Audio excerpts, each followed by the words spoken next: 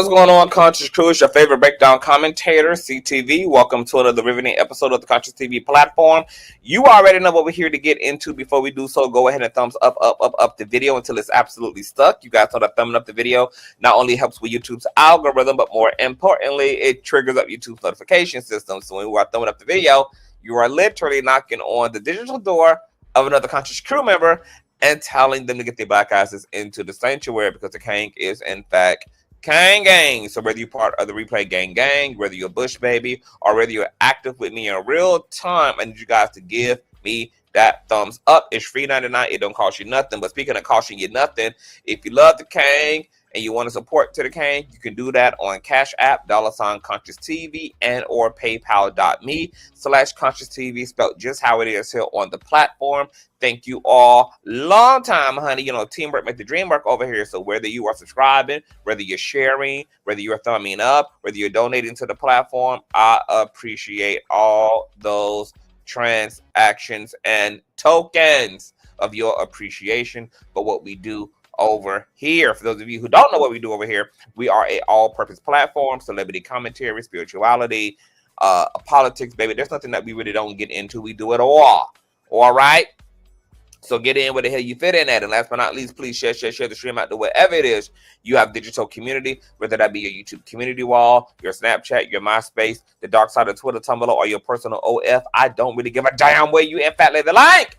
Just let them whores know that we're loud, we're live, and we're certainly in color. And with no further ado, let's go ahead and push on through. Oh, I know a place where you can recharge your soul. Baby, that's Consciouztv. And in the midst of brokenness, he gon' see your asshole. Baby, that's Consciouztv. You gon' heal, you gon' laugh and catch a little shade. Ooh, girl. Y'all know he be slaying, y'all better stop playing. Come hear what he's saying. Ladies and gentlemen.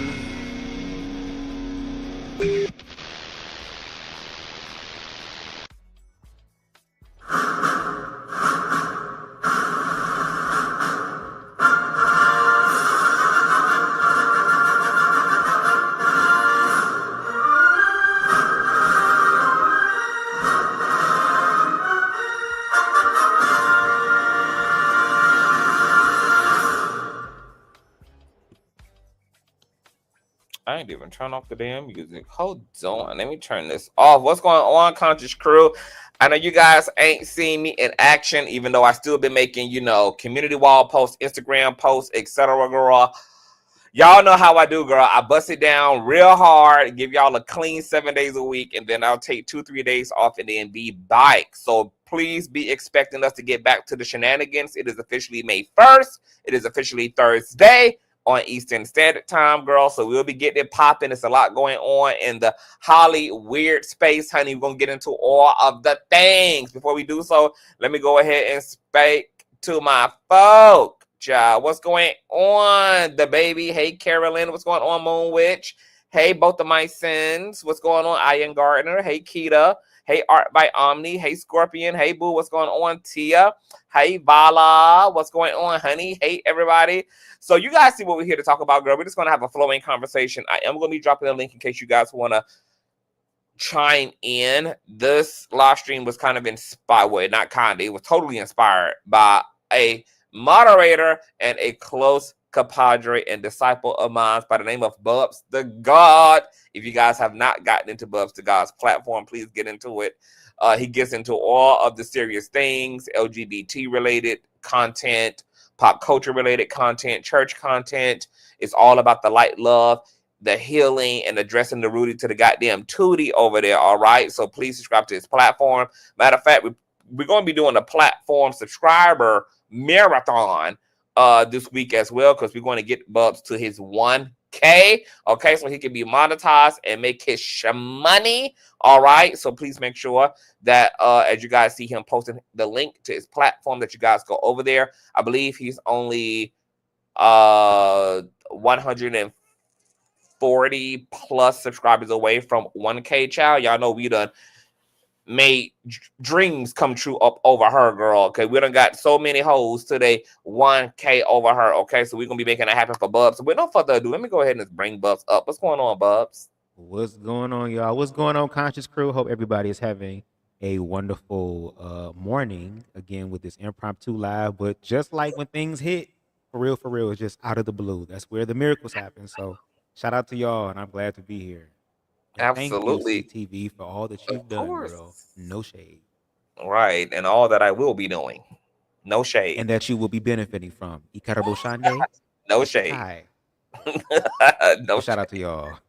Tell the folk where they can find you at. And Bubs kind of gave us a preview, you guys. I know Bubs was just on a platform when we were doing a review for the Kimberell Jamal Bryant conversation about a book reading / conversation he wants to get started in part on his platform. He kind of gave us a preview over on his platform. It was sickening, Bubs. I like It was the like music, yeah, the mic. I was like, I knew your ass ooh, would this like is that. giving, this is giving. Yes, actually hearing it definitely is super creative and dope. So if you want to tell the folk where they can find you at and what you got in store, definitely. Yes, as you guys can see in the comments there, I have the link for my channel. And again, if you flow with the vibe, because I'm not gonna be for everybody, so I understand that and accept that. But if you flow with the vibe, you like it, you can definitely hit that subscribe button. There is a book that I finished reading actually called "Blame It on the Dress: The Manufacturing of Black Homophobia and Performative Masculinity." Literally has changed and shaped some of my perspectives in reference to these conversations with blackness and queerness. And I definitely want to do like a more theatrical, book review of it as far as some of the different chapters. Because niggas love everything theatrical. If you make it theatrical entertaining, they will come. But yeah, I'm excited to share that with you all. It's going to be very different, very creative. And yeah, I'm excited to see what you guys are going to think about it. And hopefully it helps us to find the gray area so we can really focus on what we need to focus on so we can actually manifest, the hopes and dreams of our ancestors and really get over that hump. So, yeah, thank you. Absolutely. Now, speaking of getting over a hump, we were talking about over on your platform. You was doing a review. We was kind of I don't know exactly what part of the commentary we were at when this conversation in my head started about love. And I think we were talking about self-love and talking about preferences, particularly in the LGBT community. But this is really just a broad, a broad conversation around what love is. And I kind of actually want to just pick your brain a little bit. So what is your definition of, I guess in this context, we're talking about romantic love. So what is your definition of romantic love specifically? My definition of romantic love is a love that you're going to be forever growing in, and there are some elements such as the intimate part that kind of makes it a little bit more unique, if you will. Hopefully that made sense. It made sense to No, it doesn't. No, it didn't make sense. Okay, well then try to ask it in a different type of way for me then. You kind of described what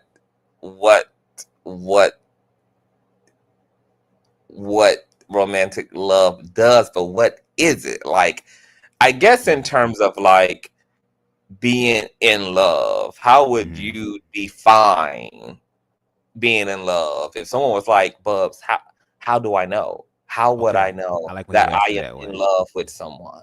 Yes. Okay. For me, it is a like very deep knowing and feeling on the inside. It seems like time stops.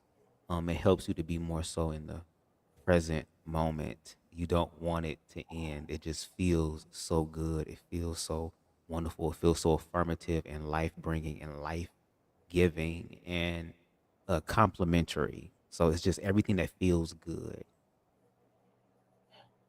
Well, you know that crack can feel real good and do all those things too. That is true. That is true. That is true. Thank God ain't no crack here, right? I would hope not.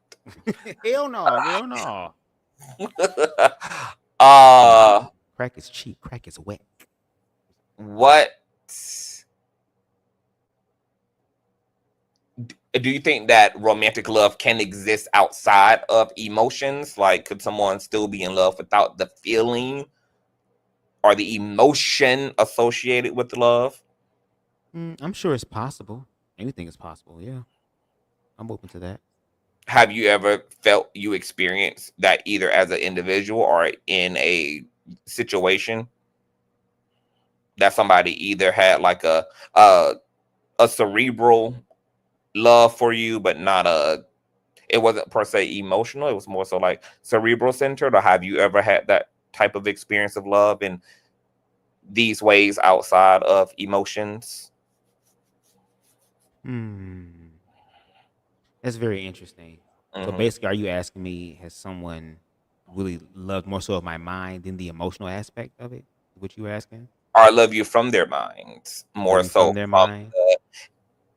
more so from a emotional expression, kind of like what it feels like to be loved by, because when I think about emotionally unavailable people, Mm-hmm. I do you feel emotionally unavailable people can actually love? Because I know a lot of emotional available unavailable people that I know still feel like they be loving even if they're not emotionally available. Right. They Or may do have you a feel, form, I guess, in the way that they believe or interpret it to be love, in a sense. Maybe they find out that they show love in other ways that do not involve emotion. Like there are some people who believe that they love from a place of material. There are some people who, feel like they love from other places besides emotional. So I believe it's possible. would that type of love be fulfilling for you? No. Why not? I want emotional love. What is it about the emotional expression of love that just makes you wiggle your feet and your toes? Mm, I mean, I guess we can say, also part of me being a Cancer, being an emotional, being a water sign. Yes, But being an emotional maniac. Lord, emotional maniac. But I just do. Hmm. Since we ask these type of questions, I really want to think about what I want to say. I know you just put me on the spot, even though a part of me felt like Which you I'm already knew what surprised I.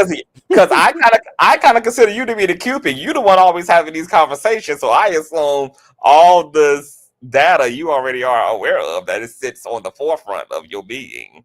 Since you always carrying the love community, learning love and self love and romantic love combo. So Yeah, but the light and love is also about sitting back and listening and understanding other people. You know what I mean? Now, as far as my romantic love, that's why I say for me, emotional. I just love the emotional aspect of me. I love the yes. energy and motion. That's just what gets me going. That thrills me, in So a what does sense, that look especially like for you? being there, making time for me, having conversations with me, and not just listening to understand, but comprehending what's going on. If there is something going on in my life to where I am broken in a sense, the passing of a family member or whatever the case may be, to actually be there emotionally to go through that with me. Like I'm going to need all that because that is something that I also give. So I want to receive what it is that I give, and I give emotionally. So Okay, so someone who has empathy essentially is what you're saying. yeah, Somebody we can do that. Yep. who can tap into their empathy and really connect to you Mm-hmm. emotionally in various situations. When you're Mm-hmm. celebratory, when you're happy, when you're Mm-hmm. sad, when you're confused, somebody who can tap in emotionally Mm-hmm. and kind of wrap that empathy around you and be one with you in those Mm-hmm. moments. Yeah. Be relatable and soothing Mm-hmm. in those areas. Got it. Yes. So we're living in an interesting age where a lot of things that are just as old as monogamy Mm-hmm. are now kind of getting more mainstream attention, such as polygamy, open relationships, polyamory. There's all these interesting variations of entanglement and romantic entanglement and all these Mm-hmm. different unique ways in which relationships can be and exist. And I know the content you were reviewing prior to this live stream, Mm-hmm. uh is it the Say So Say so host? TV. Say So TV host? Is Mm-hmm. that the gay guy who was reviewing the Butch Top? Yes. Okay, Say So Mhm. TV. I think he was talking about how monogamy doesn't work for him in particular, but relative to him, the Butch Top that he was reviewing or reacting to, is more on the monogamy side and more on the quote unquote traditional side. And then I think the person at Say So TV was also in conversation with, also was saying like how they Wait. are. That's not, that wasn't Say So. Say So was the dude that was interviewing or reacting to the two dudes in the video. Oh, okay. So it Yeah. was the top guy that was talking to someone. Yeah, the dude that was reviewing it, Say So TV, he's the individual that was in the bigger part, not the smaller part of the screen or whatever. So he was the one that was pausing and giving Yeah. his yeah. Yeah. Oh, the Butch Top was reviewing the gay guy, Yeah. Mm. or like the feminine Yeah. The one that gay had guy. more Okay, got feminine it. Okay. expression, yes. But the top had somebody who was also giving commentary with him because there was like another voice, right? Or am Yeah, I it was another mistaken? voice, but I don't think they were a top. I think they were versatile, if I'm not mistaken. And who was that person talking to? He was talking to the top or talking to He was talking to the dude in the red shirt, which was also the feminine the guy. feminine So it was guy? the two Okay, feminine got it. guys Yeah. talking. Yes. Okay, yeah. So that feminine guy was talking about how he's also like very non-traditional, blah blah blah blah blah. He feels like tradition should be like a buffet where it should just be a array of, options, and pretty much people should customize their situations to their personality type, to their desires, blah blah blah blah blah. Omarion and Neo have kind of been also spearheading conversations around ethical non-monogamy, which is basically just the practice of transparent cheating, or transparent, openness. And we all know that Neo is in a polygamous relationship to 4 women right now. They all are committed to him, and he's committed to none. What is happening in your brain as it relates to like, romantic love? What do you think about romantic love and open relationships, or romantic love and polygamy and poly, and I mean, what is going on in your brain? um, again, to like what Say So on TV said on his a video, which I can agree with. If monogamy is not going to be for everybody, there are some people who have the ability to love or have a greater awareness of love to love more than one person, throuple, whatever the case may be. So again, for those individuals, if they know what they want and they find other people who also want the same thing they want, then I'll say go ahead and make it work. So I do believe that romantic love can be shared in experience that involves more than two people. So, but if you're asking me personally, would I consider it? As of now, no. I appreciate monogamy for me, for me, for me. Okay, can you expound? It's enough getting to know my damn self. So getting to know another person seems to just be enough for me. Um, and again, I don't feel like I have the awareness or the capacity to want to get to know more than one person in a romantic situation.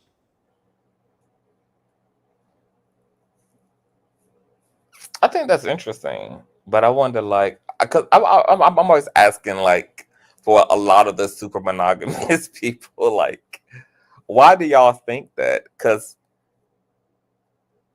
y'all do just that in every other area of life. Y'all don't say, I'm going to stop making friends because I don't have the capacity to, get to know That's more than just understandable. my best friends. Or a lot of people don't say, I'm not going, I mean, some people do, but, also in the same breath, people will say, I don't have the capacity for this, but then I want more than one kids, or I want more than one pet, Hmm. or I That's have more true. than one career. Or That's so it's true. like, what is it about? Like, why does the ball just drop or stop at, I don't have the capacity? Because some y'all make it sound like, God damn, it's like manual labor to get to know someone. Like, it sounds like a lot when I y'all can be like, I don't have the understand that. I can capacity to understand get to that. know somebody else.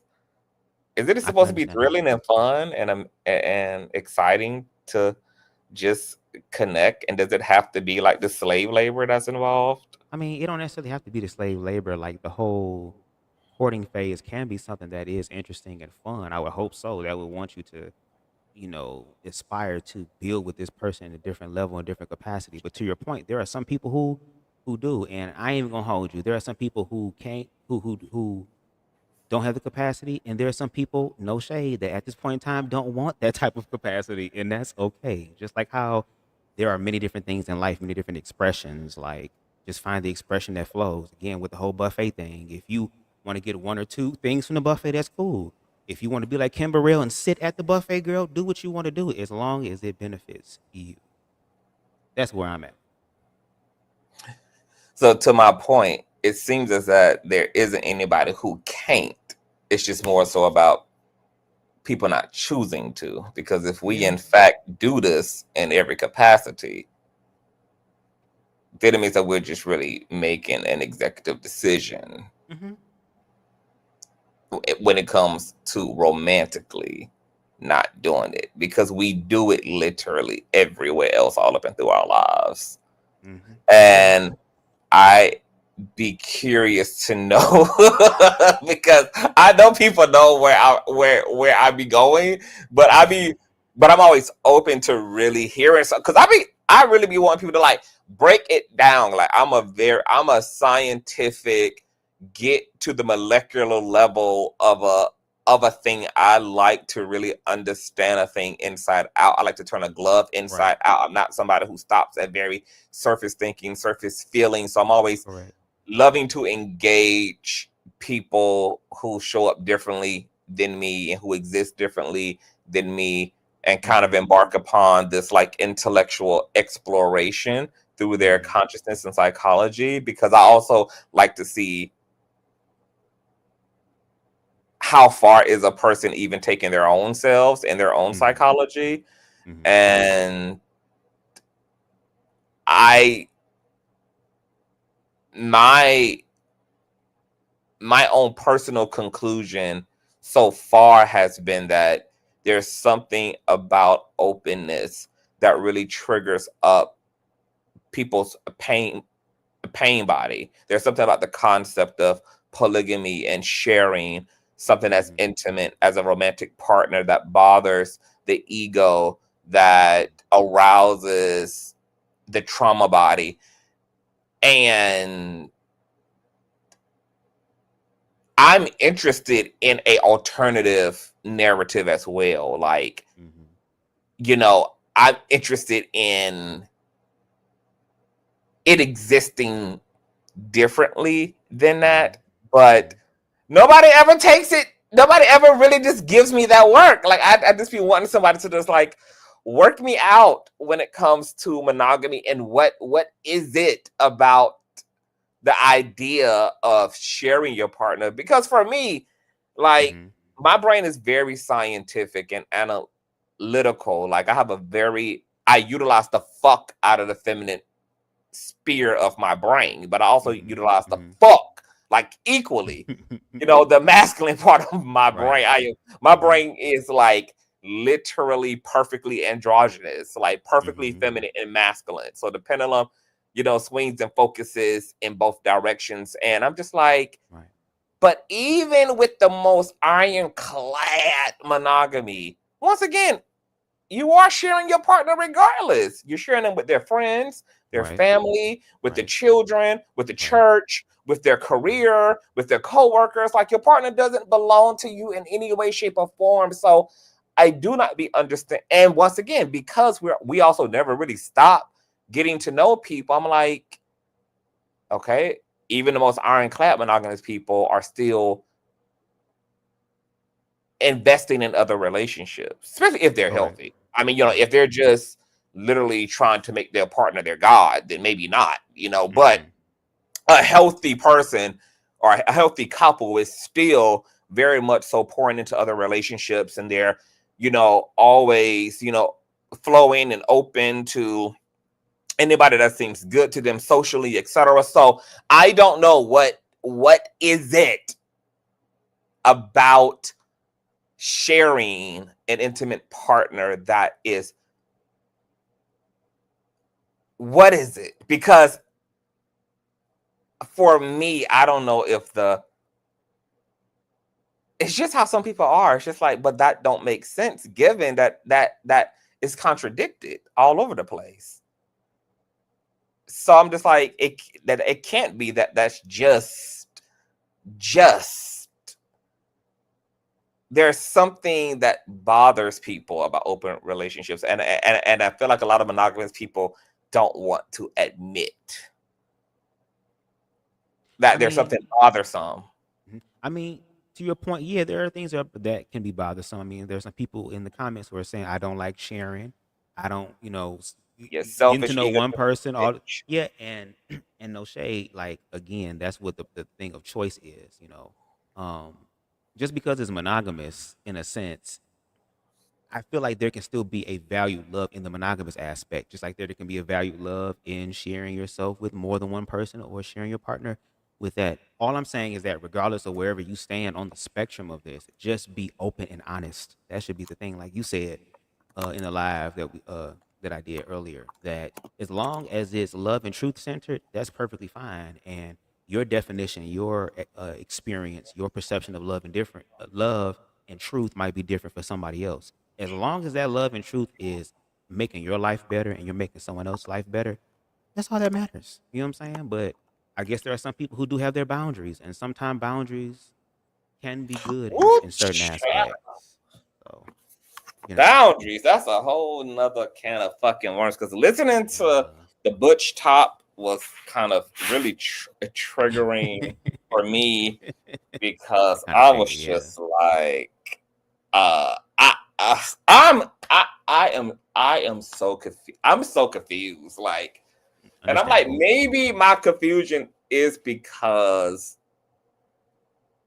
I mean, there is something really chaotic about the way people generally are approaching intimacy, approaching love, approaching sex, and maybe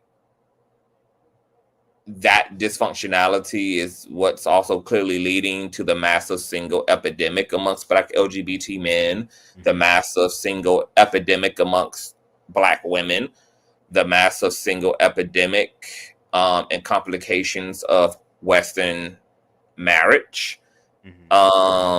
Because there's something really kind of contradictory about it. Like, don't you think? Because I'm like, because like even in the chat, right, we have people saying are defining love as unconditional. I'm like, y'all say that, but then y'all be the same ones with a bunch of preferences. Like, I'm not gonna do this, and this, but then love is unconditional. So no, love is not unconditional, and that's what I mean by like, I don't really be feeling like, I don't feel like there's enough clear that there's not enough honesty happening, like for us to really truly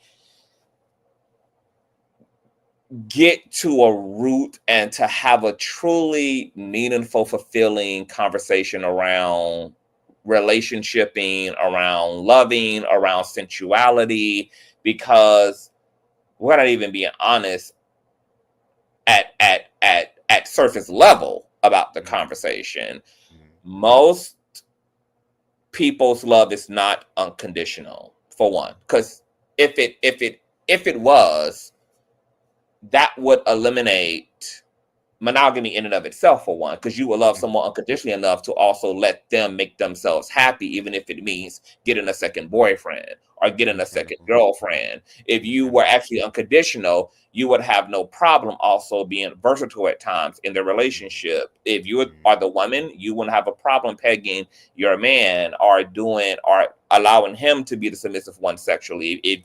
If you're a bottom, you wouldn't mind topping. If you a top, you wouldn't mind bottoming. Like, y'all be using, and not in terms of you, Bubs, but the collective. The collective is like, and this is what I don't be getting, and this be like kind of like irritating me, because I'm like, there's an intellectual dishonesty that is happening, and I don't know why nobody's calling it out. I don't know why I don't know how can everybody just hear all this flippant, contradictory shit and then still think the way we're trying to center all of this makes any damn sense. And we can see from the data, Now we're going to hell in a handbasket right now as it relates to trying to figure out There relationships. was scholarship and Now, gasoline draws yeah, over like there's this. a fucking relationship apocalypse happening right now. There's an intimacy apocalypse happening right now. There is a marital apocalypse that's happening right now. And if if we just use a simple ear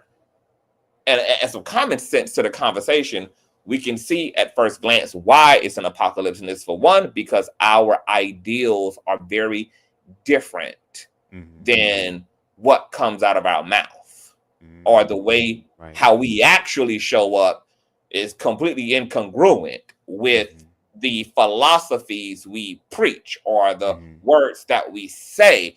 There is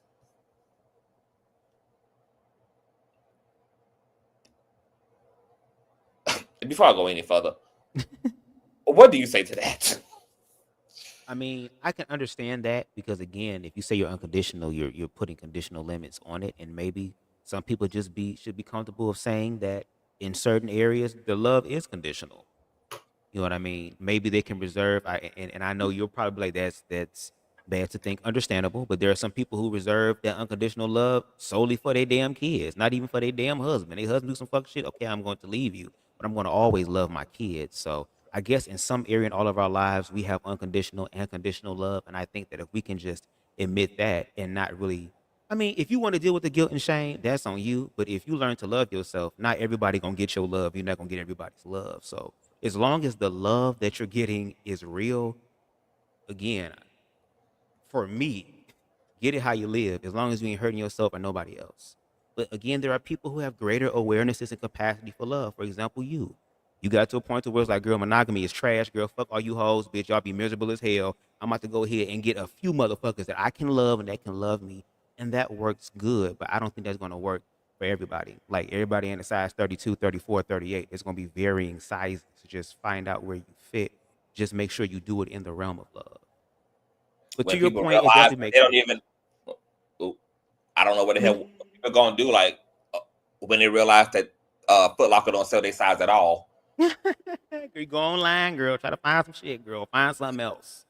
But my whole thing is right. I don't think monogamy is trash. I do think monogamy is predominantly unnatural, and that monogamy is predominantly a byproduct of the ego. And I haven't heard anyone grandstand their argument for monogamy in a way that provides any other conclusion. If anything, it be confirming, what I have already extracted from the idea of monogamy. But monogamy also wasn't something that, because I feel like coming out of monogamy and look, here's I can still do monogamy. I'm not a anti-monogamous person. Oh, okay, my bad. But My bad. yeah, I more so call it my personal growth evolved me into having a capacity to participate in non-monogamous relationship styles like polygamy and polyamory, etc. And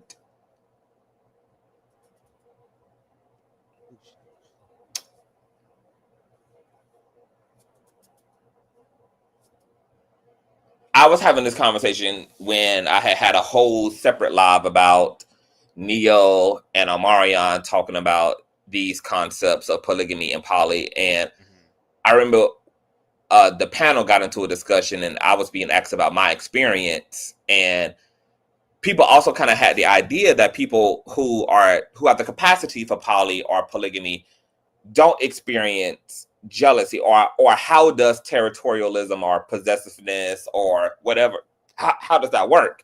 And the reality is, while most people who are attracted and can function in a healthy way within polygamy and poly may be people who are more aligned and situated for like sharing and being more communal and maybe even being more passive in a sense.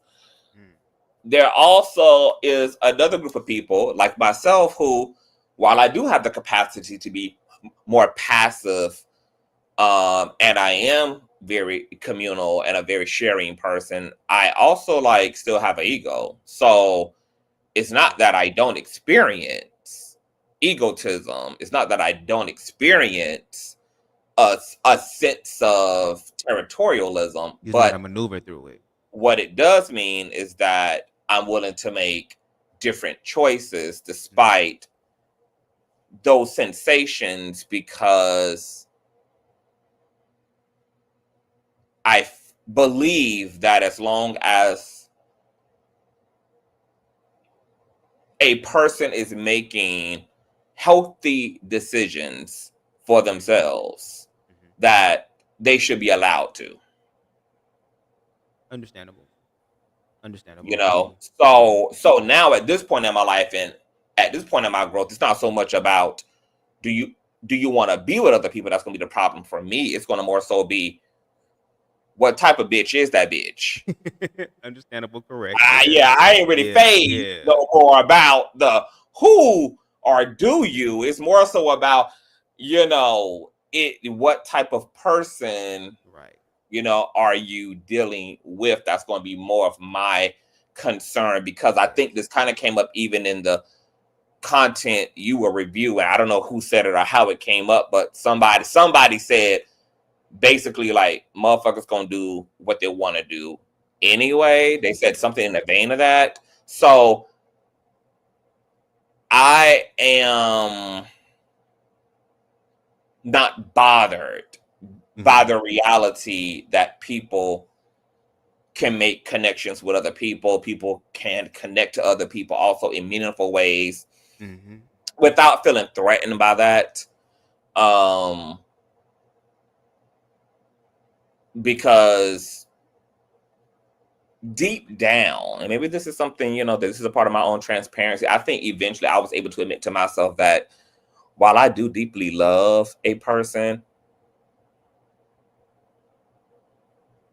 I don't also want to have to hide the fact that I'm attracted to other people, to my partner. I don't want to have to hide the fact or pretend as if, correct, right, damn, like, that I'm not in a social relationship that is really compelling me, and that I can see the potential for more, but I'm deciding not to embark upon that because, I am in a monogamous relationship. And so, I can only deal with you in this capacity, and da, da, da. It's like, I want the deep down truth I was able to admit to myself is that I wouldn't want to hold myself. I wouldn't want to be held back if it was me either. If I,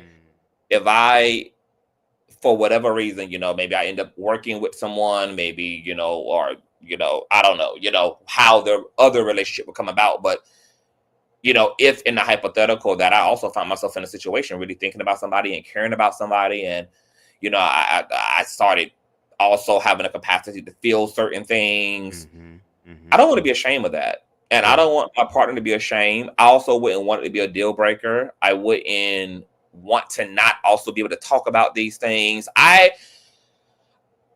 For me now, when I think about like what my intimate, loving relationships need to look like, really what turns me on is us being able to indulge and create such a quality space for recognizing each other's humanity. Like, you're a person. I'm a person. We're on a soul journey. And I want us to be able to conversate about that. I want us to be able to journey together through our humanity. I don't want to be any more afraid of your humanity than my own. And I don't think that being able to make other people special in our experiences takes anything away from the specialness of our own. And if anything, if we can actually hold on to each other and continue to reap the good that comes from what we do here, like, oh my God, it's even more idealistic if I also have the freedom to do that with other people without it costing me this.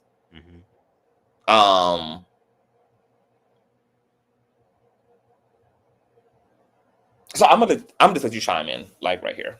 No, I mean, again, I agree with that, and uh, again, it's the transparency and honesty for me that really, you know, um, had you look at things differently. Because I mean, even for me, I consider myself a top. You know what I'm saying? I've had bottoming experiences. They just were not my cup of tea. And some people will say, "Oh, well, you ain't had the right man do it or whatever." And versatility is the spice of life. But girl, there are plenty of spices, girl. What spice we talking about? But no shade. I'm gonna be honest. Who knows? 10, 15 years down the line, I don't know. My mind might change. I don't know. Because again, I think they say every 7 years our personality grows. So and evolve. So who knows? There might be some people who may say, "Oh, that's not for me," but then something happens in their life to where now they have an awareness for it, or like you said, we're able to deal with certain internal things and be able to say, "Well, let me just try this and just see what it gives first before I just say no." And then they try it, and then boom, it's just the rest is history. I just think the information needs to be there. And again, whether it's monogamy, whether it's polygamy, whether it's an open relationship, whatever the case may be, under whatever pretense it is or category or how you want to label it, as long as you're doing it from a loving place, I say go for it. And like I say, I'm glad that you do certain things so that I don't have to. You see how universe covers everything? So, you know, this is how I choose to look at it. While y'all are in these relationships, do you go out to dinner in Oh these shit! settings? I didn't even know I was on mute. Go ahead. Pete. Go Oh ahead. yeah, and we gonna answer homebody too. And we For will be sure. dropping a link, you guys. Because I know y'all all get fucking triggered when the whole anti And I monogamy. want to sit back and listen, girl. I want to listen because I already did enough talking. No, you actually haven't. I love Girl. your speaking and just engagement. What I was gonna say? God damn it! Oh, it was what I was gonna say. I was gonna say. Happens to me a lot too. You gonna find it. You had said you. Oh, Hmm. when I sit back and I look at the deficit in the Black LGBT experience and the Hmm. Black woman's experience as it relates to intimacy and all of this, even in the Black man's experience, etc., I Hmm. just be sitting back thinking like, okay, it's interesting how we talk on one hand about all this indoctrination, all this socialization, all of this cultural grooming that's been done to everybody, and how I always Hmm. like to say, everybody is really just walking AI Hmm. products of the culture. Most people have no idea who the fuck they are because they Correct. haven't done the work to reevaluate what they have Hmm. inherited culturally and religiously. Hmm. That's informing a lot of their worldview and informing a lot of what they call normal or Hmm. considered truth.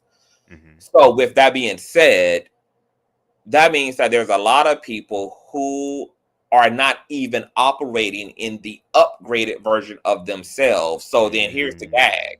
Here's the fucking gag.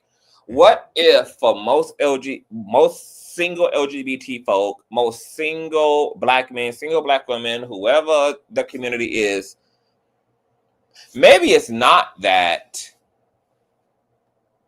your person isn't out there or that there's something poisonous happening within the Hmm. dating pool, which I think there's definitely room for that conversation and there's a Yes. reality there too. But Hmm. it's a comma, comma, comma, comma, not a period. Correct. The other comma is, what if it's not that your person isn't out there? What if you've already met your forever person, but it couldn't work because you have yet to be the futuristic version of yourself. Oh, okay. Okay. You have yet to confront all the things that you identify as me. It's me. It's just me, bitch. It's me. It's me, ho. This me, ho. What if all this me, ho, Right. is what's got a lot of you hoes single and in the deficit to begin with, instead of being so persistent about Hmm. what you think is you and what you believe is you, especially when you know damn well you haven't even been tried by fire to begin with, when you Hmm. haven't truly even walked away from everything that you know so that you could know what you know. You haven't even done the the dismantling and the decolonizing of yourself mentally, spiritually, emotionally, etc. And then are wondering like why you keep hitting a brick wall here. It might be because the issue ain't what's out there, it's what's in here as you.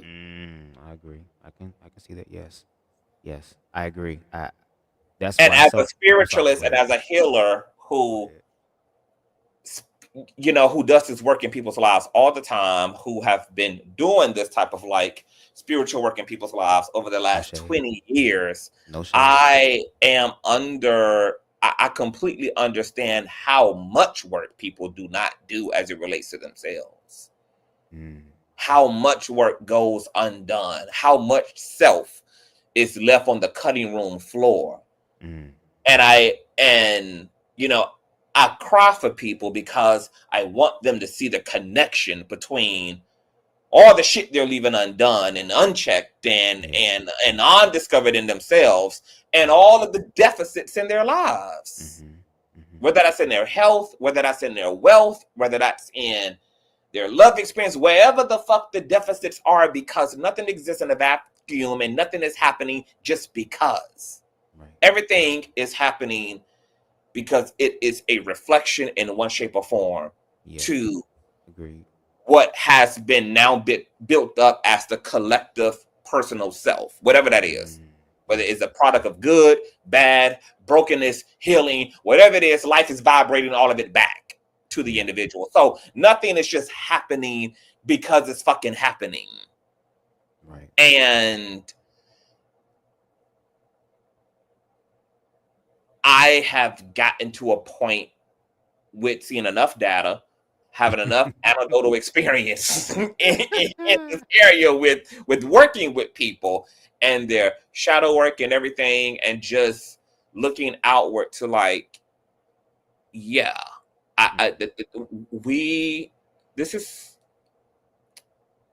we're more so contributing to the confusion and authoring the confusion than we are really being victimized by it.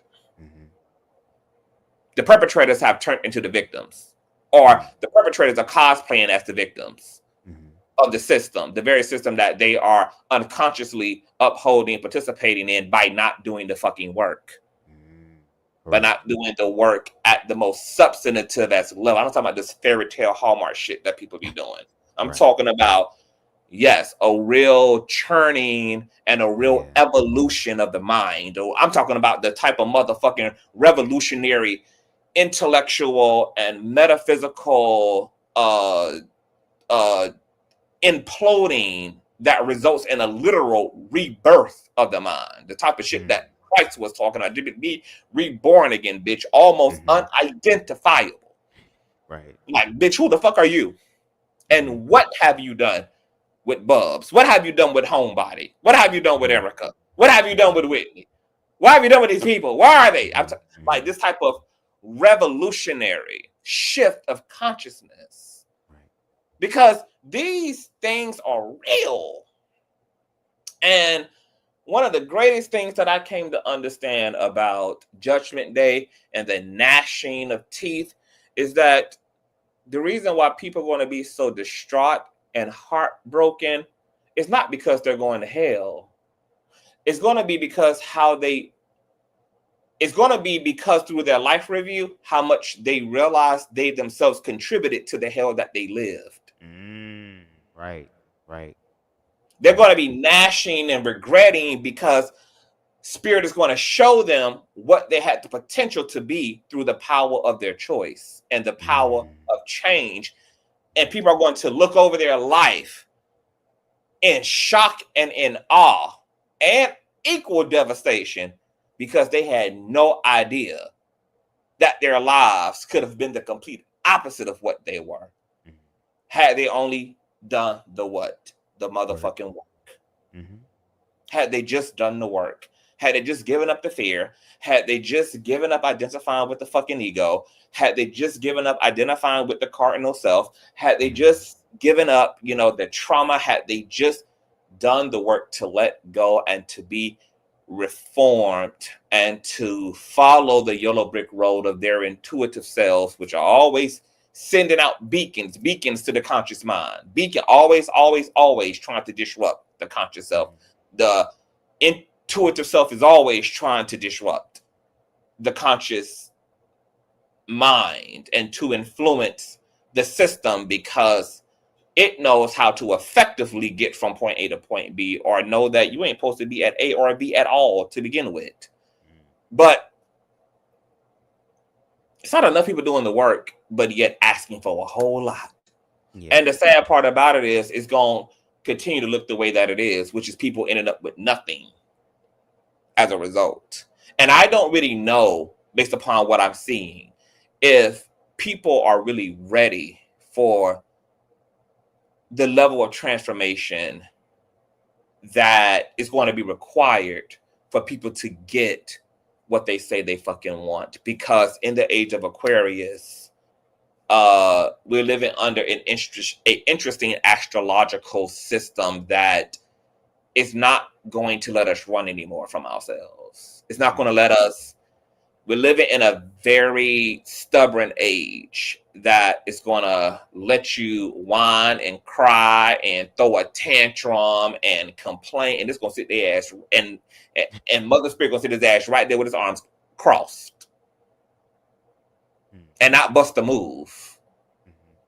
Not bust a move of intervention.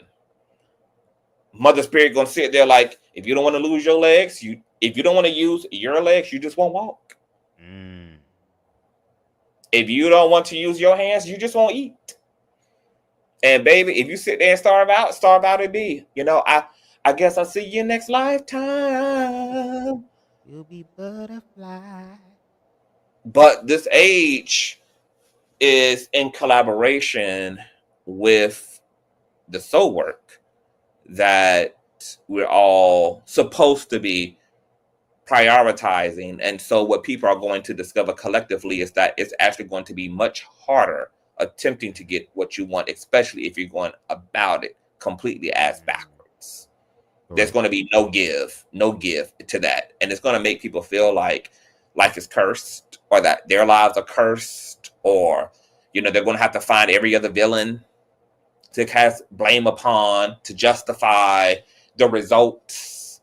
And the truth is going to be is that people's lives are going to be a mess because people are messy within, and they have yet to vacuum that shit up effectively. And we're in need of some real breakthroughs, because when I think about why people are holding on, I'm just like, what are you holding on? Like, what are you holding on? You know, like, you know, to reduce the conversation to something simplistic, it's just like, what is really your fucking problem with putting a dildo in your man's ass? He your man, bitch. He's your man, ho. And he got an asshole. And his G-spot is in his guts.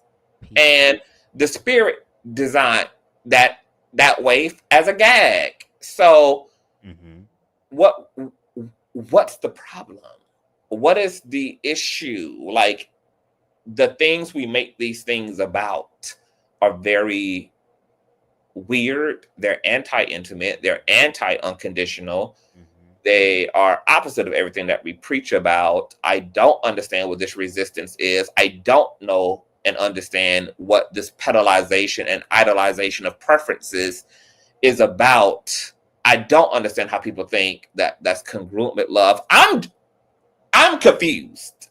I am confused, Bubs.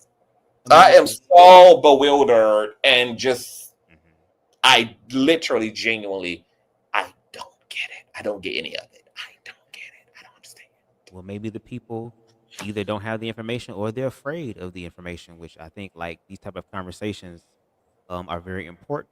You know what I mean? And I think we're just going to need for more of these people to just be honest about it. And I think, like, even again with the ego, trying to learn how to deal with guilt, shame, and condemnation, like trying to sit back and ask yourself, why do you think this way? Why do you feel this way? You know, all we can do is just speak of where we are right now, but who's to know what may happen down the road? You know what I mean? And They always say never. You know, T.S. Madison, shout out to Mother Maddie, says it all the time. There be people out here, they be talking about, oh, I ain't gonna do OnlyFans, I ain't gonna do no sex work, girl. But then when shit get hard, now you doing what you said you'll never do. So that's funny how life works. But I think people just need to be honest. And most importantly, before you get into any sort of relationship, whether it's monogamous, whether it's poly, whatever, I think people need to learn how to love themselves. Being single does not mean you're undesirable. It gives you the opportunity to actually figure your shit out before you get into a relationship or some sort of partnership with somebody else. And I think people get into relationships not as healed, whole, complete individuals, but as broken individuals who end up trauma bonding. I've done that a lot in my previous relationships. You know what I mean? But I think taking the time out to figure out who the hell you are and build a strong foundation and get to a place where you can trust yourself, then you can possibly go forth and manifest a relationship, however that may be for you, that is actually beneficial to you, that is, again, life bringing, life giving. And also, there's levels to this shit. There's gonna be some people that that monogamy for them is just gonna get it, and there are also healthy expressions of monogamy as well. But it's the same thing with polygamy. You know what I mean? There are some people who, yes, will use polygamy as a selfish means to basically have control of everybody else. I get to fuck all y'all, but y'all can't fuck nobody else. But again, there are some people who are just in a higher awareness of love and a level of love to where they just give that freely and find other people who do that. All I'm saying is find your tribe and what's best for you. Your level is going to look different than somebody else's level. Just make sure it's your best level in your life experience. But to your point, nothing is really concrete. Everything is pretty much fluid. So I think if people could just accept that being the case, again, who knows?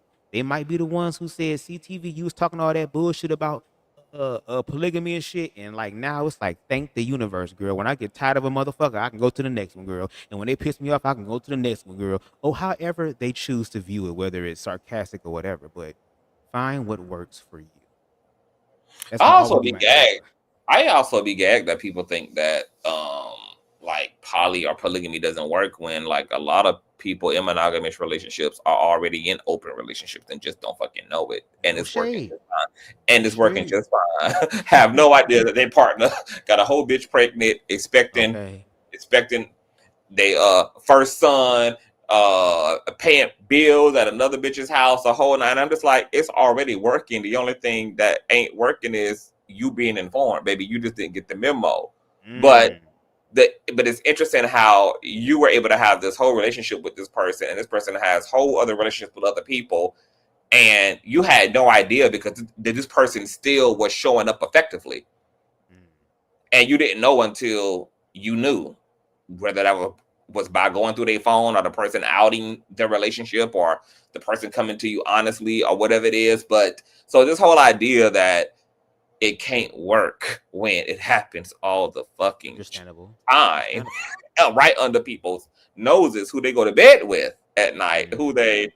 who they share bank accounts with, who they're making love to, and you have no idea that your partner is partnering Mm-hmm. and got a lot of homes in the US of A.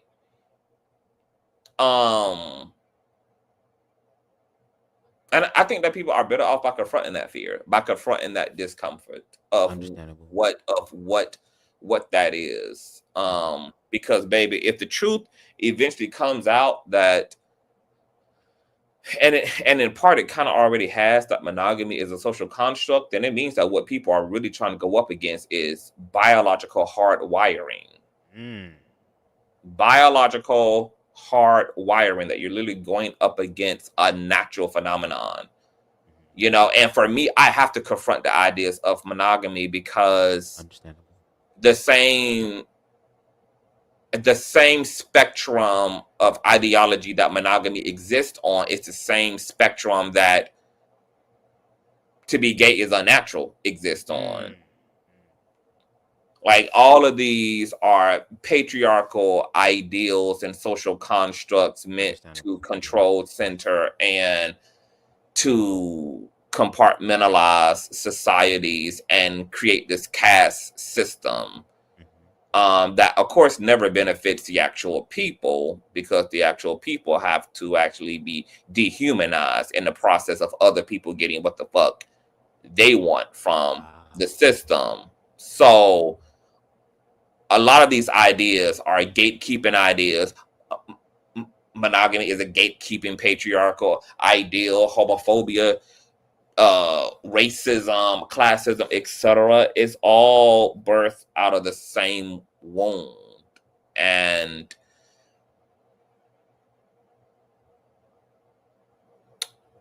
as somebody who, like, my sexuality as a Black queer person is like what's my catalyst to start confronting everything in my life after I had liberated myself as a queer person. And then that by default made me look back and be like, well, damn, bitch, how much other toxic shit is informing my life? What other lie am I living? What other, you know, like what is the rest of this shit then? What's Christianity hell? What's the culture of Blackness that I'm assimilating to? What is all of it? And then as I just started, it just led to a peeling back the layers and a peeling back the layers and a peeling back the layers and a peeling back the layers until there was nothing left in the open space, which is where I feel like I'm finally voyaging in, and it feels so great to not have to carry all that shit around with me anymore.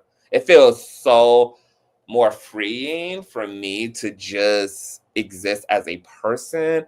It's making my personal relationships better because other people get to be people, and there's no fear or loom or terror. I don't have to carry the burden of monogamy to bed, and my security comes from my pseudo knowing that my partner wants to stick his dick somewhere else. Like, I don't have to carry that as an anxiety. I don't have to have my security tethered into what he does or doesn't do with his heart as it relates to other people, or what he does and doesn't do with his genitals. I find it to be, it's almost like when you get to certain freedoms, sometimes you don't know how much you weigh until you step on the scale. True.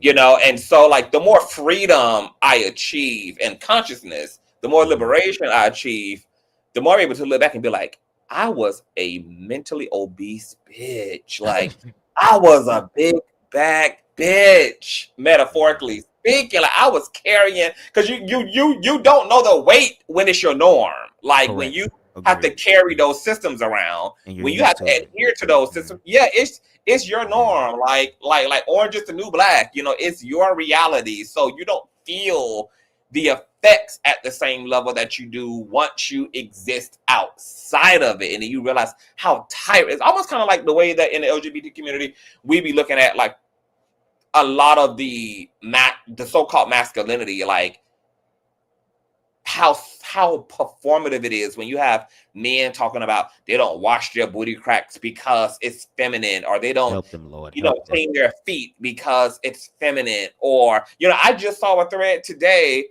that one of the blogs posted of somebody who I guess recorded. I guess this guy, like him and this was a straight guy with straight friends. They had a group chat, and one of the male friends had put in the group chat, like, do y'all want to go to the movies and see Sinners?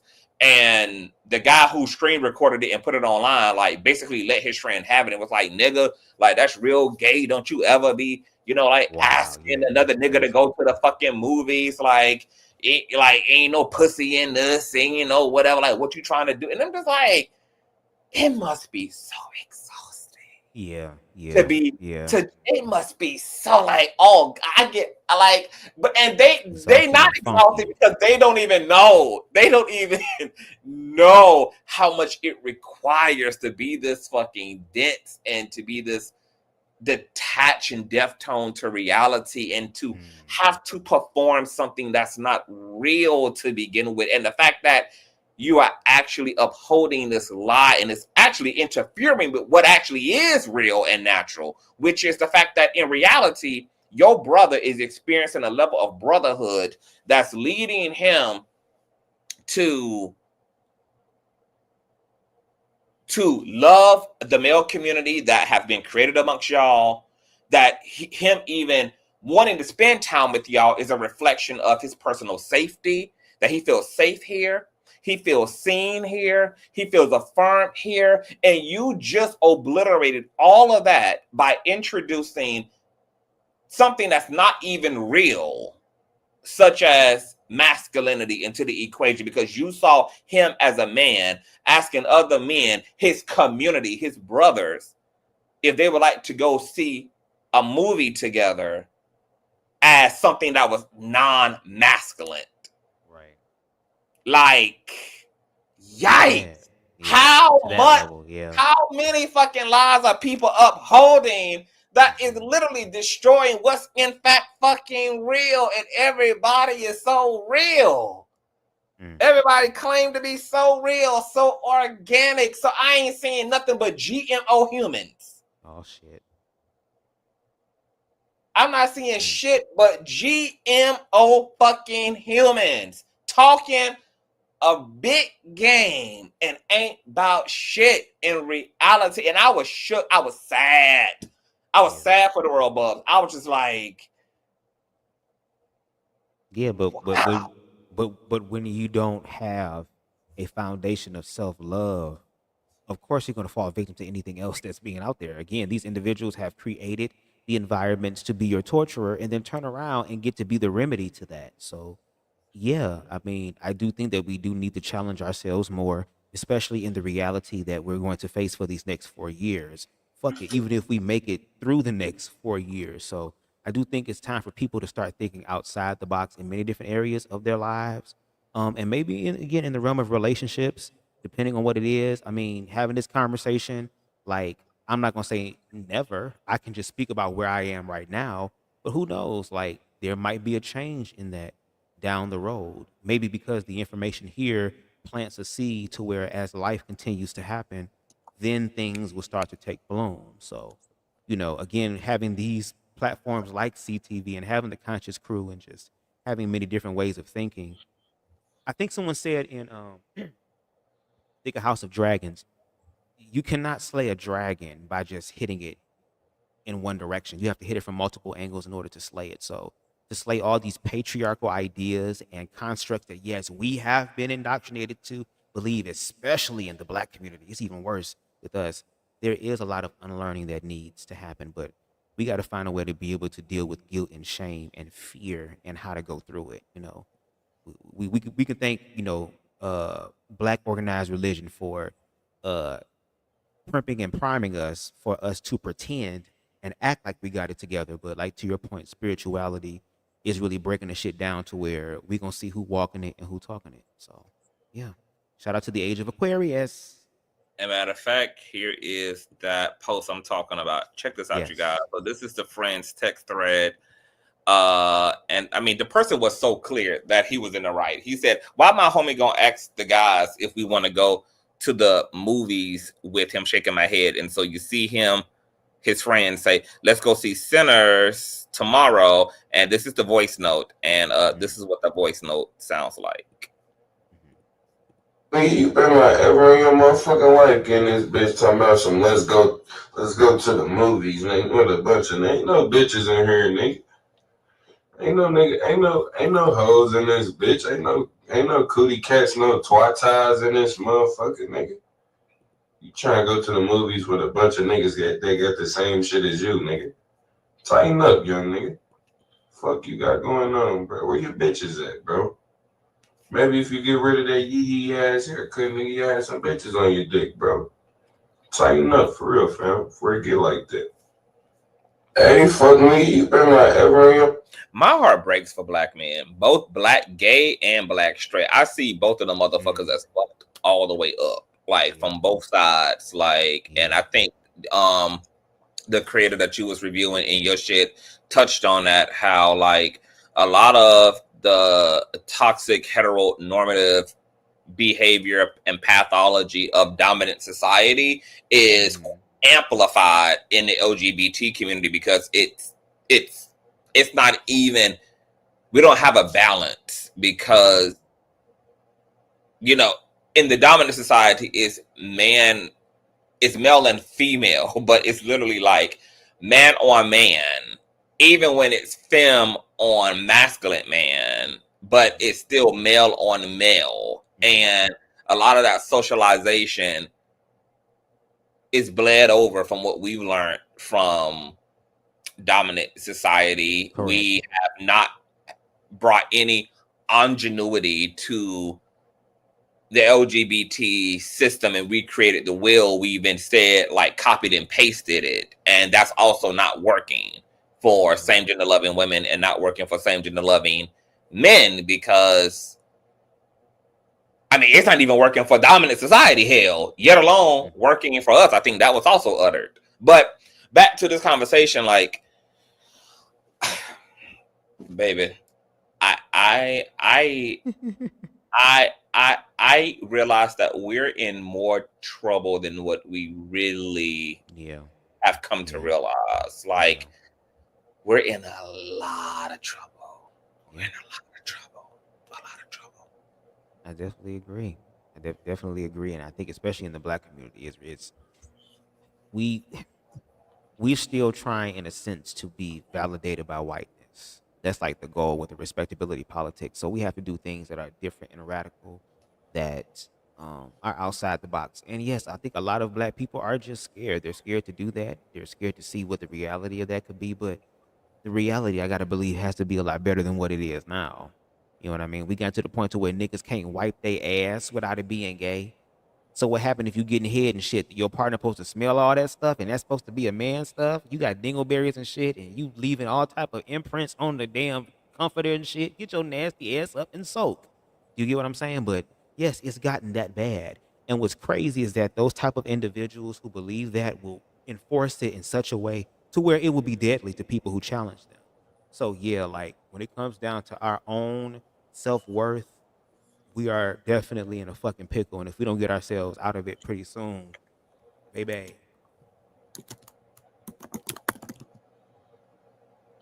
Terrence Howard is another one who's coming up in the media.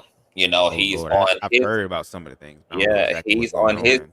he's on his gay agenda shit. Talk, you know, he's proud to not have played Marvin Gaye because Marvin Gaye apparently was gay. He didn't want to play a gay character. I'm like, well, so much for being an actor. I think acting was all about playing shit you're not. But you know, he's been kind of consistently running this homophobic line, and really what it is a pledge of allegiance to a patriarchy, and it goes back to that masking that I always talk about. And I mean, I know sometimes people can experience the exhaustion of masking when their whole lives have been lived through the mask and behind the mask, but it's exhausting, and it's psychological terror unto self and a psychological terror unto the community when you make a choice to not live in your authentic self. But I wanted to ask you too, like as a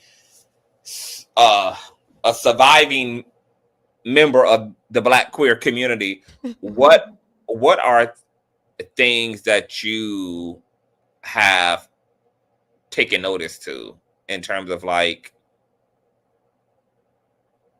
the work that Black men need, or maybe not even, well, no, I'm gonna ask you as just focusing on Black queer men that yeah, what are some of the things you have observed about our community and where we could pull it in at? Like I said, for me, all day is gonna be the self-love department.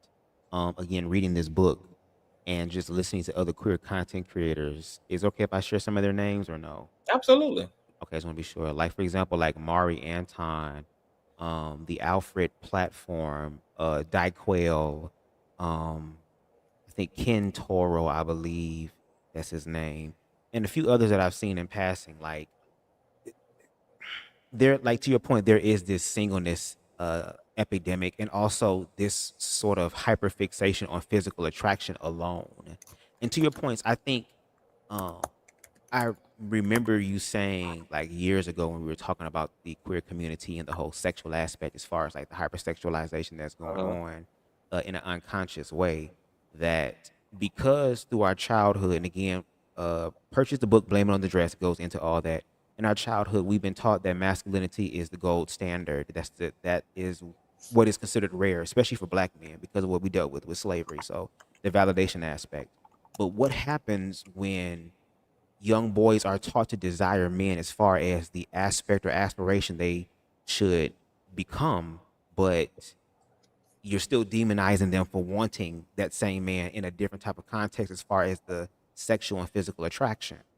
Um, and because we haven't received that, when we actually do receive attention and affection through the realm of sex, of course we're gonna want a lot of it because that's the only form that we get. And then what happens is, I think in the community we're using or looking at our bodies and using our bodies as currency.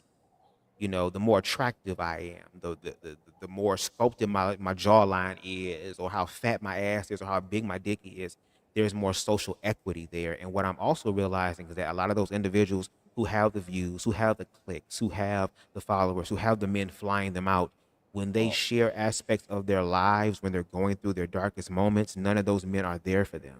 So then there is this mixture of bullshit going on, to where it's like, when you're dating other people or people trying to get to know you, do they want to know me for who I am, or just based on how I look? So again, the self-love department, I think we need to have more conversations about that, even conversations on how to have sex in healthier ways. Again, we keep following a heteronormative type of way of being. We have to find our own way of being that works for us. Do you get what I'm saying? Not everybody's going to fit the heteronormative perspective. Even with Say So TV, when I was reviewing his reaction to another content creator, again, he sees himself as this top tier dude. I'm an alpha top. I'm a premier top tier top. And it is a patriarchal type of way of expressing himself. But when he shares intimate aspects of his life and his relationship, then to your point, the contradiction is there. So I think we just need to, again, do more self-love work, face the fear, cry a lot of that shit out, and just heal. That's what I see. I hope that makes sense. Lord. That was a real poetic way of Bubs telling you hoes to get in therapy. Girl, well, I mean, I learned from the best bitch. Oh, period. Okay. You know, and it's funny that, because, you know, the DL conversation continues to happen amongst LGBT spaces and also amongst dominant society spaces. And even in talking about Terrence Howard and how he said, you know, he would rather, he would prefer to, you know, chop his lips off than to kiss another man, as it relates to the whole, you know, playing Marvin Gaye. What's interesting is that, like Joshua is saying in the chat, Marvin Gaye was an entire legend. An entire legend. And you couldn't play a legend because of his orientation. But the same actor had no problem playing a pimp in Hustle and Flow. And as I say, you know, all the time, yes, we are living in the 21st century. Yes, it is 2024, but a lot of those antiquated ass, patriarchal, hypermasculine, homophobic ass ideals still plague Western society, Black Western society, to this day, where it is better to be a pimp than it is to be a homosexual. Oh, damn. It is better to be a murderer and a gangster and a delinquent and an actual abuser of children. Yeah, a abuser than it is to be a homosexual, even in 2025. This idea, and I always have to confront the dominant society who always acting like, oh no, y'all on TV, y'all got laws, baby. You talking about a bunch of shallow ass shit that's on the outer skirts of the community. And the reality is, just like despite we got Oprah and Beyonce and Jay-Z and Michael Jordan, the most of us still got a bended knee on our motherfucking neck, right? Most of us are still experiencing redlining and systemic racism, right? It don't matter what positions token niggas are sitting in. Just like it don't matter what position token queer people are sitting in. It doesn't speak to the collective in the middle. And this pathology of all kinds, whether we're talking about xenophobia, homophobia, sexism, misandry, misogyny. I mean, just go down the list of it all, of all the isms, all the obias. Like, these things are alive and well today, no matter what we're seeing superficially in the newspapers or on our television screens or on our billboards, etc. And so that work that you're talking about, you know, it's like I said, man, I am really realizing as this thing gets worse and worse and worse and worse, as Trump actually got into office as a convicted felon, I'm like, oh, we're really fucked. Like, all of these things are a real symbol that we've been in the wrong direction in a long time and didn't fucking know it. And the reason why the so-called image we upheld collectively as a civil people, as a moral people, as a principled people of the West didn't hold up when it was time to uphold, when eggs became $60 damn, and when certain things begin to fall away, to give us an opportunity to really show what type of business we were really standing on. The reason we ain't stand on that business is because we never really did the fucking work. It was all performative. Just like us seeing the overhauling of all this DEI shit and how not hardly any one corporation fought against it, baby. Everybody bowed down and kissed the ring and allowed legislations and provisions that were supposed to ideally be put in place to benefit minority people. People were ready to give all that shit up, honey. Everybody was willing to conform. There wasn't a protest. There wasn't a boycott, not by the powers that be themselves, not by the systems that pretended and that, what do you call it? Not cater to, what's the word I'm looking for? That pandered to Black people, pandered to queer people, pandered to women people. And as soon as those systems had their backs up against the wall, baby, all of the business they claimed they stood on went right out of the window without a parachute. And it was total self-preservation. So America is getting a horrible reality check in the mirror. Reality is getting the type of mirror experience that's like looking at yourself on an iPhone 14 Pro Max without makeup on, without a filter on, a raw dog 4K look in the mirror. We have not become the people that we were claiming this whole time. And Trump in office is a personification of that. The way that these corporations and systems are accommodating this buffoonery is a personification of that. The relationship deficit is a personification of that. The violence and mass ootings are a personification of that. Everything is reflecting back to us who we in fact are, not who we have proclaimed to be. And baby, like I was saying on Miss Stevie's interview, as I was saying on the Tick for Tax platform, shout out to all these content creators. Baby, we are really upon a collective dark night of the soul. Yeah. We are upon a very profound cross experience, and I don't know what we're gonna choose. I'm actually very worried for us, because if this is who we are, I'm not sure that by the time the clock strikes 12 that we're going to magically just reach for our higher selves in order to save us from the hell that we've co-created. No shade. Together. Brenda, I think, is acting Bubs for the book. CTV. CTV. CTV. I've actually already written 2 books. I'm working on putting out my coffee table book this year, which is kind of just going to be my little intro into the book world and publishing, which I don't know shit about. So this will be my first time ever doing and embarking upon something like this. And the table book is pretty much going to be a book of affirmations. It's going to be you know, just a book that you can sit down with at the coffee shop, or you can sit down with Starbucks, or sit at home, and it's like a reference. It's going to be like on the right side of each page, it's going to be writings, kind of like similar to what I do on my community wall, where I kind of get into these think pieces and I kind of just unpack my thoughts in these poetic ways that kind of stimulate and arouse people emotionally or spiritually, that kind of stimulate, you know, this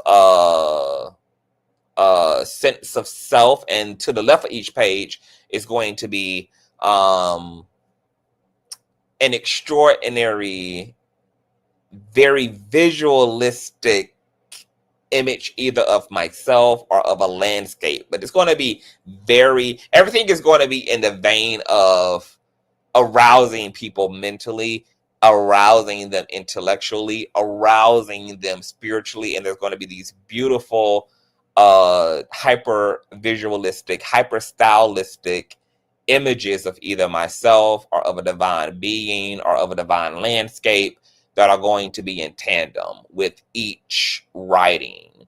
And that's something I've been wanting to do for a long time. And what I then plan to do, depending on, you know, how that goes and what the response is to that, is that I'm going to create an audio version of those sayings, coupled with a lot more of my literature turned audio, that's also going to have sound and music attached to them. And the sound and the music will be in accordance with certain frequencies and binary beats and things that people can listen to induce a meditative state, to induce transcendental meditation. Oh yeah, baby, I'm cooking right now, baby. Yeah, y'all, baby, I am fucking cooking right now, okay? Like, because I've been telling y'all that, you know, I want this to be the next leg of my life. I'm never going to not be a personality. I'm always going to, you know, create a space for me to cut up and to do celebrity gossip and trendy topics. But also the next leg of my life is going to largely involve me going into the spiritual component of my life professionally, and doing seminars and workshops and traveling the world, etc., to teach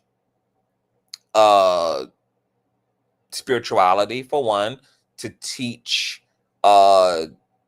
mysticism and self-growth, and teaching people how to really tap into that and how to unpack themselves, unbecome themselves, so that they can be who they in fact actually are. I want that to be a huge part of the next chapter of my life, because I know that that's what I really came into the world to do.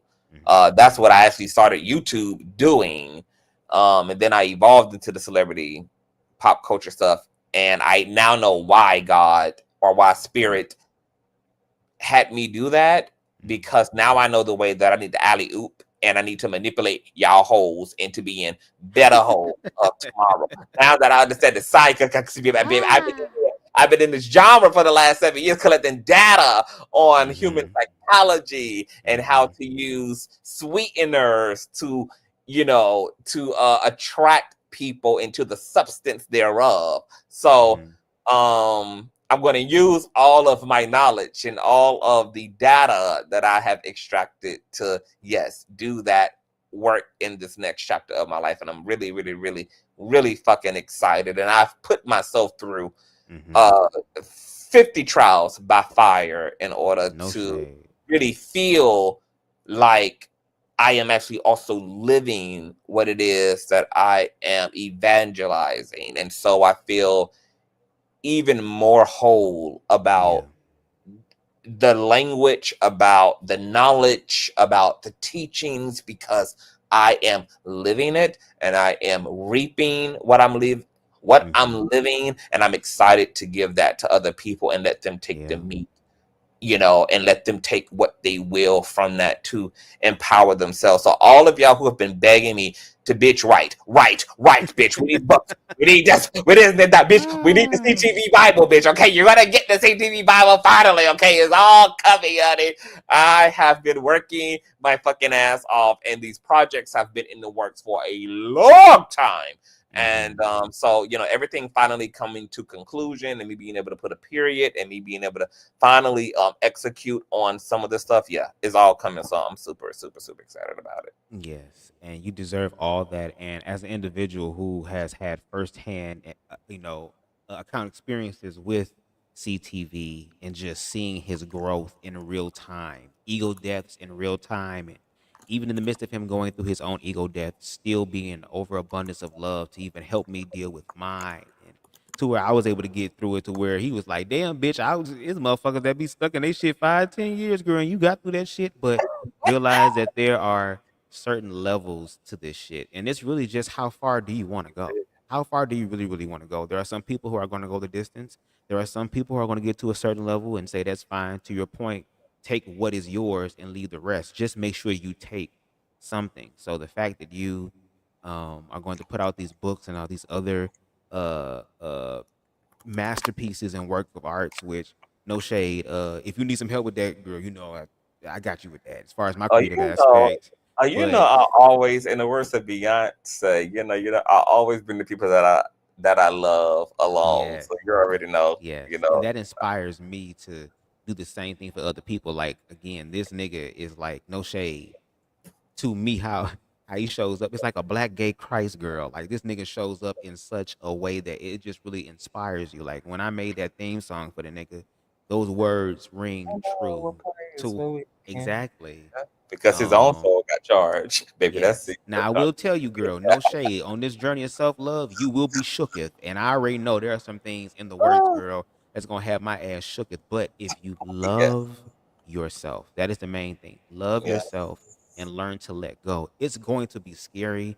And I've even learned to just be more open and honest with my Mhm. fear and be transparent, because that's information. That's how we work through the stuff. And I think I can share is it okay if I share one experience with the people I about what want you to happened? share whatever you want to share. Yes, like Okay. talk to the people because you Yes. have also come like leaps and bounds, and have also been through ego shattering Mhm. experiences, and have come into a greater sense of self and self-love, and you are on that whole journey. So you Yes. definitely share whatever you feel compelled to share with the people. Yes, I would share that. And also too, I still, and I'm gonna say this publicly, I'm still waiting on that video about you being on that edible girl and having your Christ Come, experience, bitch. I want to see it's coming. that. But I'm just working on chewing on my ego a little bit more, because I know when I release that video, the ops is gonna get a hold of it, and the narrative is gonna be that a bitch was on crack and cracked out, baby, and was on his Whitney Houston shit. So I'm just chewing on my ego before I release it, because I know I'm gonna have to right, put up with the bullshit. true. But And if them dumb bitches are, uh, but if them hoes it's is trying to always reach going for shit exactly, to hurt and be, you, the thing that's gonna be funny is that no shade, girl. And can we be honest? You're always vindicated at the end. So again, it's gonna always be a win for you. They might win a battle or and the it's illusion that all they won a battle, fair, but the and it's war. all fair, but True.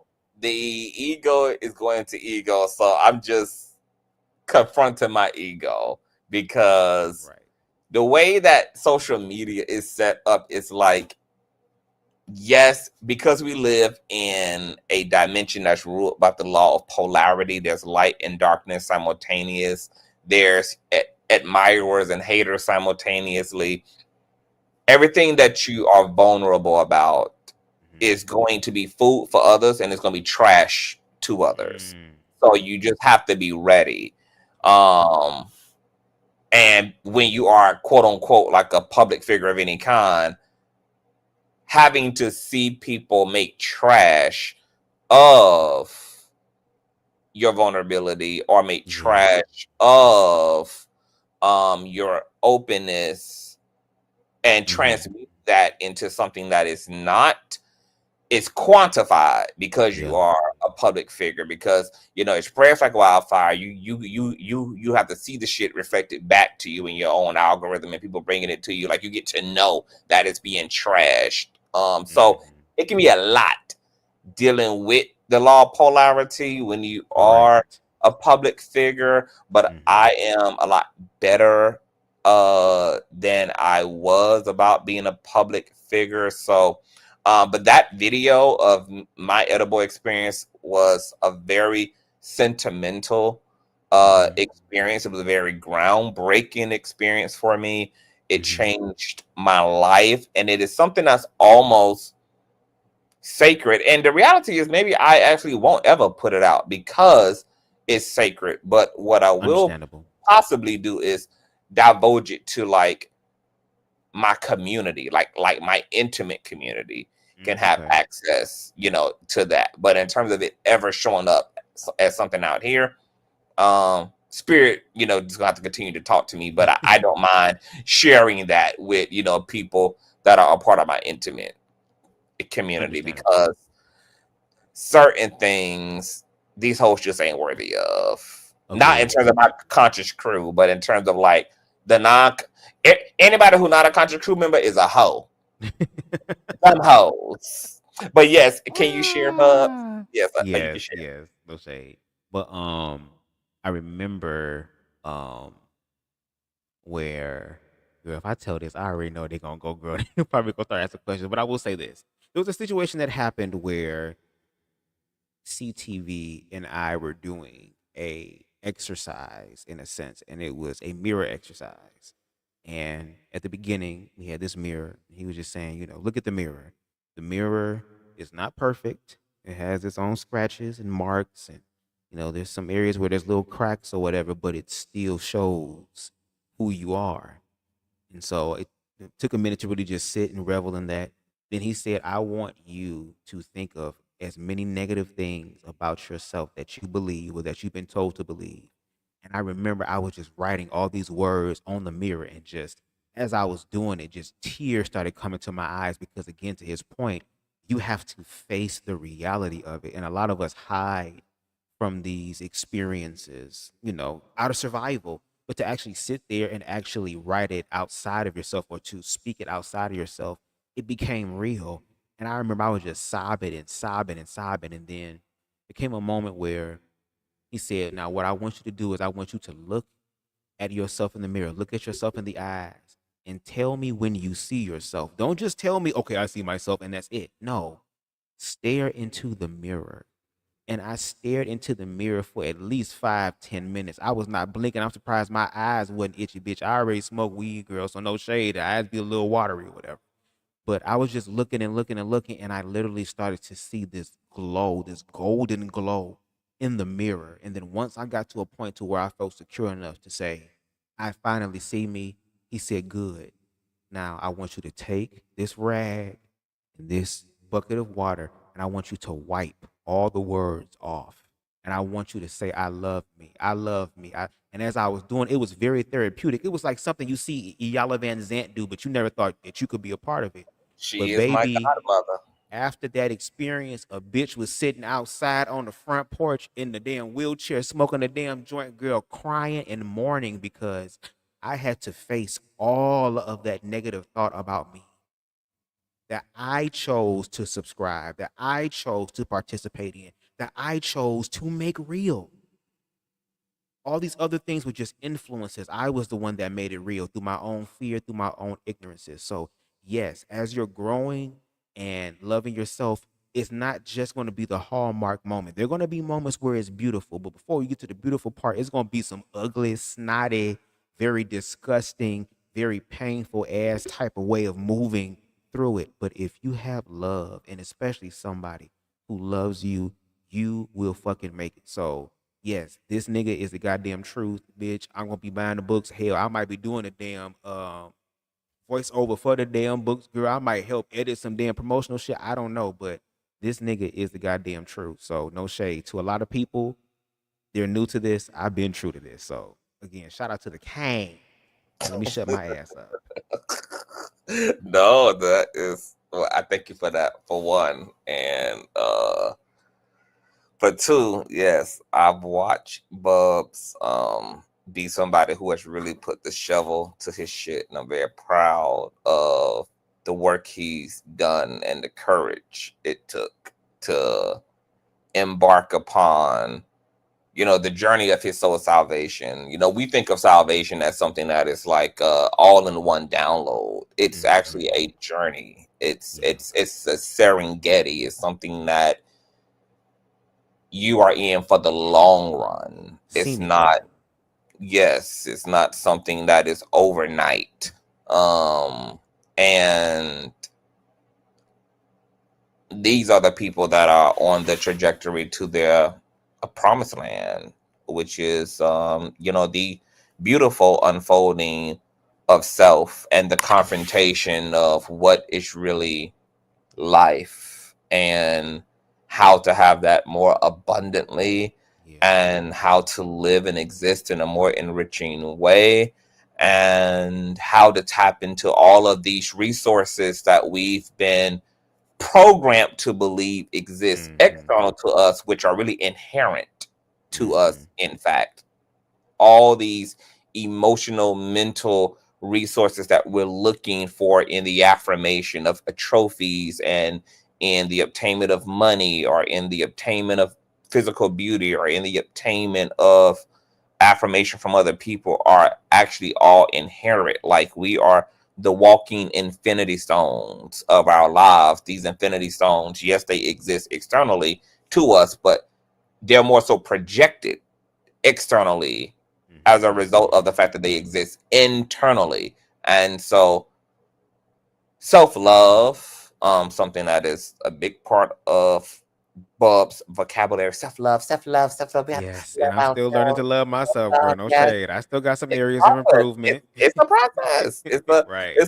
It's a beautiful process of unfolding. You know, self-love, enlightenment, spiritual enlightenment. This is all about making contact with those internal resources. And once you make contact with that stuff inward and you come to the realization, oh my God, everything that I've ever been looking for from my mother already existed in me.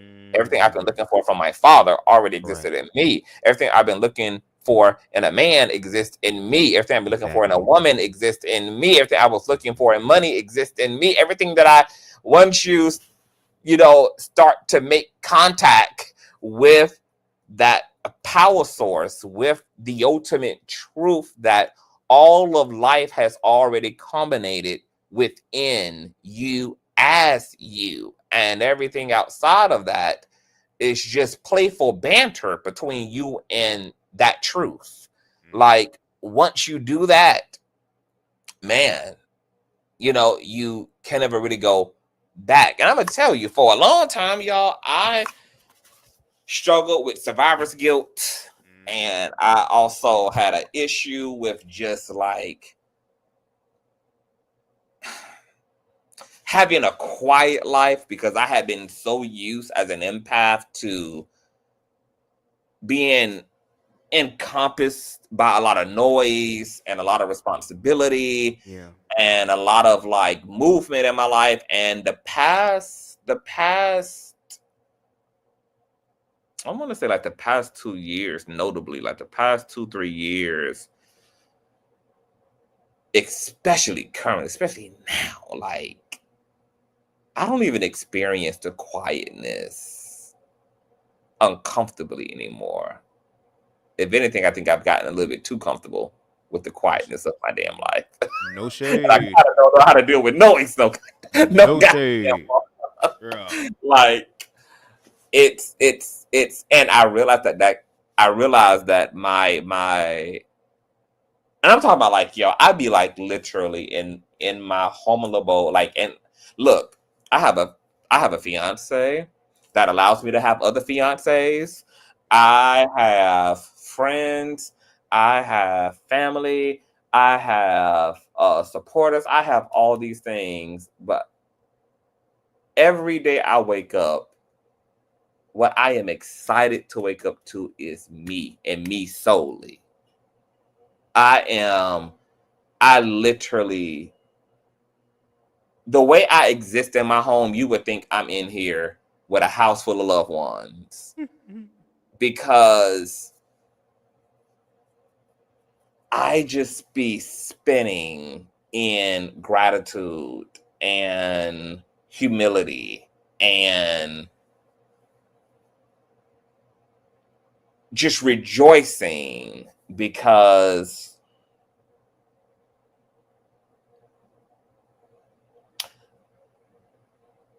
life has become this simple that it's literally just about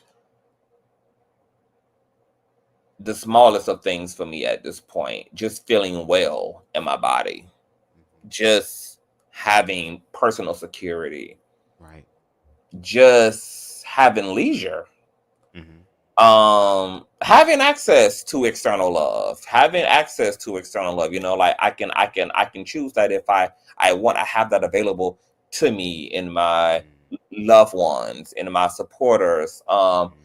And when I'm not up here, I am in me. Yeah. And I'm perfectly content and I'm happy and I'm thrilled and I don't feel like anything's missing anymore. For a long time, there was something that was looming. And I didn't really understand it until I realized that it was the residual of some of my abandonment issues, that this kind of like spirit of abandonment was still kind of trailing me softly in the background. It wasn't loud and thundering, but it was something that was nonetheless still there, lightly drizzling in the background of my life. And when it got too quiet, I would be able to perceive it. This sense of, ooh, like I'm girl, I am alone in the crater of life. Like, I was kind of like spooked out by that, kind of unnerved by that, kind of you know, intimidated by that. And because I still needed to do work on that abandonment, I will also attach toxic narratives to that isolation or to that silence. And I would make that about me being unworthy, or make that about me being unlovable, or make that about, even though that was completely like contrary to the truth. You know, the truth is I'm one of the most beloved people that I fucking know. I am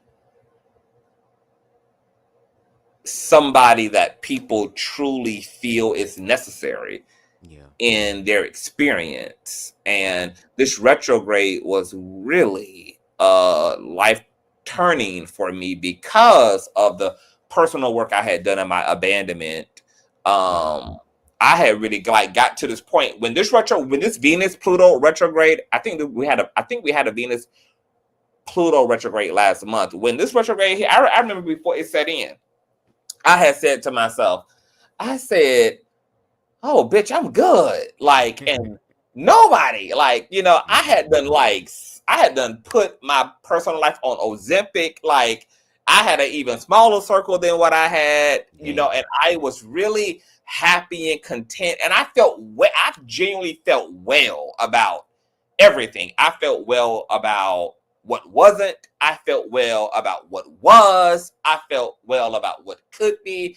There was no wanting in me. So for this retrograde, particularly for Scorpios, was, you know, retrograde generally always creates the opportunity for your past to come back and for people to re-enter into your space. But I really was like, I don't know who would be coming for me, because, like, you know, I don't need that. They don't need that. Everything good. Everything's fine. Bitch, every motherfucking person that was not in my life at the time of this retrograde came dropping through the goddamn chimney like Santa Claus. And it has continued to be that way all the way up to 2 nights ago, where I have people re-entering and I ain't talking about just re-entering in any old kind of way. I ain't talking about like re-entering.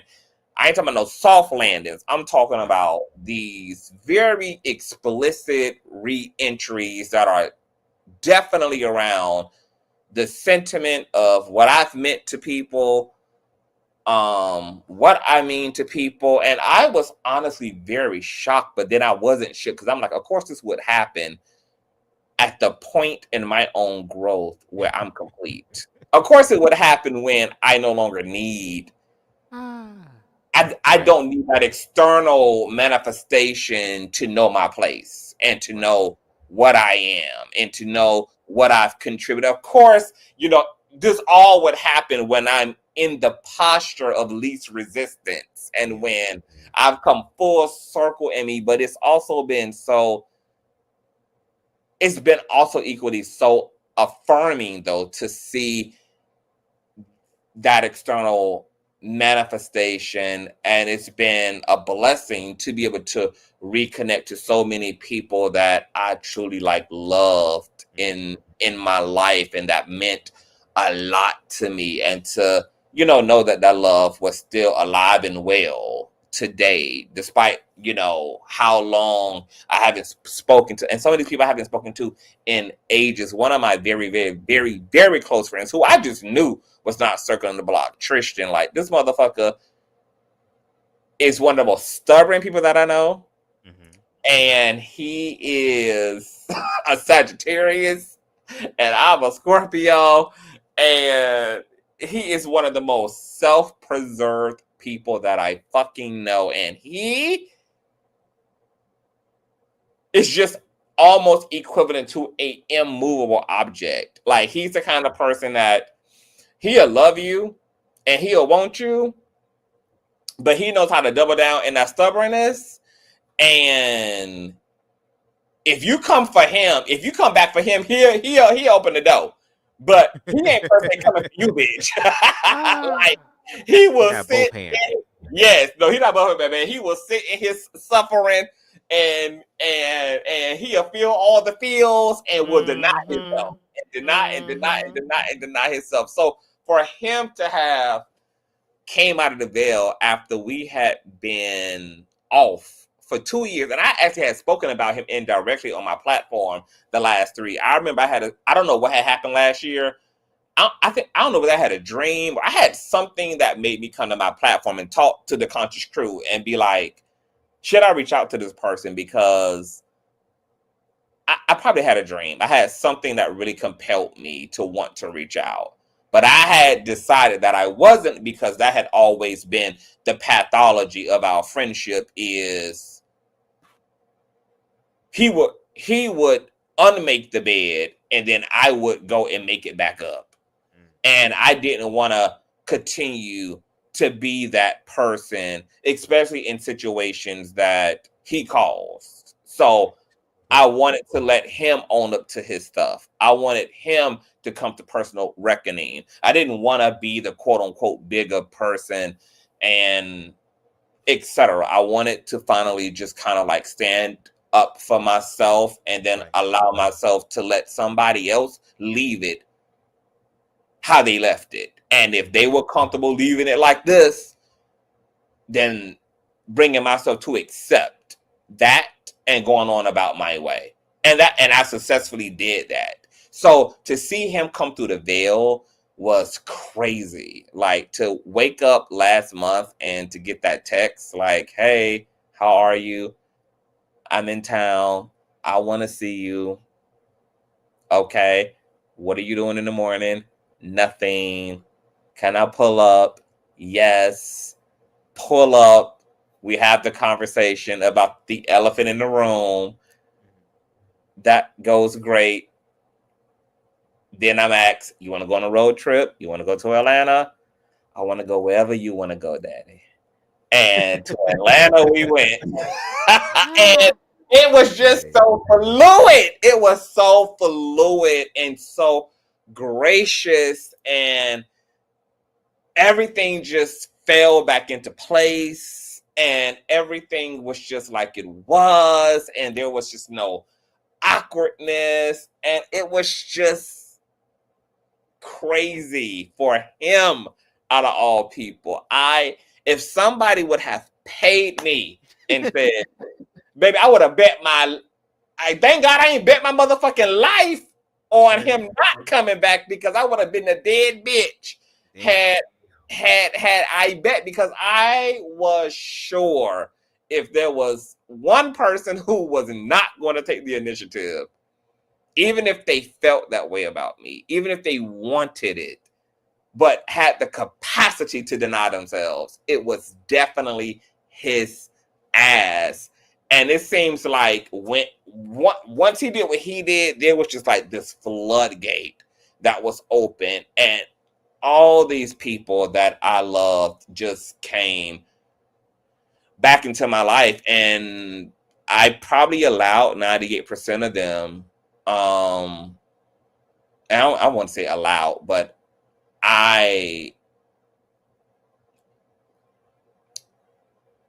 for the majority of them, I reconnected with.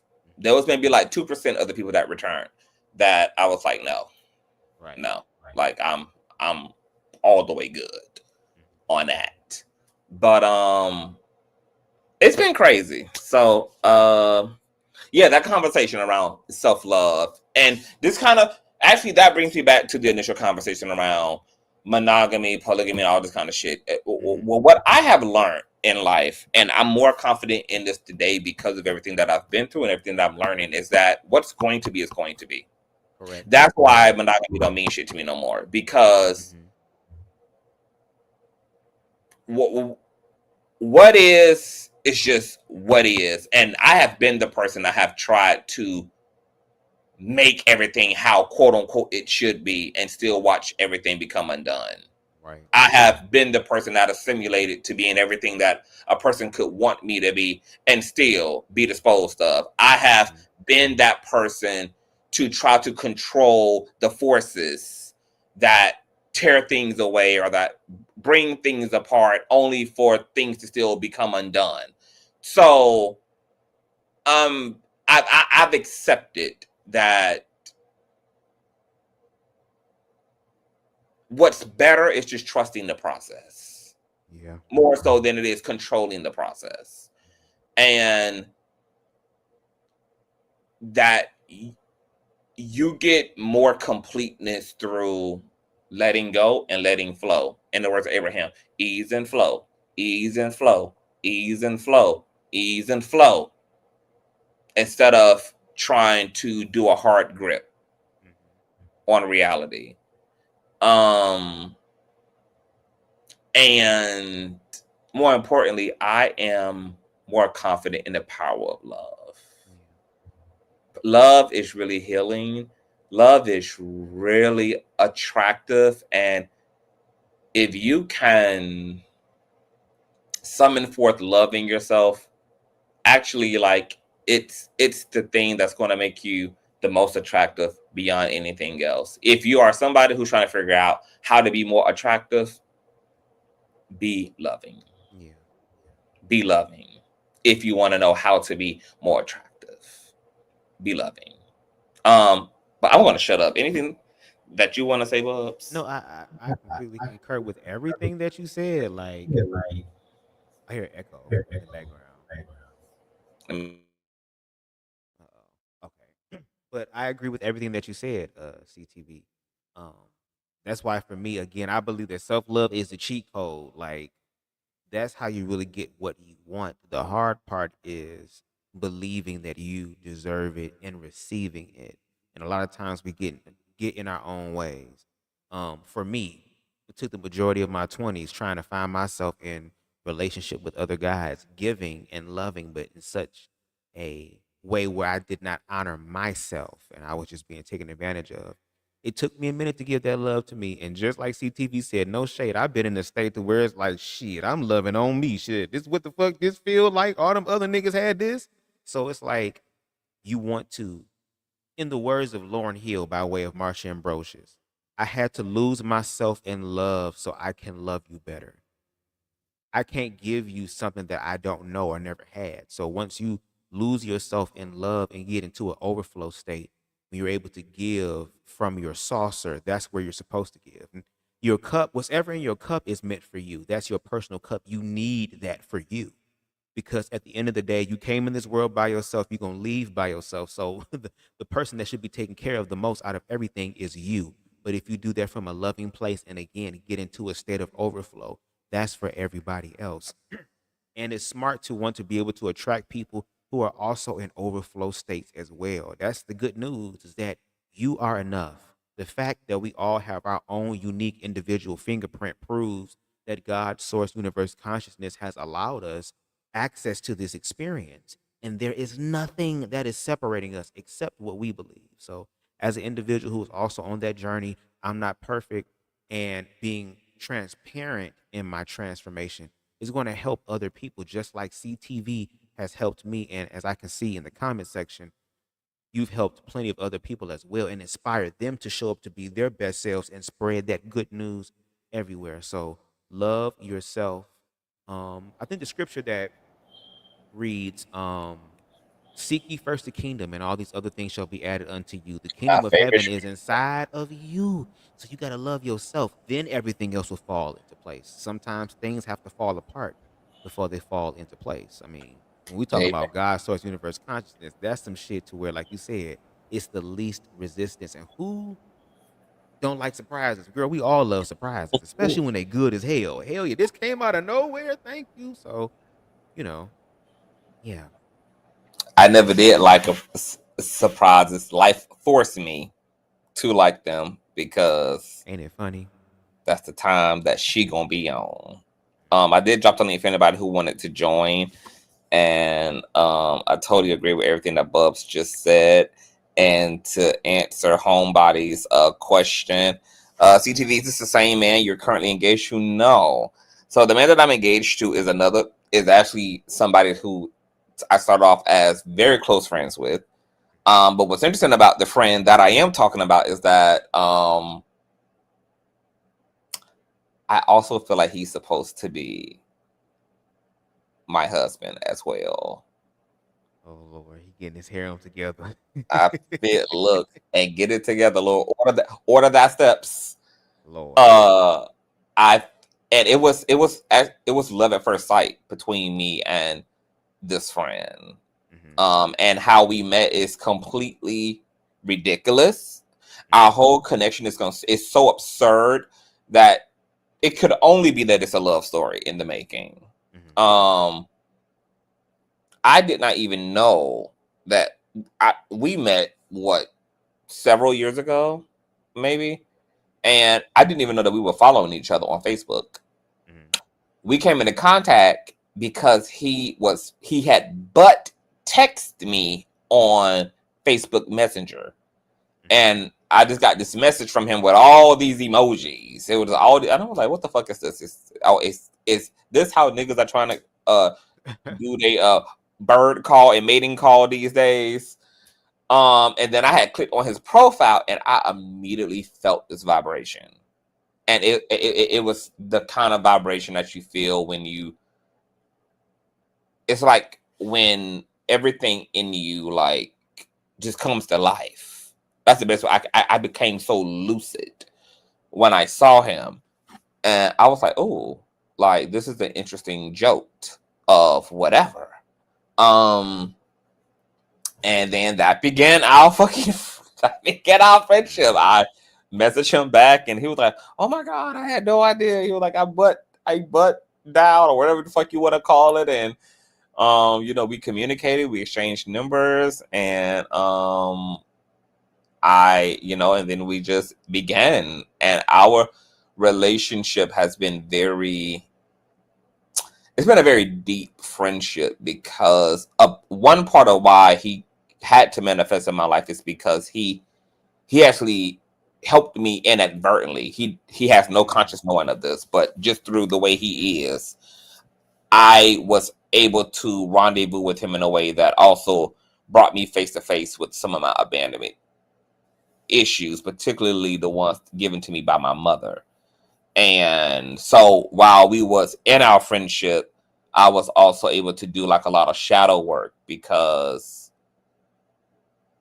of the way his personality would kind of strike up certain things in me or make me revisit certain pains that were in me, because he is a lot more stoic. He's a lot more emotionally unavailable. He's a lot more cerebral.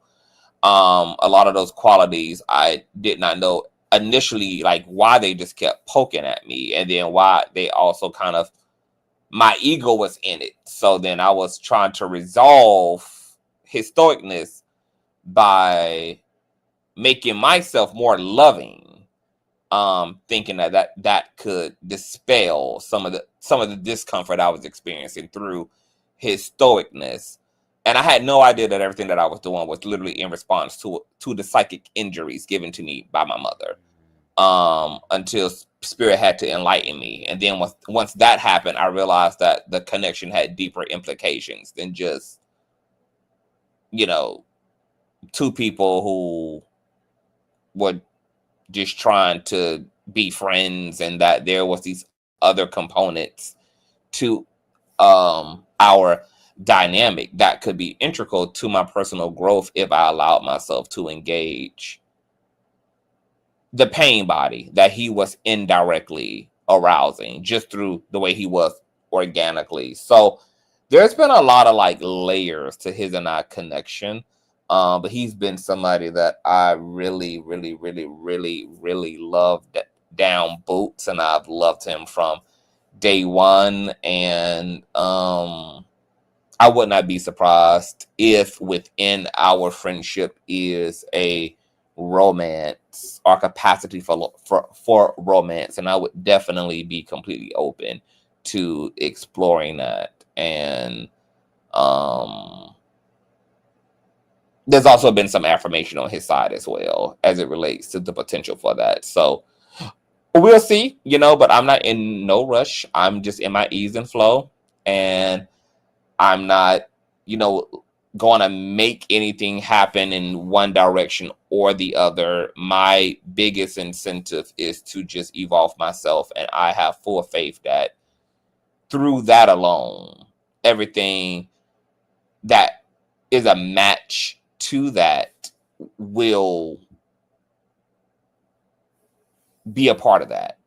So I'm just going to continue to just do my work and allow that work to shape my life accordingly.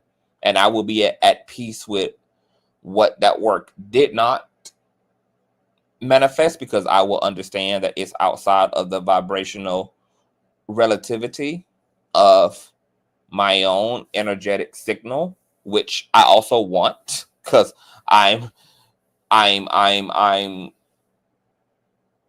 wanting to vibrate, to have access to my promised land and to what's best for me. So I trust what does not also show up in that space as being something that is not good, not life-giving, not whatever. And what remains and what becomes is, yes, a part of that personal utopia. So yes, and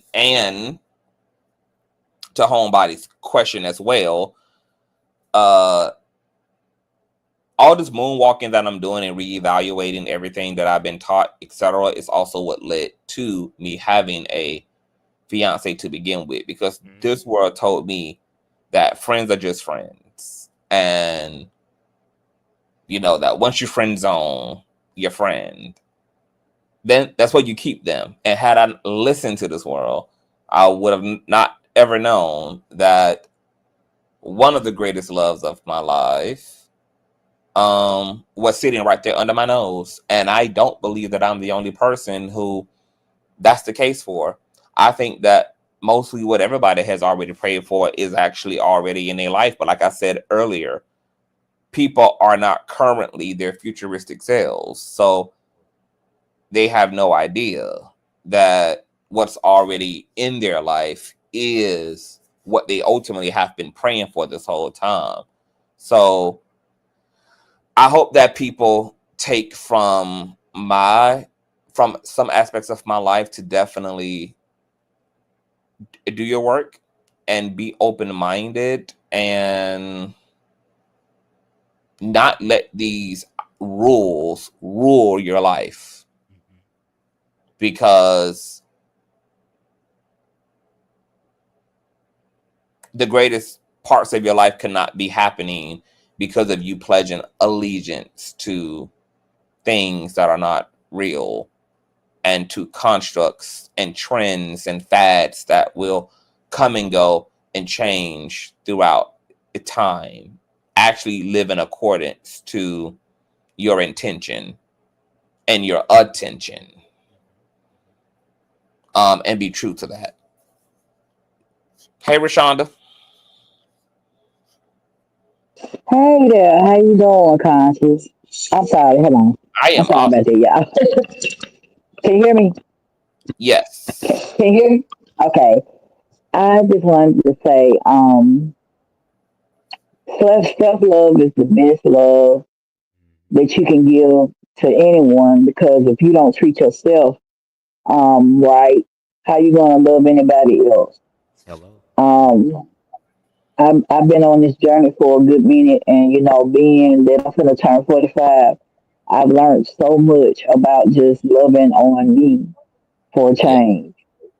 Um, Trying to be there for everybody else when you deplete your own self, it makes it harder, because you can't be real with anybody else if you're not real with yourself. You see what I'm saying? Mm-hmm. Um, Mm-hmm. it you give and you give and you give and you give, and people really don't really appreciate when you try to do things for them. They use you like you a horse or whatever. And my thing is, you know, what I'm saying is, they want love that they wouldn't even give themselves. So they expecting something out of you when they can't even give something to themselves. If I'm making sense, Yeah. like, how can you love a person, right? How can you love you so damaged to the point where you won't let somebody love you? Oh, yeah. Yeah. You Yeah. get what I'm saying? Mm-hmm. So if I'm coming in trying to love you, and you started pushing me away, you open yourself up to where you refuse love. And not only that, you can have somebody good that loves you, and a lot of people don't get the opportunity. I'm Mm-hmm. saying this for a reason. You know how Mm.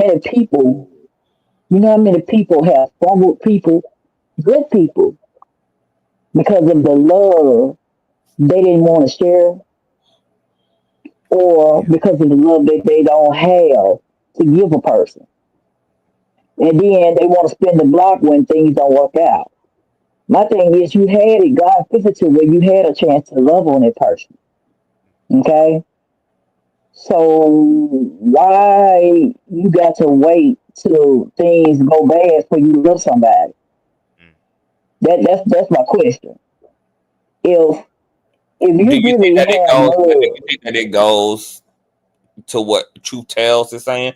People have to also be loved properly. So if you never had, exactly. quote unquote effective or proper love demonstrated to you, then it creates the odds of fumbling and fumbling and fumbling. But you know what, conscious? I think a lot of people are comfortable within their dysfunction and call it love. Absolutely. They call it love. So they love being dysfunctional, but call it love, and which trickles down to their family and their children. And Mm-hmm. it's a recycled pattern. It's a recycled pattern. So my thing is, why is it that people are so? The question is, why people so comfortable being dysfunctional, And a lot of times, a lot of people don't have a real answer to that. Um, they just like being who they are. They like the dysfunction. They like the toxicity to the point where they don't even know real love when they see it. If I'm making sense. So it's like, say for instance, if a person want to come in and try to mend the hurt and mend the pain that you went through, and you know how people be doing. They be like, well, he ain't doing this right, and he a good person, but you mad because he ain't arguing, or he ain't fighting, or she ain't fighting, or he ain't arguing. I'm thinking to myself, God, you ask God for this prayer, and when you get it, you don't even know what real love looks like. If I'm making sense, so Mm-hmm. I think to myself, okay, real love, and see that's the thing about people. They put conditions on real love, and that's the problem. Love is not conditional. You gonna love a person in season, out of season, good, bad, or Mm-hmm. indifferent. Mm-hmm. So if you can't love a person and all of their flaws, and even when they're out of season, then you got work to do on yourself. And that's another aspect of it. People don't want to do work on themselves, but they're talking about they want real. We live in a world where people like say they want real, but they don't really want real. They want fake. And I'm seeing it more and more. They say, because if you notice, everybody want to get fake hair, fake eyelashes. I'm not talking about nobody. I'm just saying people Mm-hmm. want fake everything and want a real person. Think about what I'm saying. How you gonna have a fake book, fake eyelashes, fake hair, fake booty, fake legs, and want a real person? It don't make no sense.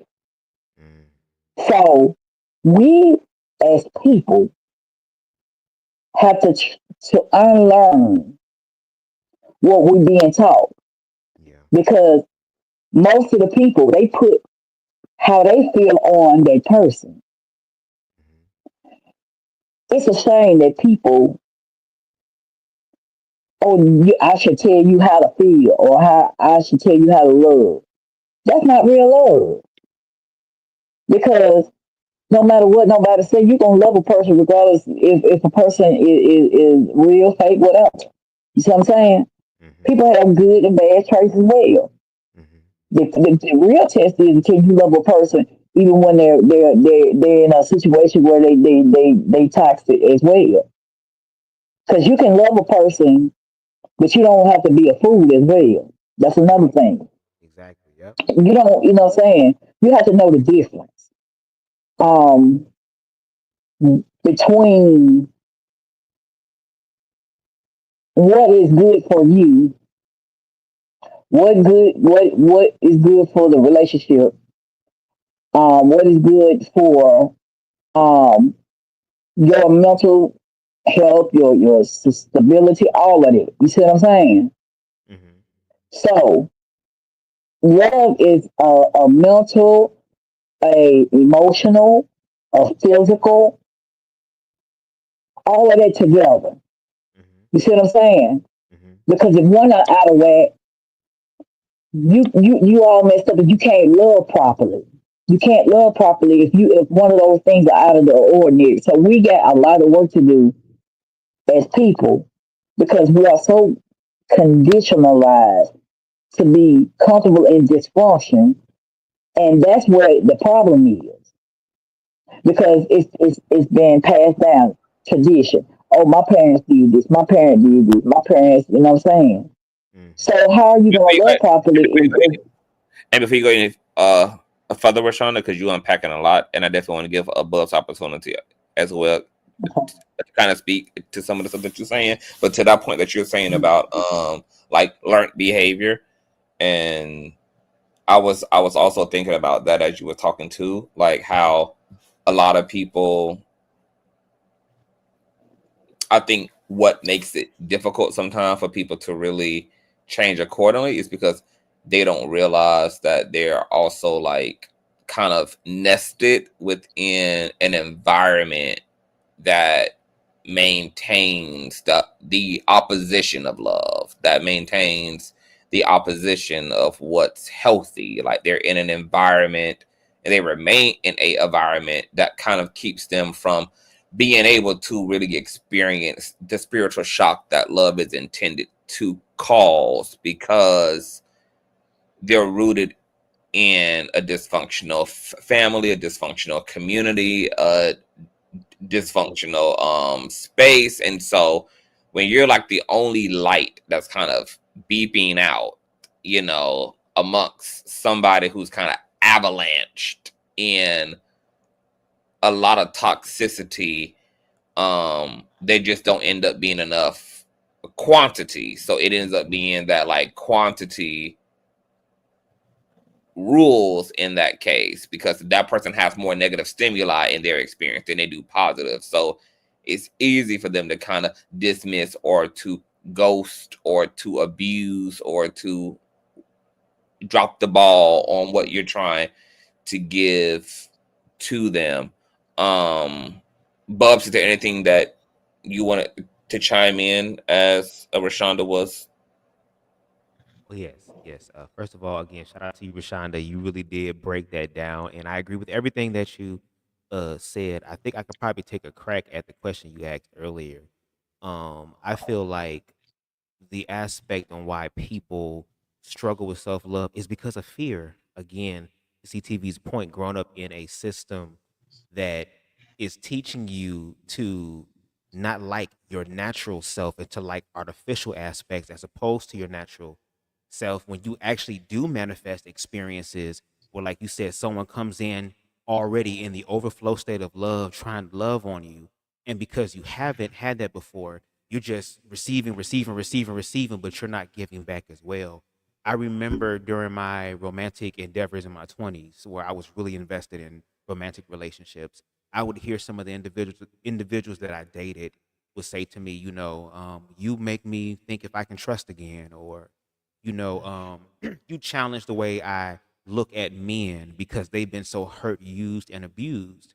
But when you deal with bullshit all the time, I think people also become used and familiar to those things, to where it's like, well, even though this familiar thing is toxic to me and is destroying me, I'd rather stick with the demons that I know as opposed to what's outside the bubble.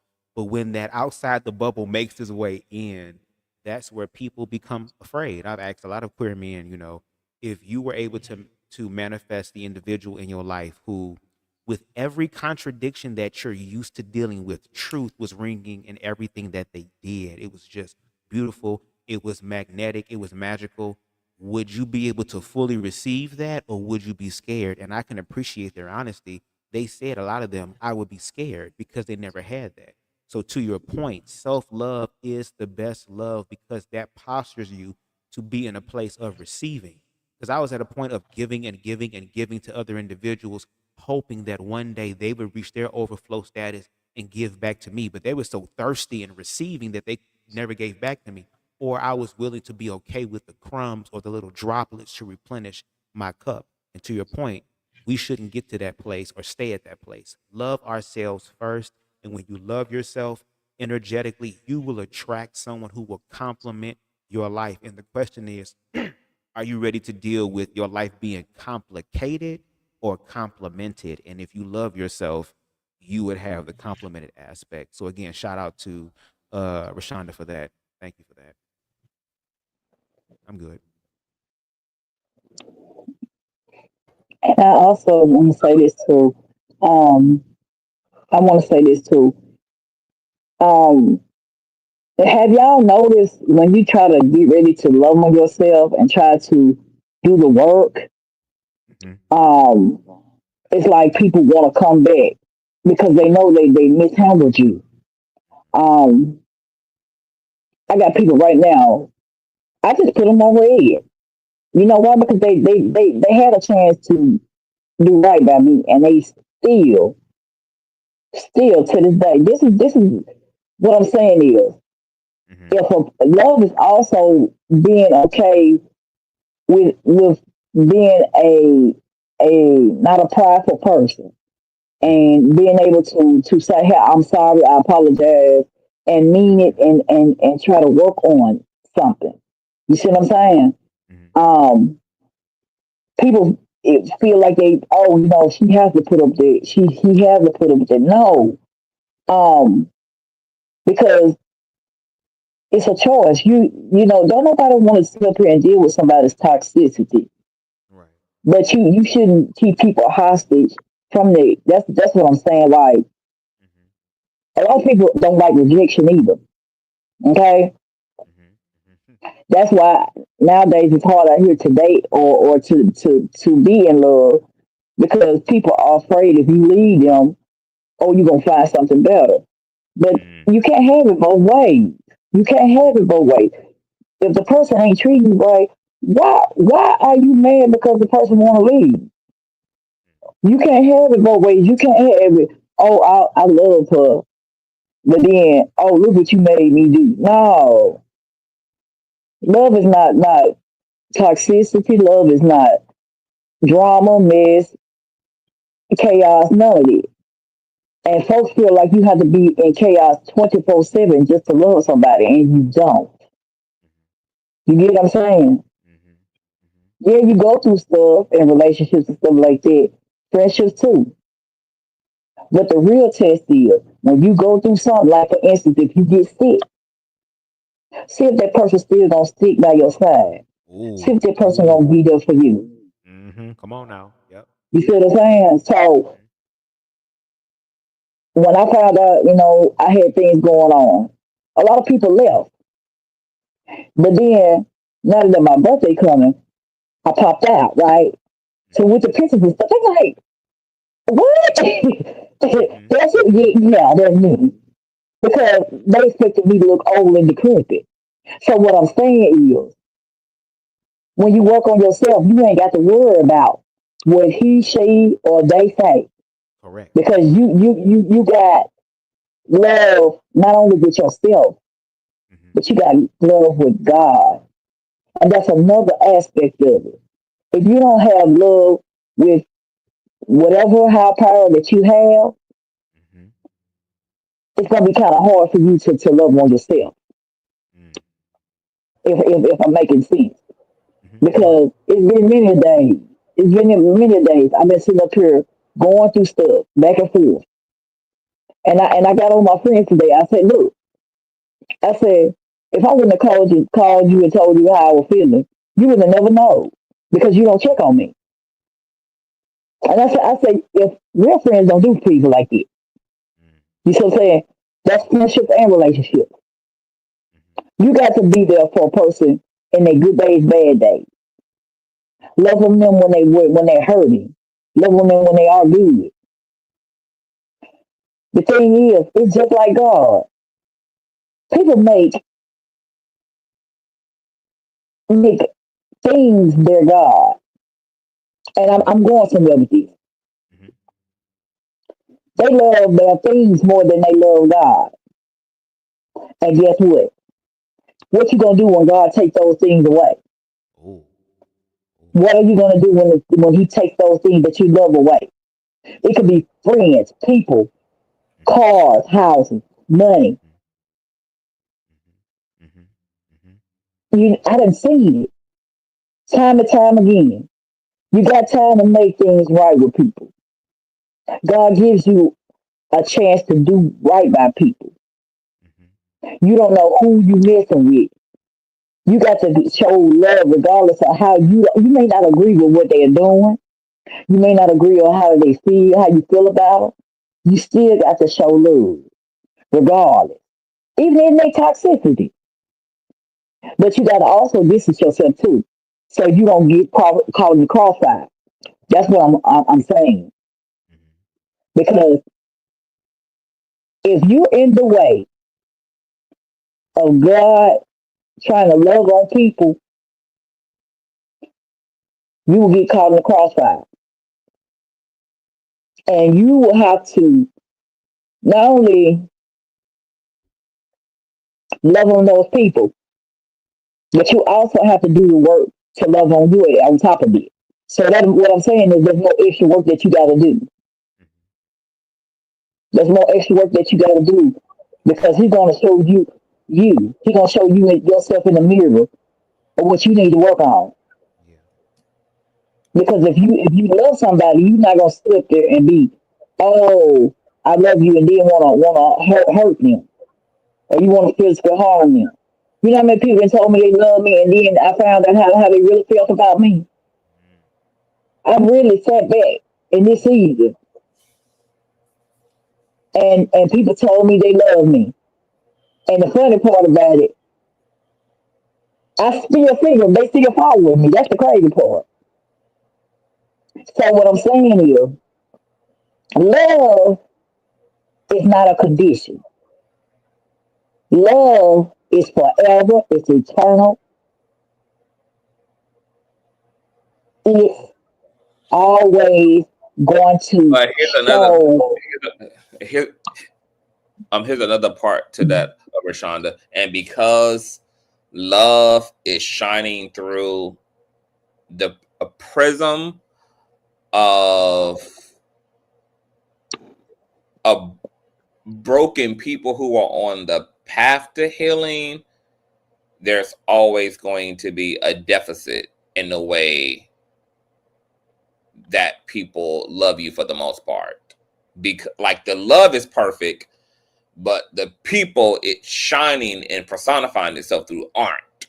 So there is probably going to be very little like idealistic love, more so than they is having a very realistic view of the way that this really works. And while I completely agree that what we should not do is think that or make space to be harmed by people that we love in any objective way, like lying, violence, betrayal. I'm talking about like legit betrayal. Like we shouldn't tolerate these things from people. But are people going to people? Yes. Are people not going to always get it? Sure. Will people miss the mark sometime? Absolutely. Will people be selfish at times? Yes, they will be. But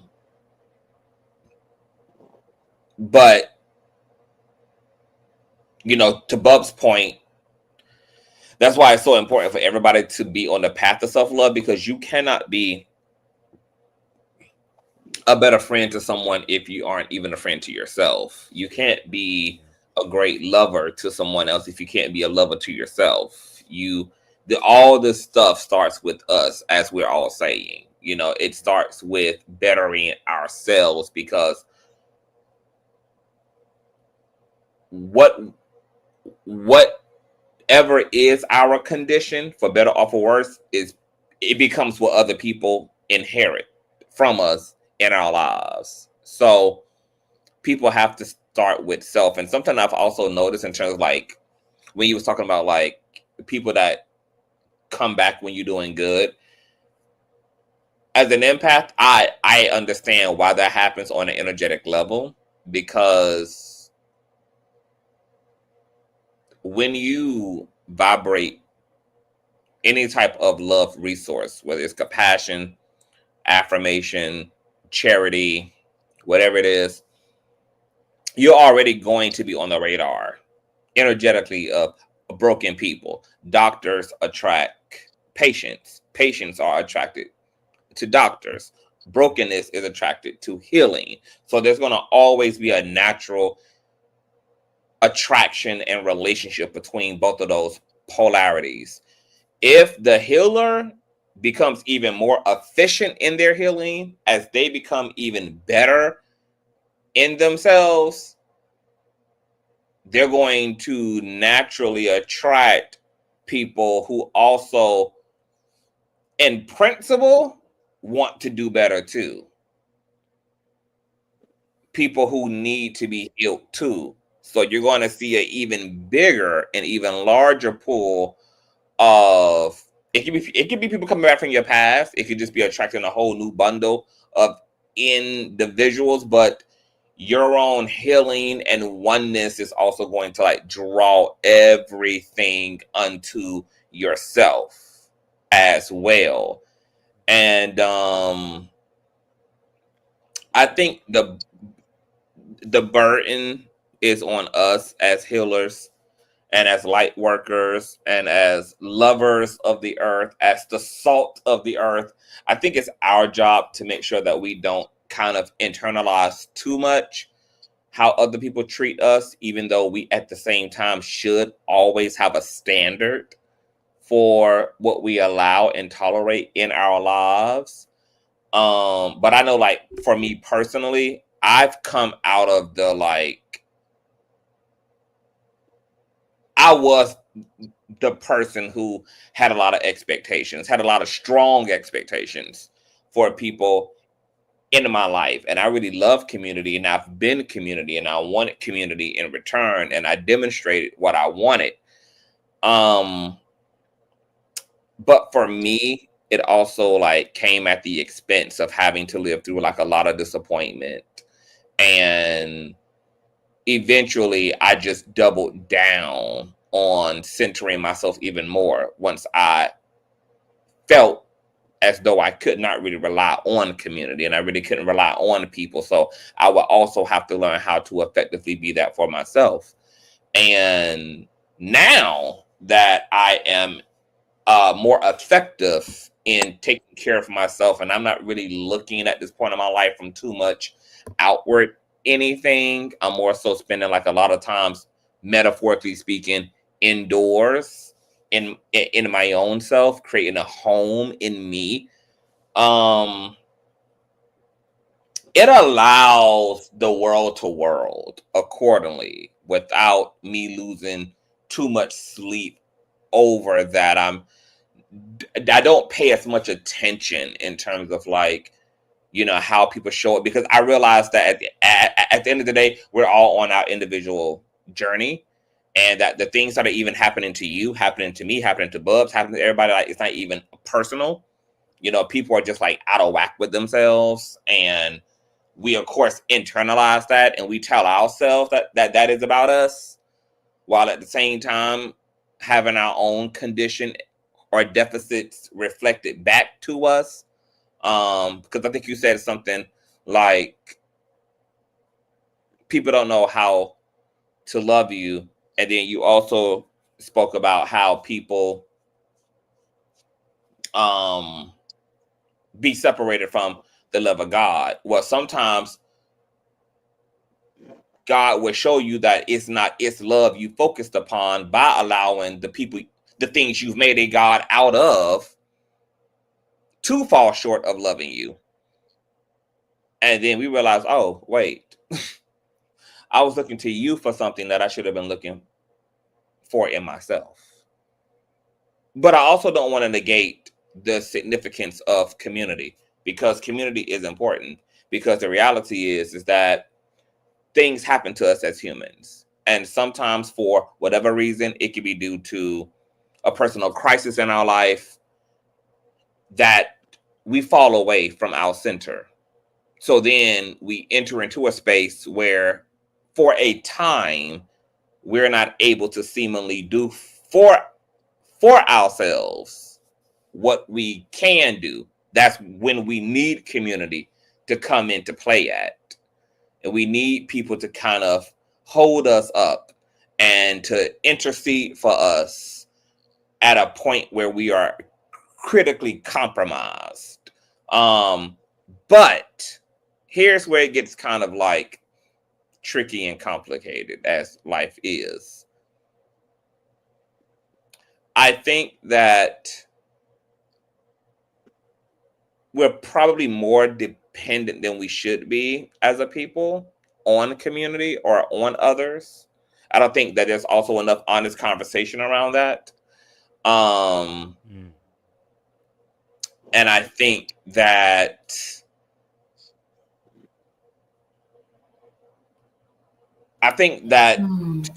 the only time we really should be honestly calling people out is for when they're either being directly and explicitly harmful to us, and or calling people out when they're really failing us in a time where we are failing ourselves. Like, at this point for me, I'm not willing to have a conversation with somebody in my life because they didn't wish me happy birthday, or because they didn't loan me money like I loaned them. Those things fall very small now on the scale of what's going to be an issue for me, because I am more focused on just making myself efficient and sufficient. The only time that I'm willing to ask anybody for anything at this point in my life is when I literally just don't have it for me. And then I will cry out to my loved ones and say, look, I need y'all. I don't have the vitality or the motivation in myself right now to sustain me. I need y'all's support while I gather myself and as I gather myself. But unless I'm seriously compromised in that way when it comes to myself, I'm not willing to put human beings back in a place to disappoint me. I'm just not. I'm not willing to really allow myself to give a fuck about, you know, if a person, like, I just don't care. I don't care about people spending their time, how they spend their time, who they spend their time with, if they're spending them more their time, wherever. Like, I'm not willing to put myself back through all of that when it's not necessary. And the reality is that I'm going to have to love on me, period, when nobody else is going to. So at the end of the day, we just really need to stop making excuses to run from ourselves and to just really continue to work at perfecting the relationship between us and us. Because when we really do that, it allows you to be more passive in every other relationship in your life. It allows you to kind of be more comfortable.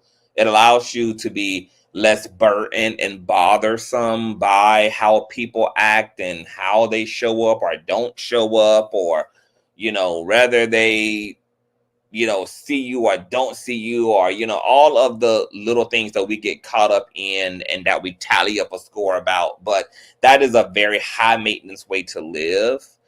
That creates a lot of room for people to distract you from the life that is so abundantly playing out all around you. If you would just get focused on the things that have been put here to be beautiful to you, and that may be reflected. Hold on, super quick. Hold on. Okay.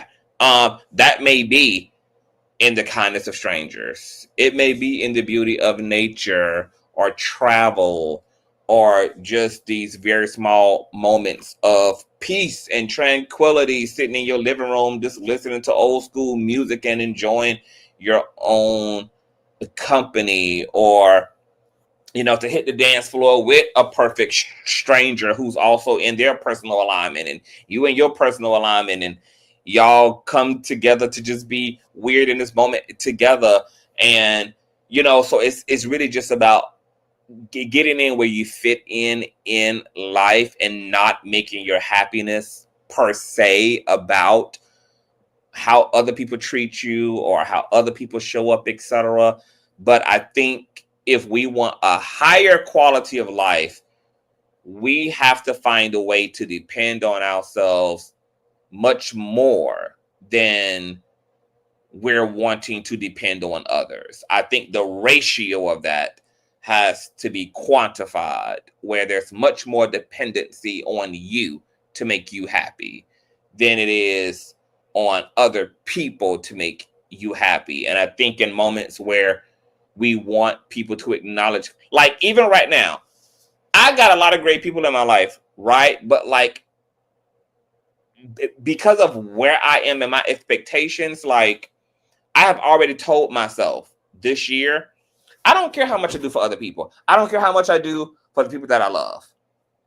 on my birthday this year, I'm not expecting anything. Now I'm open to everything, but Right. I am not expecting, I'm not, even if I spend the next 6 months doing for the folk in my life, I am going out of my way intentionally to dissolve my expectations in return from them.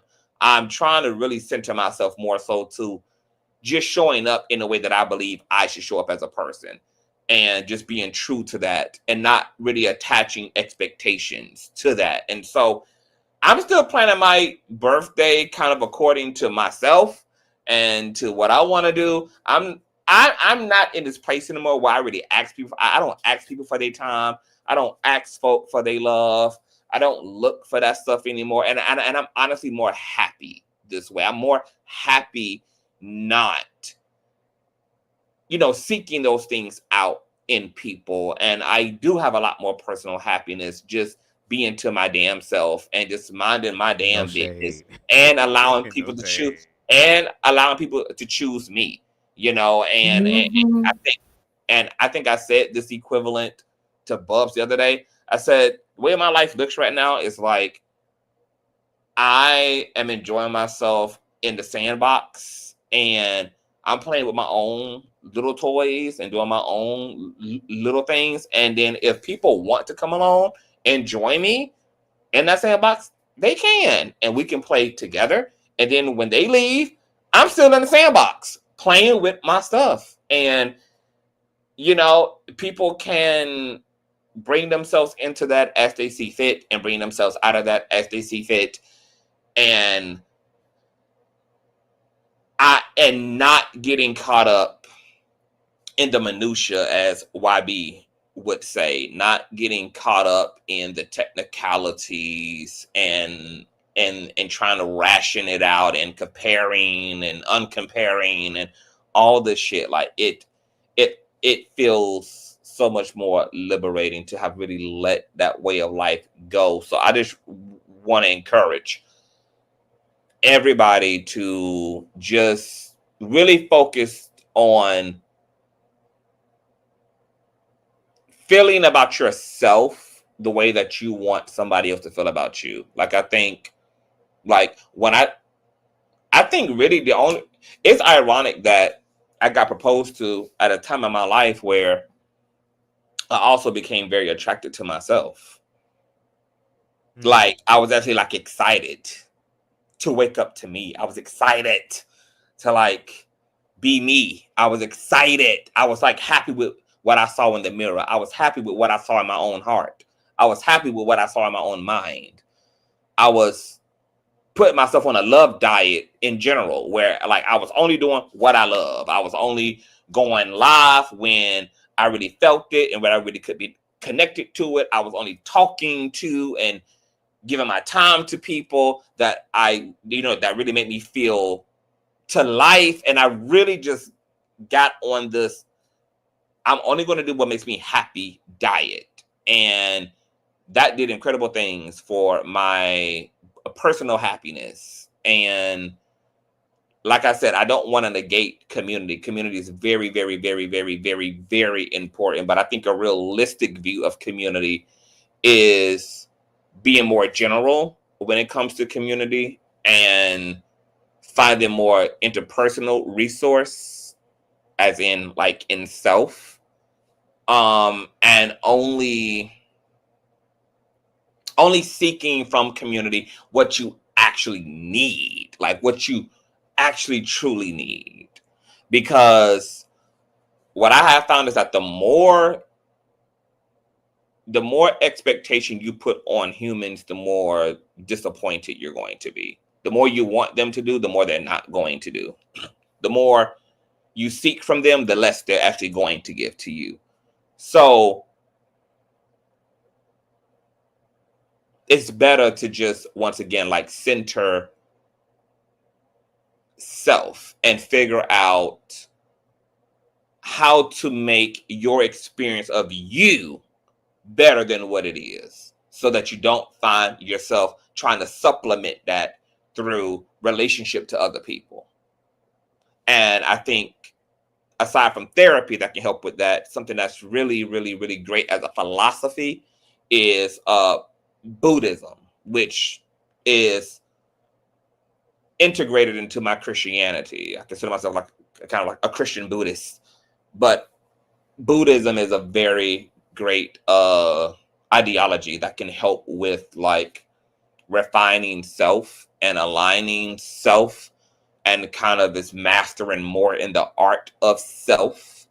And that may be of great help to anybody because yeah, I think especially considering that this is the age of Aquarius, this is a time of heavy work. There's going to be a lot going on in everybody's life. This actually is the time to expect the least from motherfucking people because people are going to be turned every which way but motherfucking loose because of the tribulations and trials that are ahead and that are happening to us. And so people are going to be even more emotionally unavailable, more mentally unavailable. People are really, we're going to be living through something that's going to be very taxing on people. And so people aren't going to have a lot to give in general. So this is not going to be the ideal time to be looking for substance in people and be looking for a lot of resources in people.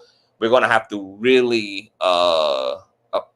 pull into self and pull into self in a way that may even have to be revolutionary. You may have to pull into self in a way that you never fucking have had to in history. You know, it may be a whole new feat given the circumstances. But in either way, we definitely have to bring it in because the only person that you can truly count on is you. And that's okay because the scriptures say that God, that Spirit has created us wonderfully and beautifully made, and that everything that we could ever need to thrive and to live in abundance in life is already created as us.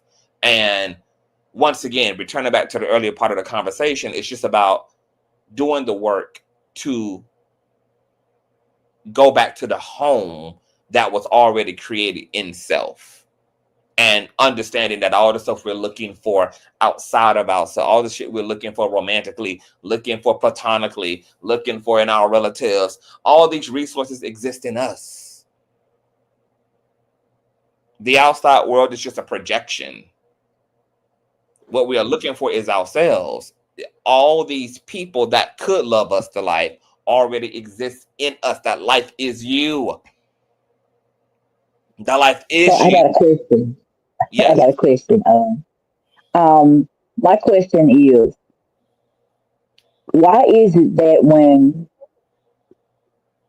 like for instance, if you were to in dire need of assistance or whatever, this is my question. Because see, I live in a state. I live in a state where they told us we on our own. Okay, but this the crazy part. We are known as the hospitable state. That means we're here to help people. Okay, that's why I'm saying what I'm saying. So they say they here to help folks. Okay, and I had to ask them. Like for instance, we don't have clean water. I said this once before, Oh, hold and on. we literally, Rashonda, yeah, something about your audio sounds yeah. like a little muddy. It's kind of hard for me to make out like what you're saying. I don't know whether you're talking too close Okay. to the phone or Hold on. I think I'm talking to. I'm gonna turn this off. That's what I'm gonna do. I got my earphones on, so I apologize for you. it. um, yeah. Give me 1 minute. Hold on. I'm gonna turn it off. And y'all thumbs up the video. Thank you. I apologize for this. Oh, you good? You good? Yeah. 'Cause I didn't know there was muffled like that. So If not, turn it. I'm gonna just put my headphones in. Okay. Can you hear me now? Can I you hear keep me talking. now? Okay, yeah, that's better. Okay. What I'm gonna say, and I'm gonna let somebody else speak. But Mm-hmm. what I'm saying is, when you're trying to get when you're trying to get help, like you said, it's not that you don't that you're asking for help, people could see you struggling. This is what I'm saying. People could see you struggling, and they will literally see you by the side of the road, and they will leave you there. So my thing is, even if you're trying to love on you and love yourself, Yes. how can you still be productive and still, be the pillar of community and stuff like that when you got people that you can't even come to? You see what I'm saying? In a loving way. You get what I'm saying? So it's like they have an attitude. They don't want to be bothered. I just had to go off on somebody today, and I told him, I said, you don't have the right. I don't care how you feel. I'm a human. You don't have the right to talk to me any kind of way. Mm-hmm. First of all, you're dealing with me. You're dealing with my health. You're dealing with stuff. See, that's what I'm saying. When you're trying to love on yourself and you're trying to be assertive, see, they think you're quiet and you're not saying anything. They think you're not loving on yourself and they think you're weak. So how can you? My question is, how can you differentiate between the two and still come out balanced? Because if you say something, you mean. If you don't say nothing, people feel like you a pushover and they can do you any kind of way. So it's kind of hard in a world where they giving you pushback. You get what I'm saying? That don't mean you don't love yourself. That just means you trying to stand up for yourself and make sure that you don't get got and you don't get hurt and different things like that. So how can you love? Do things in love now. That's what I'm saying. How can you do things in love and still be able to be the pillar of community, still love on the person, even though they're toxic? And that's what I was talking about earlier. That's my question. How can you If I'm still making be a sense now. pillar? How can And you still be a pillar of you have to love limit and your for time to certain community? people. Huh? I feel like you have to answer her question, you have to limit your time with certain people. Cause like I have family members that I love them dearly, but I know that their toxic ways hurt me and disappoint me. I can't never ask that particular person for help because I know they ain't got it for me. But I know that I have helped them and I know that they might need help. They're going to need help in the future. However, I I can't I can't concern myself forever with how much they need. I have to concern myself with what I need because if I keep on giving out, I'm not going to have nothing for myself. And everybody knows that you have to be your biggest advocate. And I just really, maybe not everybody knows that, but they should know that you have to be your biggest advocate. And you can't always give to your family members and not just family members, just people in general, because you can't get to the point where you have overgived to somebody that you know in your heart, like not believe but know in your heart they can't give to you what you need.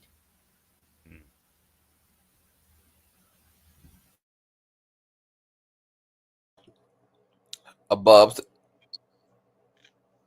Do you want to take a You, stab at that? no, you can go ahead. You can go ahead. They asked you the question. No, it was to us. I mean, it was to everybody, really. I mean, but I agree with what I mean.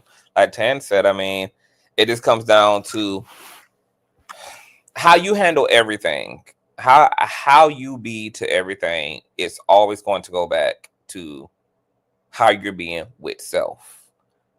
And that has to come first and foremost, because while you can be good to people even when you are wounded, you won't be able to be good to them in the long run being wounded. So, as Iyanla would say, you have to keep what's in your cup for you. Only give from your overflow. What's in the cup is for you. The overflow is for everyone else. To Tan's point, as it relates to how I deal with toxic people, I deal with them through cutting off access, especially if their toxicity is consistent. I don't allow people access to me. It's okay to love people from afar. And it's okay to also check people on their behavior. And if they don't correct that behavior, then you correct your own and let them go. Be unto their condition until they can not be a distraction for themselves nor for you. So what you're asking of Rashawn is you kind of presented it in a general way, but I mean, like, some of this stuff is kind of nuanced. I don't know whether you're speaking about like people who are disrespectful consistently, or if this is just like a one-off situation with someone who is dishonoring you, etc. But I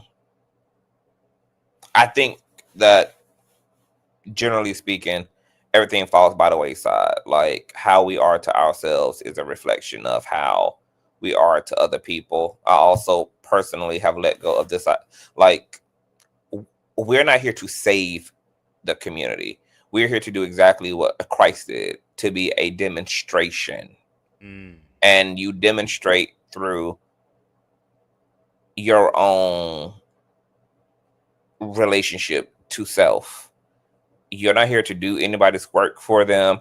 You're not here to heal other people. You're here to be a demonstration of healing, and for other people to then have the opportunity to reach for that within themselves. And they can use you as a fixed object in their life, as a fixed object in the community, or a fixed object in history.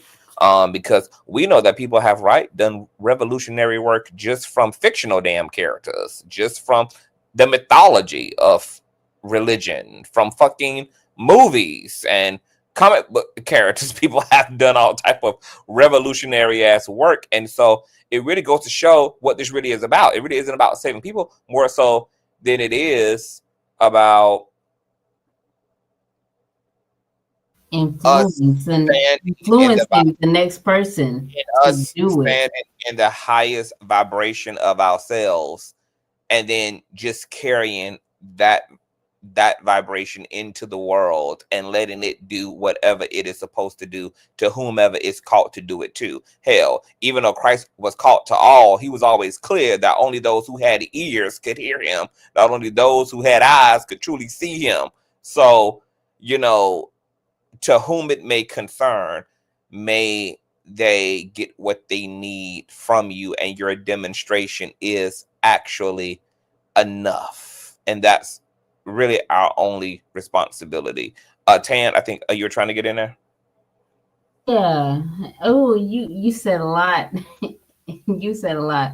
But even if you don't demonstrate everything that somebody needs, you got a portion maybe of what they need when they come to you for whatever they're seeking from you, right? I also feel like there's a lot of people maybe not a lot of people. I have a big family. I always told myself as I was coming up from my teenage years to my early 20s. I'm in my 40s now. 41. Anyways, when I was coming up, like I used to tell myself, I don't need friends. For real, for real. I got family. I got so much family, right? But then Mm-hmm. I started to see personalities about family members that I didn't really want to be privy to over the years. And as everyone gets older, and I'm on the other side of 40 now, I'm 41. So, like, looking at things, I'm not going to put up with certain things from some family members that I would have and go out of my way for people that I would have in my 20s. You got to Right. learn to let people go. However, you still, in your best interest, maybe there is somebody else out there that you can influence and encourage to be their best selves. So if you put yourself out there, maybe, just maybe, your legacy can be something that may be totally new in your family, but also outside of your family, just be something in general that helps the masses. I just, You know what, Tan? You know what, Tan? I'm gonna tell you something. I've literally have have changed, but this is what I tell people. What I do, I just do what I get on social media and do what I love. I don't, make any money or anything from it. I just do what I love to do. And I tell people all this all the time. Don't do what I do. Find what you love to do and do it well. You see what Mm-hmm. I'm saying? We got so many people trying to be somebody that they ain't. That's another part. That they can't love themselves because they trying to be somebody else. Do you notice you got more people trying to be like Mariah Carey? They be trying to hit them notes knowing they can't hit them notes. we can What I'm get some saying of them. is, We can get some of them notes. but you get what I'm saying. Like, Mariah Carey, she been doing it for a long time. And you got some people who ain't sung a day in their life trying to tell a person who's singing. You see what I'm saying? And it creates division.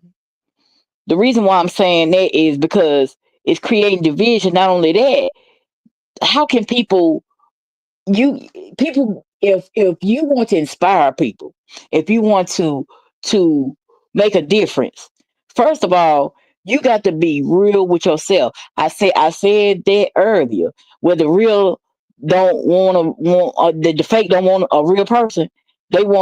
Everything is fake now. Everything is fake. And I'm like, well, you don't know if the truth when you won't know the truth when you see it. And it says it in the Bible that, people will hate you because you speaking truth. But you can't get mad at a person speaking truth when you ask for the truth. You get what I'm saying? Mm-hmm. So if people come to you and be like, oh, I want to know what you think about this. And you can't get mad at a person for speaking what you asked. So what I'm saying is that goes for relationships, friendships, whatever. If you want somebody to love you and you asking them to give you the truth, you can't get mad when they give you the truth. You can either take it or you can leave it. But you also don't have the right to lie to a person too, because you holding up the progress in their lives. Like I told folks, you came for me, I didn't come for you. You see what I'm saying? So I could be in the store somewhere, they'll stop me. I'm minding my business. What are you stopping me for? And the crazy part about it is they say, well, the Lord told me that you gonna be my wife. The Lord didn't tell me that. Uh-oh. So what Whoa. I'm saying is, relationship wise and love wise, there's no truth in a lie. You see what I'm saying? Because the lie will always be found out and the truth will come out. I always say it to myself and to others. There are four sides to a story. There's the truth, there's a lie, there are half truths, and there's the whole truth. You get me? The reason why I'm saying that people did something to me.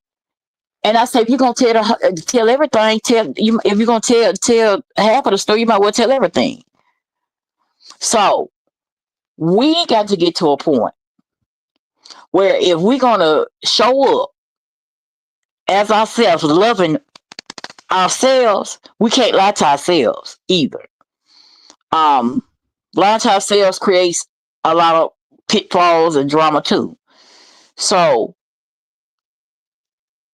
I don't know if people are really lying to themselves with the dysfunction, or is they comfortable within their dysfunction, or they don't want to. They scared of change in the dysfunction. If I'm making sense, You It's are. all of the above. Yeah, I'm about to say it's all of it.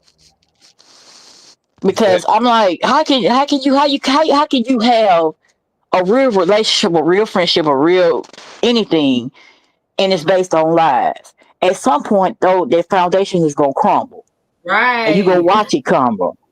You're Yes. gonna watch it Oh. crumble. Mm. So I'm speaking Mhm. fast because I done been through this stuff. You see what I'm saying? See, and God done fixed it to it. I lived 45 years. I watched the people who not only lied to themselves, but also lied to me. And something my friend said to me, she said, Rashonda, you ain't the problem. She said they lied to themselves. Now, if somebody else can see that in me, what they're telling you. But see, I felt some type of way. I thought it was me because I'm like, dang, I've been Mhm. good to these people. I've been nice to these people. I never said anything bad about them. That hurt when you know you got a good heart and you have nothing but good intentions, not only to you, but to the others. You see what I'm saying? And you still attracting these demons and these devils and stuff like that.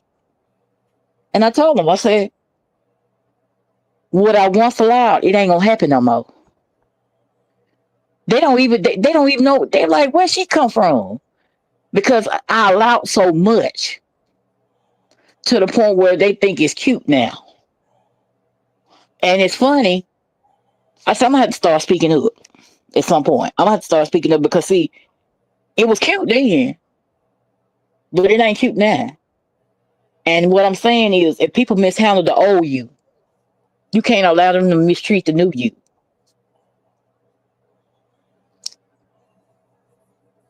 Well, okay. I will say, I have seen two relationships outside of my own, two relationships that with a lover, a significant other, somebody that they potentially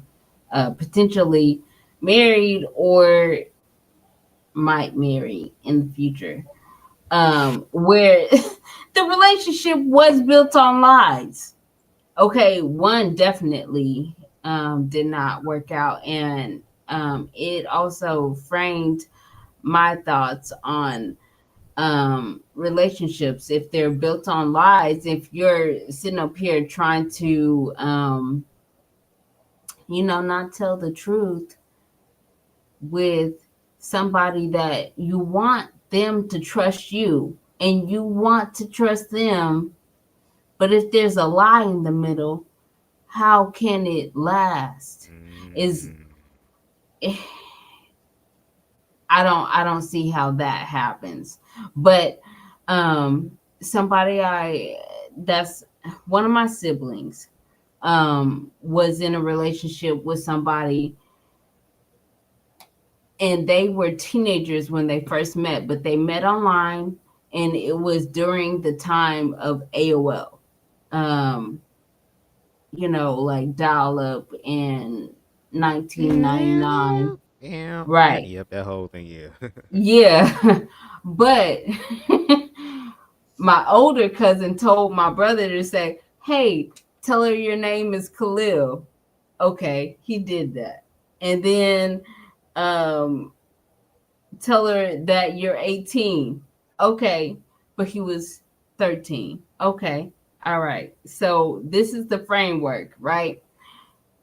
But later on, fast forward about 8 or 10 years, they had talked so much that they wanted to find out who the person on the other side of that chat room, on the other side of that phone, because they ended up talking on the phone all the time, who that person was.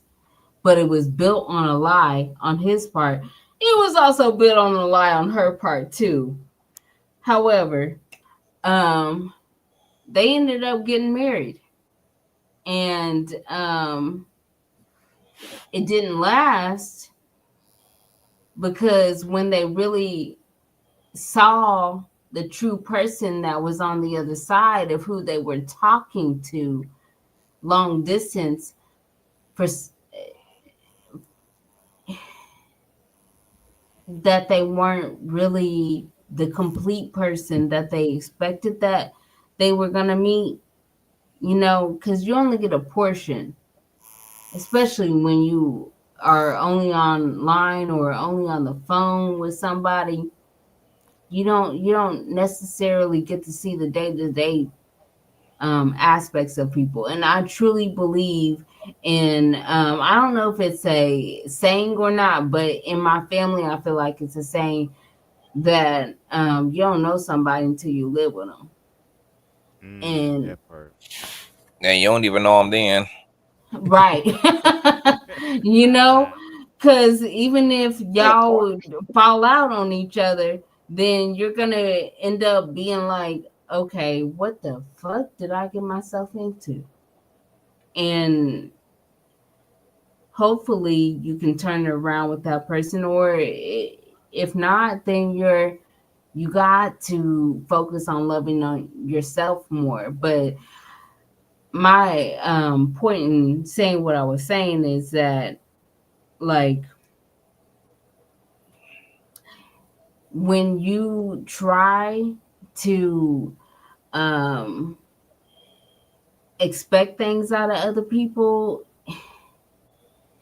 you may or may not get fulfilled in that. I mean, you can't necessarily say that you know a person even if you've been with them for a decade.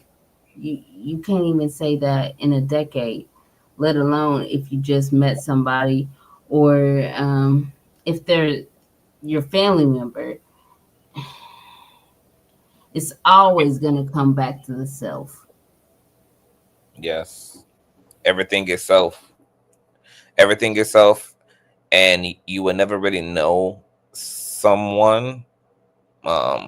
People don't even really know themselves. And we are always peeling back the layers of our own selves.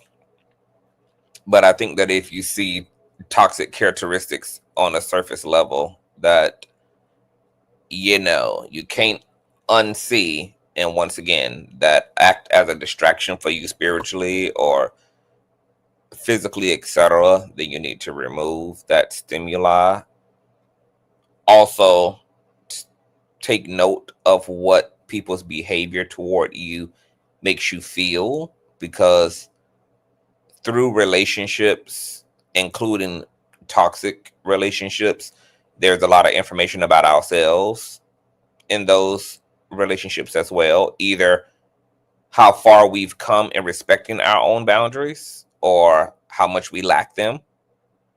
So it's also important not to completely discard negative experiences. We need to evaluate ourselves even in those experiences as well, even if we are the person who's uncomfortable or the victim in a situation. Explore why we were so attached, or why we stayed around for so long, or why we didn't stand up for ourselves, or wrestle with why we struggle to forgive or struggle to resurrect boundaries. Like, there's a lot of information. Like, there's just as much information for the victim as there is for the perpetrator in this situation. So introspection is something that is, And I feel sometimes like it's each side of it is the victim and the perpetrator. You done did your dirt and they done That did part. this shit. Shoot. It's just the And and, realest part of and it. and I'm gonna say this too, y'all.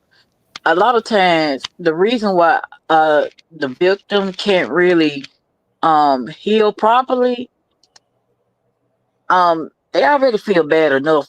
They already going through stuff, right?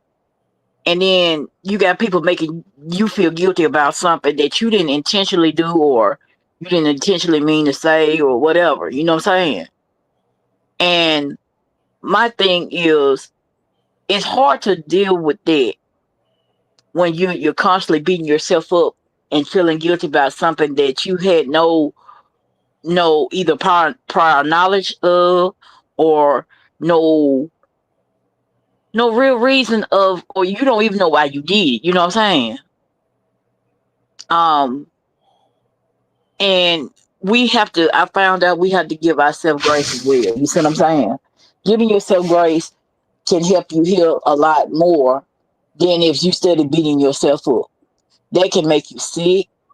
They can make you have health problems and different things like that. It can also um, distract and deter you from either one, a relationship, a friendship, or even with yourself. You see what I'm saying? Like, you trying to get better at being, better in different areas, and you're not truly healing because you don't either want to look at yourself in the mirror because you feel guilty, or you don't want to really deal with it because you scared that it's going to change you. Some people are scared of, it changing them for the better. Um, some people like the way that they are. Um, and I told people this long ago. You have to really sit with you and look at you in the mirror. That's I've been through so much to the point where God had to literally sit me down and humble me. And I literally couldn't walk, couldn't move, couldn't do nothing for myself, y'all. And he literally humbled me to where I had no choice but to look at me. You see what I'm saying? In the mirror. You don't want to get to that point where you have no choice but to look at yourself in the mirror. Prime example, the Rona. Okay? And people went cray-cray. They went cray-cray because they couldn't sit down. And because they couldn't sit down, a lot of people got on the lives. Think about what I'm saying. They told them to sit down and stay in the house. They didn't do that. They wanted to go and do what they wanted to do. A lot of them not here because of that. So what I'm saying is, you shouldn't feel guilty about working on you. You shouldn't feel guilty about exposing the flaws within you. And if somebody comes along and make you feel a certain way, you have to stay away from those type of people.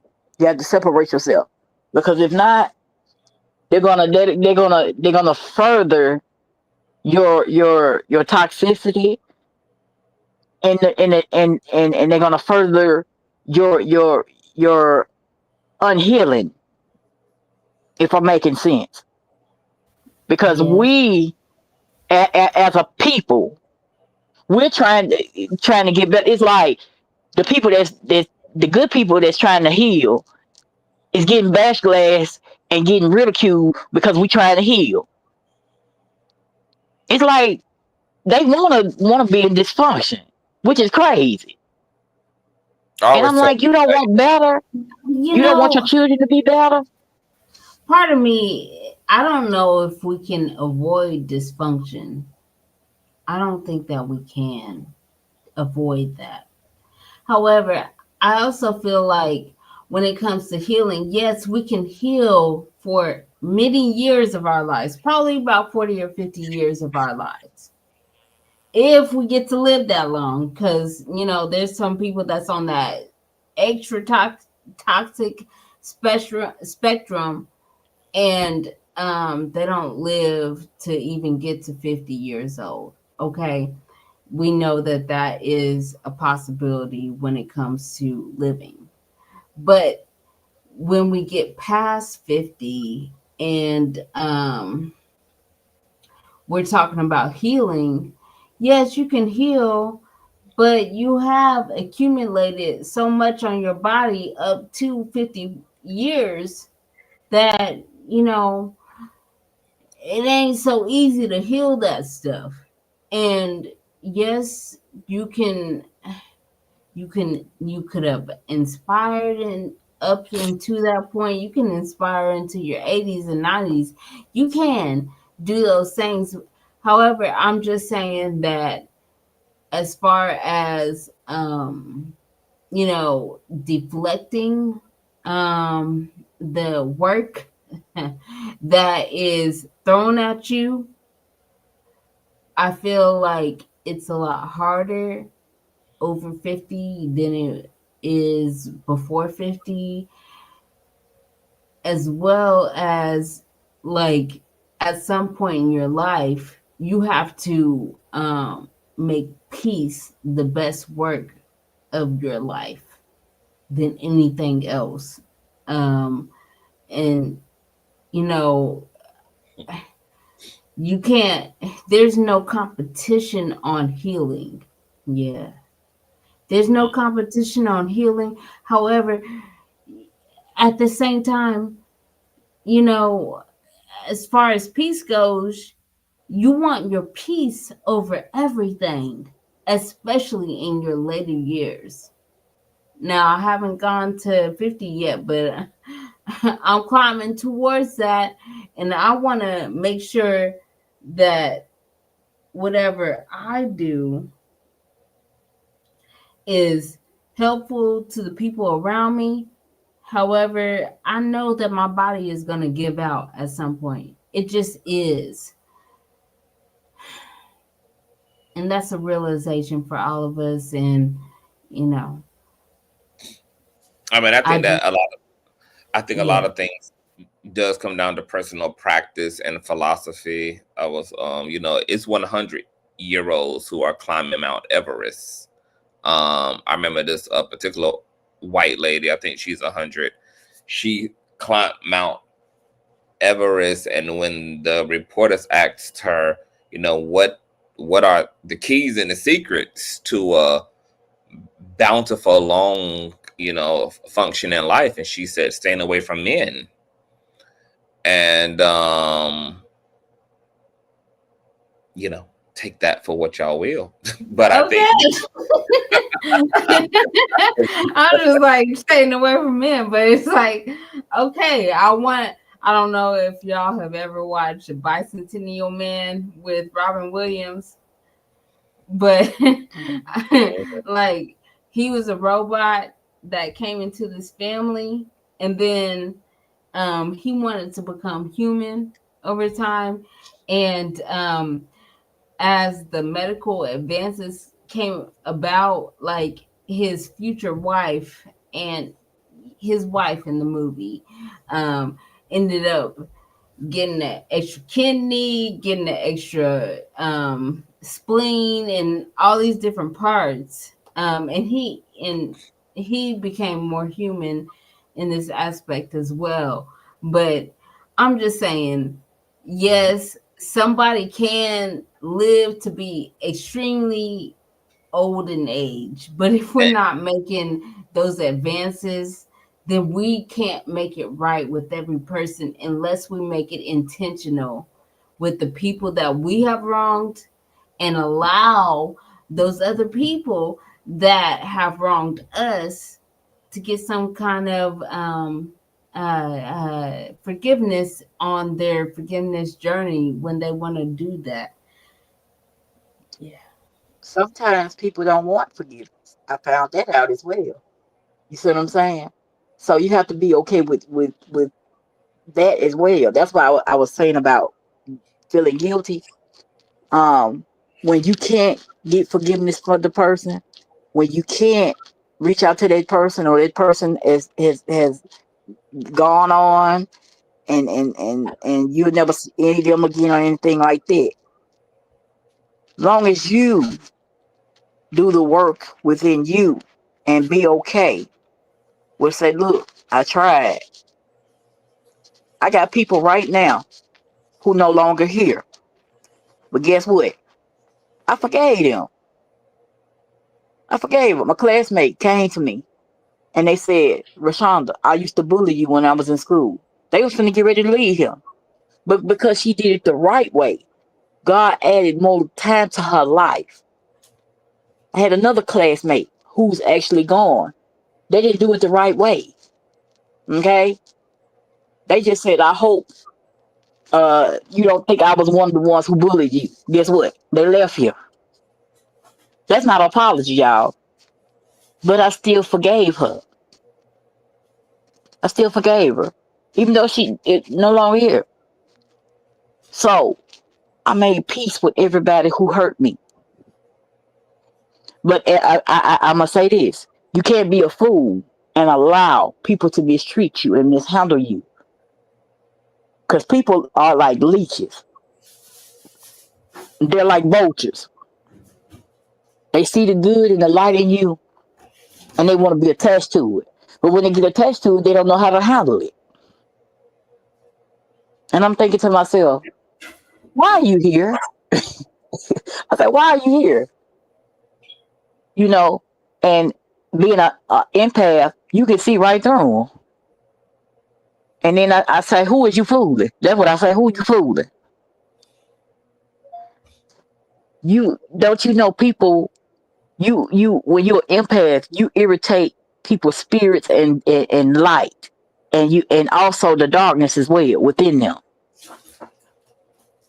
You irritate their demons and their angels in them too. You know, one thing that you just said about irritating other people's demons, how do you feel about addressing your own demons? Like that's that's a saying as far as irritating other people's demons, as to uh like you just your presence being around demons. But as far as the spiritual community is concerned, like how are we to address? That's why it's always so important about self. That's why I said what I said about looking in the mirror Hmm. and dealing with your own self. Yeah, I had to literally. I wouldn't be saying this if I wouldn't be working on addressing my own demons and stuff like that. Hmm. I'm getting better. I've been through a Yeah, lot, you but know. guess what? Hmm. But guess what?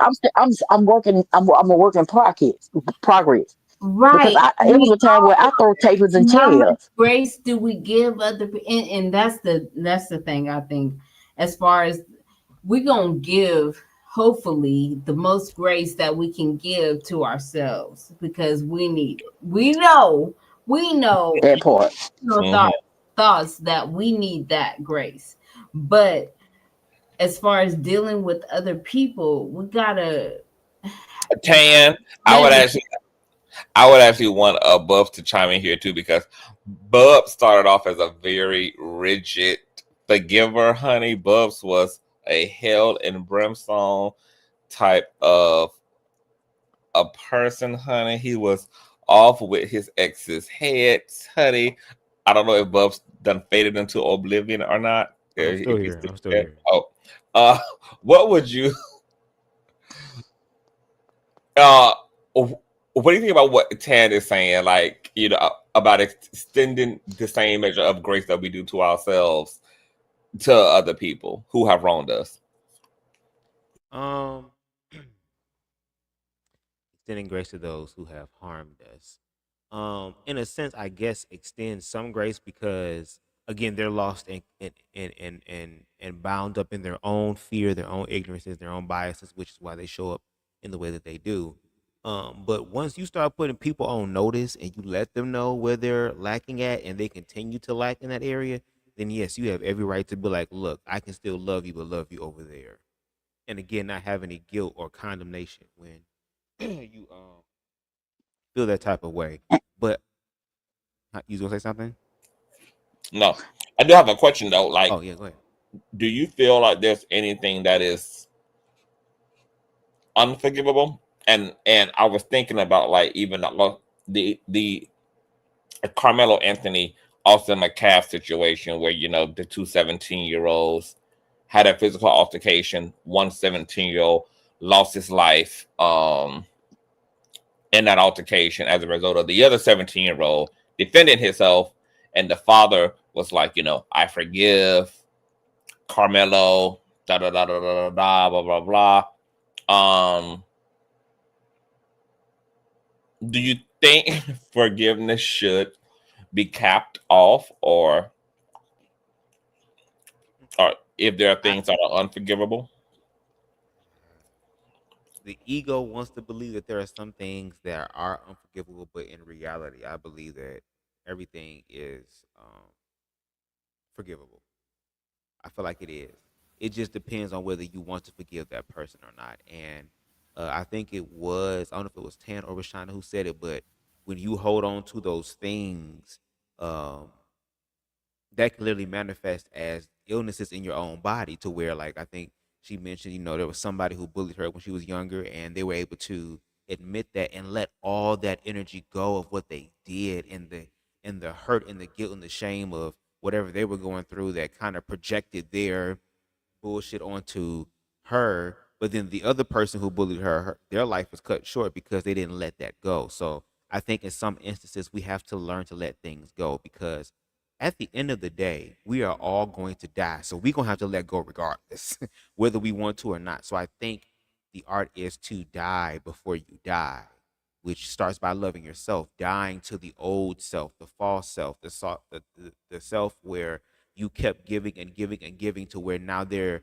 is nothing in your cup.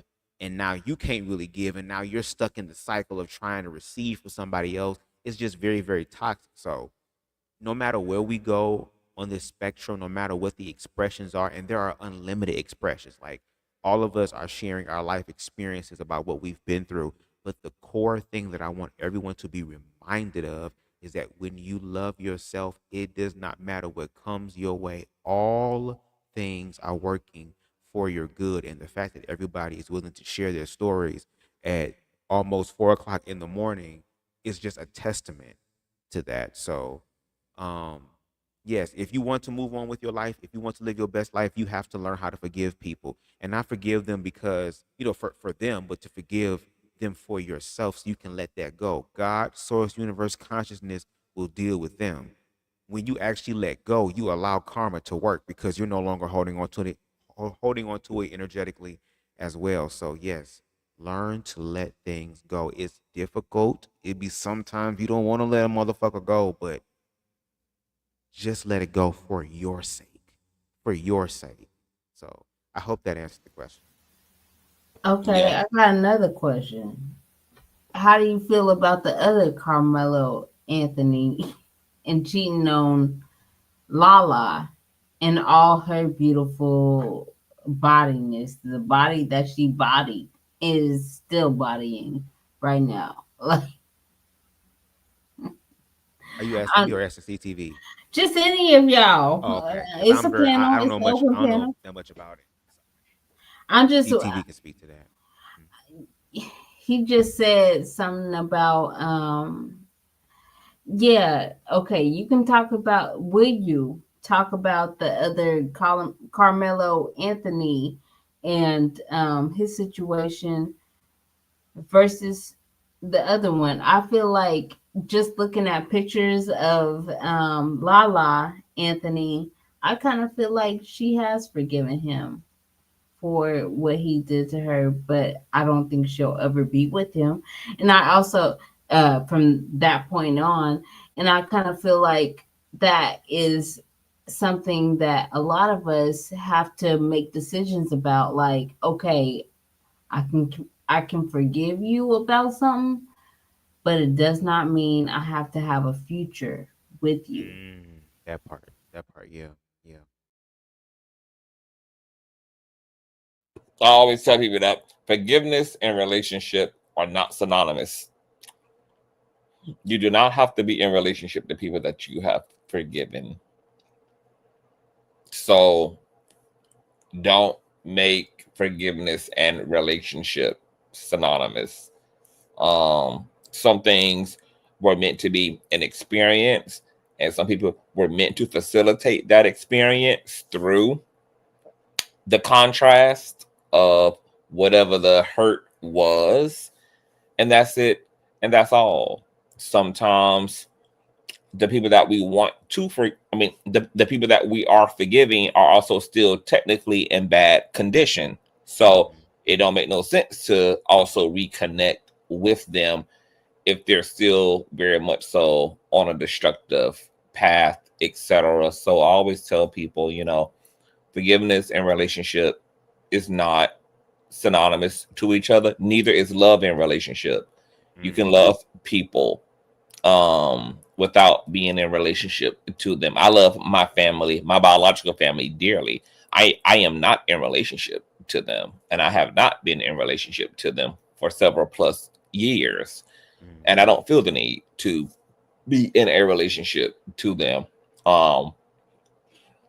because we are just on two different paths, and our priorities are totally different. And for a long time, not only did very hurtful things happen, but because they're still in the practice of practicing toxic shit, and because they're family and I have to be like right up on them, it makes them too much of a distraction for me to be in relationship with. So I have to love them Negroes from afar and keep it pushing. So I just want to ask you, Conscious, like with your friends that you have culminated over the years, do they ever give you toxicity in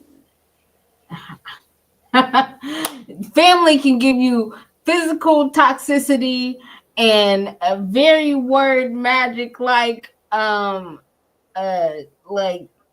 your ass talking that shit about you or somebody else that is in the family that you love. I didn't choose friends over family. I chose family over friends. I But just want but to but see see, your perspective. but see, that's what I wanted to say. Like, Hold on, people feel like, hold okay, on for a minute because she wanted to ask me a question. okay. So what's the question, Tan? Yeah, it's really like, okay, since you have separated from your family, I don't know how long ago that was.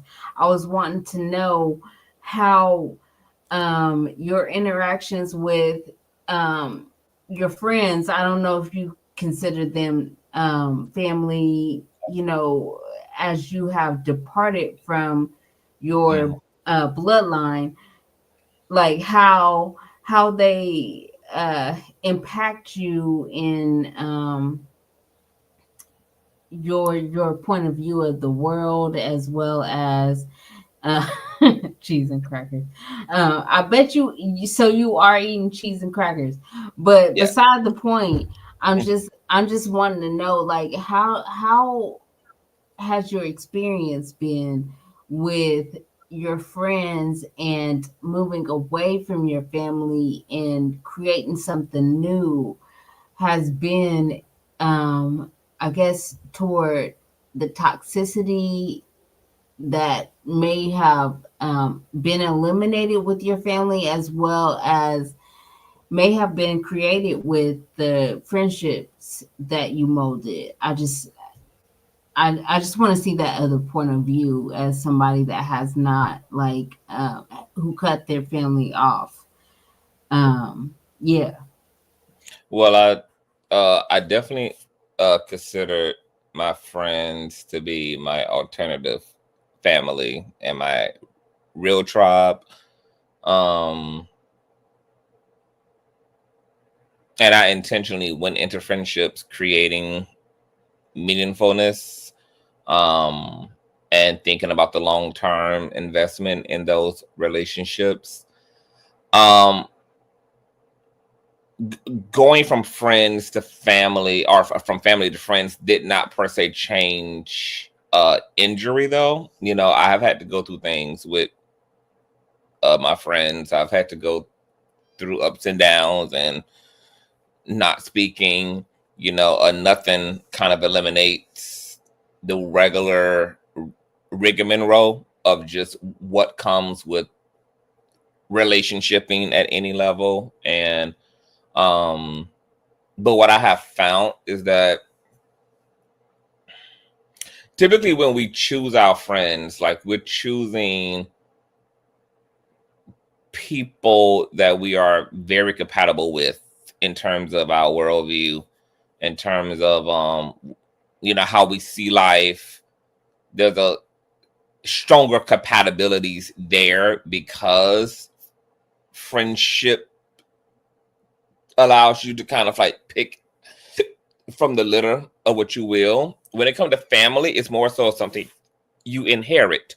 So you don't really end up being able to choose. You just kind of have to end up living alongside whatever this is and whomever these people are, and whatever the culture of the family is. And that can make it very hard to,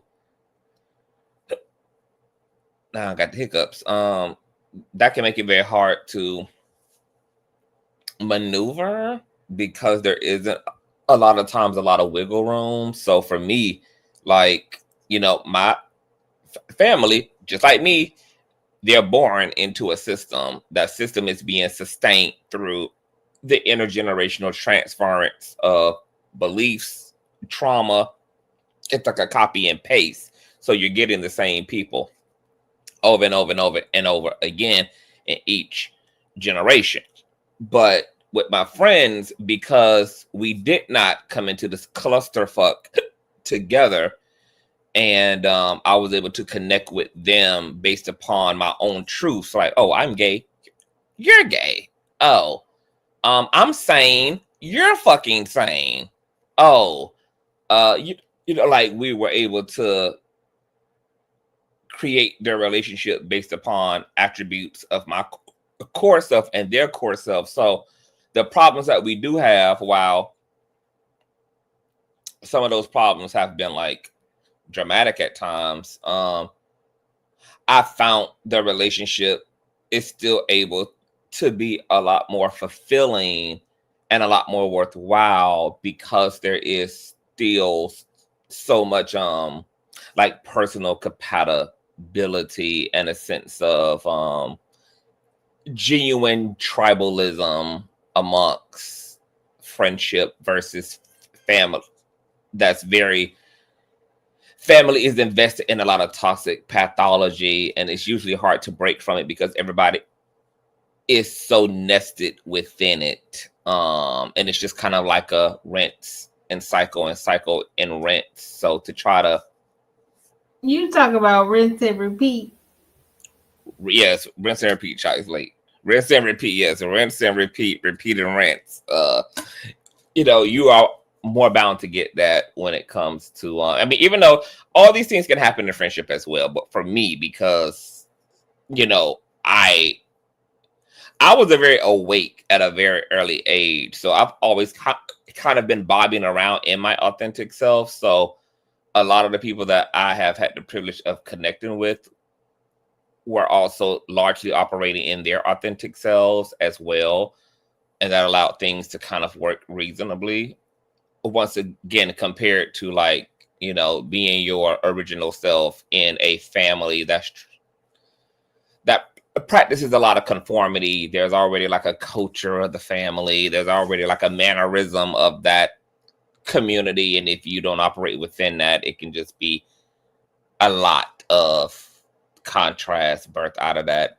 But me now seeing what relationships should be and can be like, and me definitely at this point being as grown as I am and protecting my peace and protecting my progress, more importantly,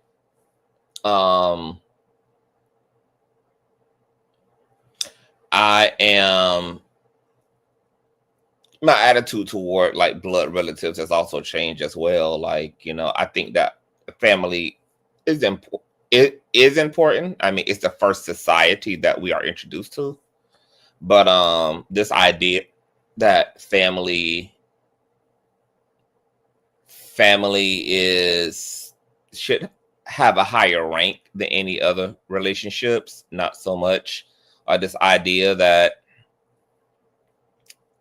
while family can mean more than just an obstacle course meant to evolve you and that you can use to evolve yourself, let me stop using the word family. Relatives are just that, a group of people that you have biological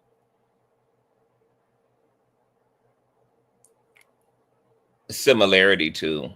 But I think that regardless of whether people are related to us or not, we should maintain the same standard of self-care and the same bar for how we are to be treated by other people, and we should not make the exception to that rule. Family, and I think it's also, or to relatives, and it's also okay to hold relatives to a higher bar, because like I'm more likely to forgive my friends and be willing to reconnect to their relationship than I am with my relatives, because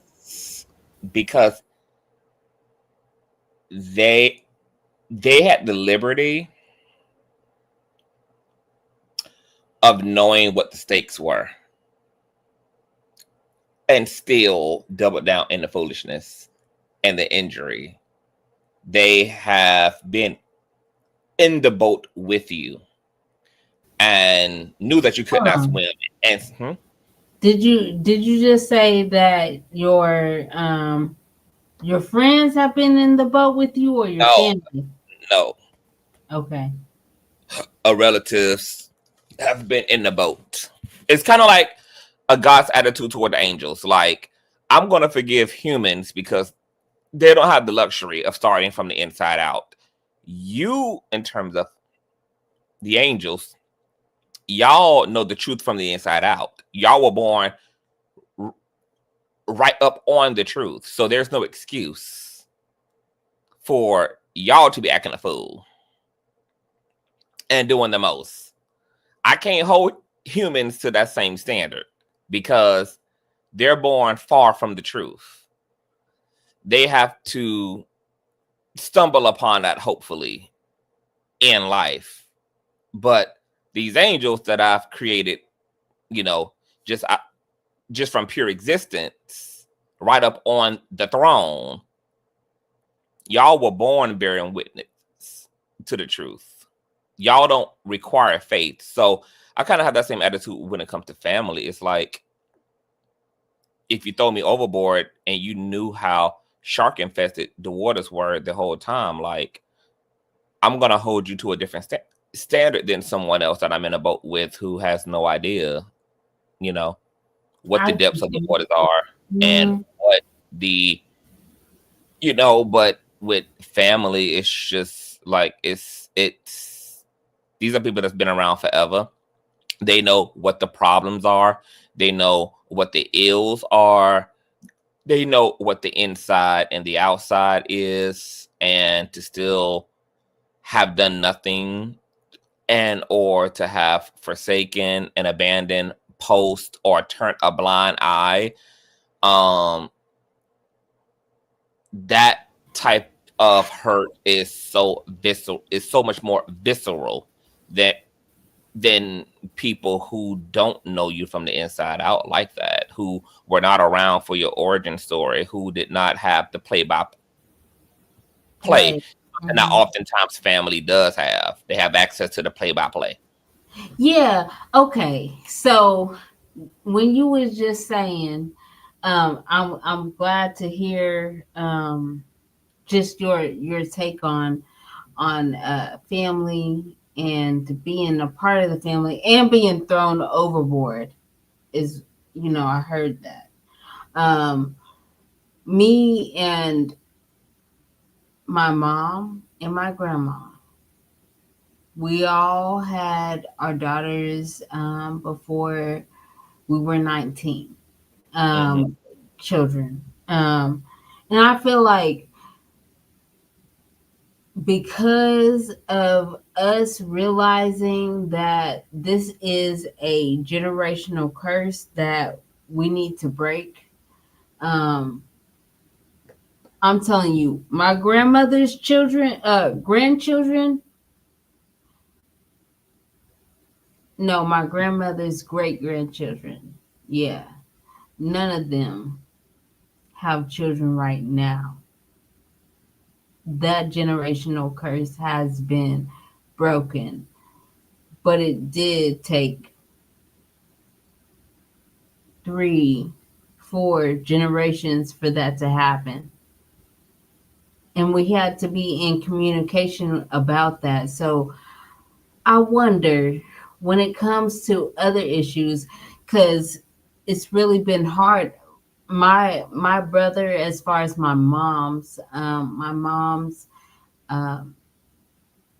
bloodline, not my father's, but my mom's, for the men to stay out of jail, to have consistent jobs, and to actually marry a woman and you know do traditional things if that's what that person really wants to do in the first place. But I guess where I'm going with that is, as far as breaking generational curses, as far as like having children too young and trying to change the trajectory for the young ladies in the family, what are some of the things that you see, maybe in your own family or just in families in general, where men can break generational curses and focus on them to hopefully not pass that on to the next generation? I think that overall it just requires a great deal of empathy from people in general. um I think that when we allow ourselves to have a great degree of empathy, it can help us to kind of read the room and figure out how to mitigate other people's deficit. And when we are in community with other people and we ourselves have a deficit, if they operate at a high level of empathy, it can help them to also like read the room and to also contribute to um supplementing the deficit. So if you like have a family that maybe has like a pattern of single mothers, there's not a lot of fathers, the men in that family can take up rank and be the role models, help to be a pillar to their aunts, be a little bit more extra involved in the lives of their cousins, of their siblings, even, like we've heard of siblings, saying that, I had to be mom to my 3 siblings, or I had to be dad to my 3 siblings. And we've had, cousins and younger siblings who see their older sibling or see that role model figure as the alternative parent or as the elder, etc. But I think in general, it's just nobody can control the circumstances they find themselves in. But I think, once again, when we're in community with people who realize that we are having a shared experience, we all love each other, there's pockets and holes in everybody's lives. But when we empathize with each other and we band together to assist in, supplementing some of that with our own contribution to what we can see is a lack, I think that those holes don't end up having to be the storyline. Those holes don't have to end up being the narrative that drives the injury and turns into, these weird mutations that end up destroying people's lives as teenagers or young adults, etc. It's unfortunate that in a lot of times when it comes to broken families, sometimes the family can be so broken, there's such massive injury to the collective that it creates kind of a dog eat dog situation. And so you have, unfortunately, family members who are doing their fair share of being the villain.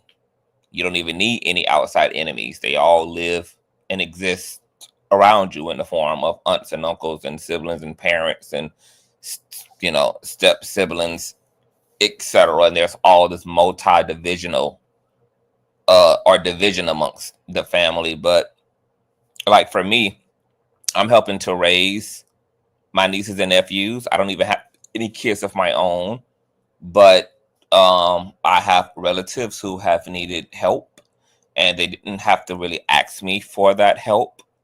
I've came in and acted as a father figure, hell, as a mother figure. I've taken people's kids on as my own. I took care of my grandfather when he fell ill with dementia, and I took care of him until his dementia inevitably progressed into Alzheimer's, and it claimed his life. I have moved my relatives in to my home. I've fed them, and I have just been someone that has always tried to work towards solutions and how to help mitigate discomfort in the lives of people that I love and fill that hole. However, I have worked full-time jobs while also getting up an hour or two early just so that I could, take other relatives to work and have them at work on time because they didn't have a car. So I loaned my cars, giving my cars away. I mean, all type of shit. So I think that when we don't operate in empathy, it can make a bad situation even fucking worse when we have everybody just taking, everybody's in survival mode. And there's no real sense of genuine care, and nobody understands that the other party has needs as well, and that the less we have amongst each other, the more there needs to be a give and a goddamn take, rather than just a take. All the things will really offset the ecosystem entirely. So I come from a family where there's almost every type of scenario that exists has played out in my goddamn family, from single fathers to single mothers to trauma due to ancestral sexual assault. I have not personally been a victim of SA or molestation, but that has happened in my lineage. Physical abuse, and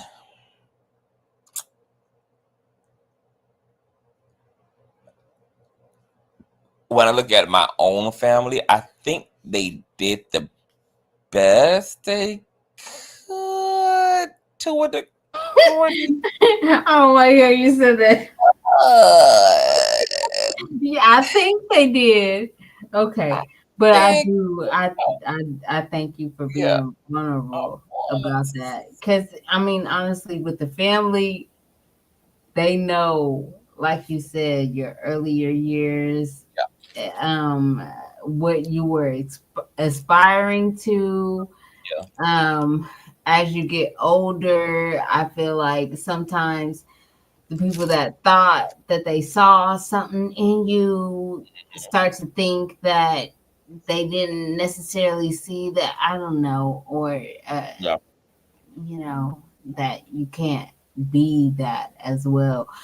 But I am thankful that you were being vulnerable and just sharing that, because honestly, I feel like even though people that are in our families and are outside of our families can be toxic, and we can recognize their toxicity, and we can have our own to add to the situation, right? However, I just kind of also feel like we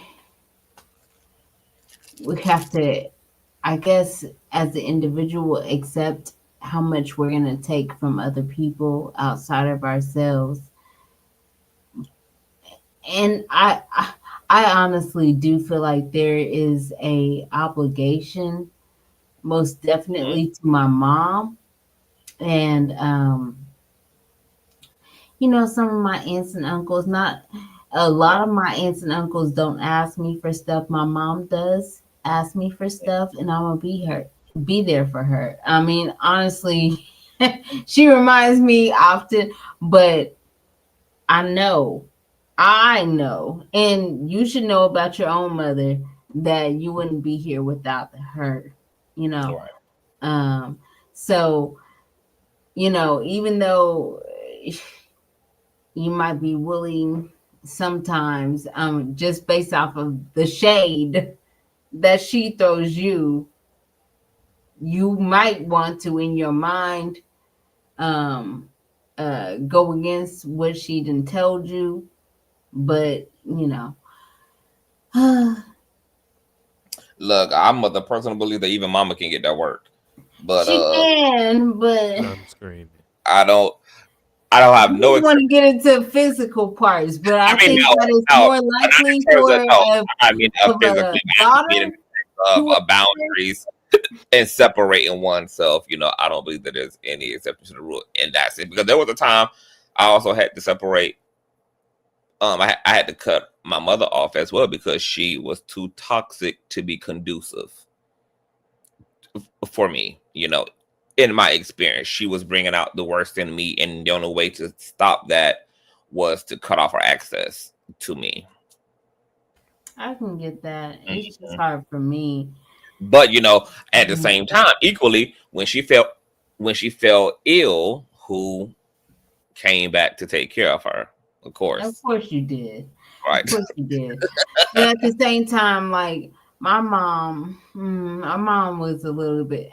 I was I was raising kids, and I was in the same city that my mom moved me and my brother to.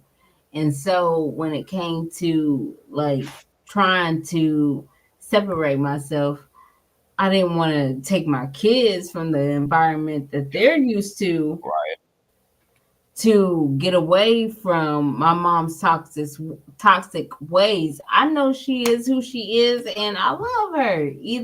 Even though, however, I did put up with a lot of stuff, and then ultimately, even though I put up with that stuff, and she put up with me. I mean, we put up with each other. Because I have my own ways that Yeah. I was working on back then. I've I think that I have grown. Maybe I can get a report card from the people around me, but like she she and I have grown in our relationship now, but back then it we got into problems, we got into arguments all the time, and gosh, like I thought about moving away so many times, but I just felt like I couldn't because um I wanted my children to not be like us, because like I just told you, my grandma, my mom, and me had children at 18. Yep. And I feel like I'm blessed to say that my daughters, all of them are over 18 and none of them have children yet. And I wanted that for them. And I think that my mom and my grandma also wanted that for me. And and my grandma wanted it for my mom. But, yeah. Yeah. And this is the good thing about having kids and generations is that, some of that stuff, it wrinkles out. It fizzles out, and the system corrects itself as we learn through our own experiences. Because obviously your own experience really shaped like the way that you try to steer like your own daughters, and I end up like really paying off because you achieved what you are trying to achieve, which is having them avoid being a young mother so that they can really have time to get into their lives and really shape their lives and create, like whatever foundation for themselves, so that whenever they do decide to be moms, that, they can do that effectively and accordingly. And that is how we honestly just cure up a generational pathology. Is through self-awareness, deepening our own self-awareness, reflecting on how things affected us, how our choices affected us, how other people's choices affected us, and then choosing in whatever capacity we can in our own lives to do it differently. And sometimes that difference pays the fuck off, and in your case, it's reflected in your daughters, avoiding being young moms. So that's really incredible, and that's really what it's about, is that lucidity and waking up and assessing ourselves and choosing something different, choosing something better emotionally, and mentally, and etc. that brings me to the question, what is love in the age of open relationships, polygamy, and promiscuity? And honestly, I tell my daughters, and like, okay, yes, it's okay to love for being loved, I guess, but do you really want to just be in love with somebody or be in security with somebody? I feel like being in security with somebody, not insecure, but in security, Yeah. where that shit is gonna get paid for. I'm not gonna have to argue with you about if you going to work or if you taking my car to go do some extra shit. Like, everyone should be secure. I feel like there is a definite need for security to be in the age of relationships, polygamy, and promiscuity, because I don't think that polygamy and promiscuity Mm-hmm. um, is actually necessary when you are fully in trust and fully in security with somebody, not insecurity. you know, being fully secure, right, with um, whoever you have chosen to be involved with and they have chosen you. If you know that you can actually trust them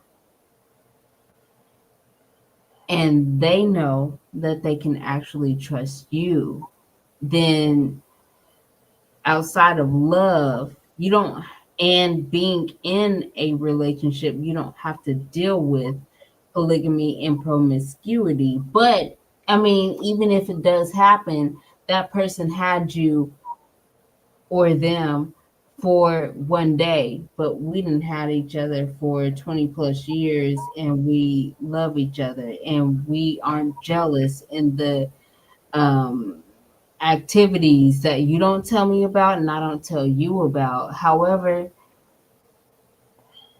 you want to be, people definitely want to know what the other person is doing because of safety issues to themselves.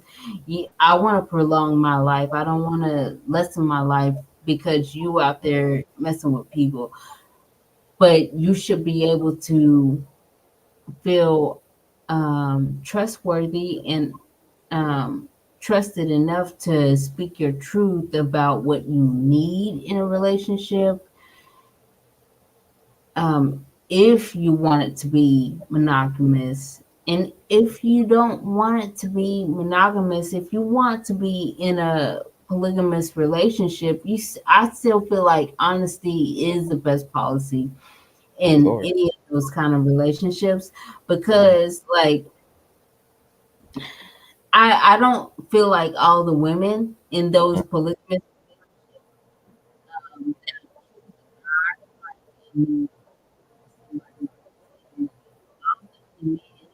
But your Yeah, you audio is kind of, out, yeah. Tan. oh, Oh, there you go. Okay.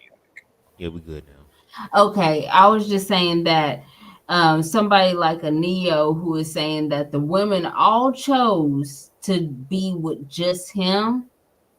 I don't think they're being honest with themselves, because if you're gonna choose a polygamy lifestyle, let's just be all the way about that. I don't want just one nigga in that aspect. I mean, if I chose to be with somebody that is open to being with other women, I'm gonna be open to being with other men just on period. Like, what are you talking about? But Well, I let's have, be also clear. In his situation, a lot of that probably has a lot to also do with the fact that Neo is an opportunity to get to a bag, and that there's a lifestyle attraction that's there. There's a wealth attraction that's there. So you definitely are going to get more bees with coin than not, So I'm sure that Neo's celebrity has a lot to do with why women will also largely be attracted to him in a polygamous sense as well, because he comes with the resource that even maybe a bachelor who is single doesn't have, because he's not rich and famous. But hey, can be faithful, I guess. So I think that these girlfriends of Neo's are probably not in it completely for love, but more so also for access yeah, and for the lifestyle, etc. But there are women and men who are in polygamous situations who are everyday people, etc. I've watched like documentaries and shows like Sister Wives, etc. I find it very fascinating. What do you think about women who are polygamous? Because we often talk about polygamy from the men, but what about? yeah. I who was have. just talking about that. I mean, honestly, I do feel like the women in these situations, I'm talking about Neo included, that they're not being honest with themselves. That, okay, you're saying these women just told him what he wanted to hear because he's got money, and they wanted to get on real quick to somebody, and if he ain't got time for them on that night and they horny on that night, they might be looking elsewhere. Like, I mean, But they really wouldn't think have that. about that. I mean, to be honest though, but uh, they wouldn't have that luxury even in a monogamous relationship because your partner ain't always in the mood and your partner ain't always available. So Yeah, but he got everybody not five going, everybody other. not going, everybody not going to be unfaithful just because they partner not available for for. Okay, I can get that, but I got one person to choose from. Okay, I honestly I have lived a married life for a couple decades, so I don't I'm not in that world to be really able to see myself there, but I can see myself there in my fantasies, right? Mhm, Okay, so my fantasies say that even if a dude tells you that you got to be exclusive to his phallus, but I know he got money and I might see another phallus when he ain't present. Like, what's to stop me? Ain't nothing stopping me. And what you don't know won't hurt you. My uncle wrote that song. yes, Shout out to the uncle. but I'm still, just saying though. there are faithful people. It's really not hard to believe that women could be faithful in a polygamous because even statistically, women um are more faithful than men. Like, so women kind of have more of a pattern of being able to sustain with one partner, etc. I mean, like, women have survived a lot worse in relationships than just sharing a man with another woman. They have.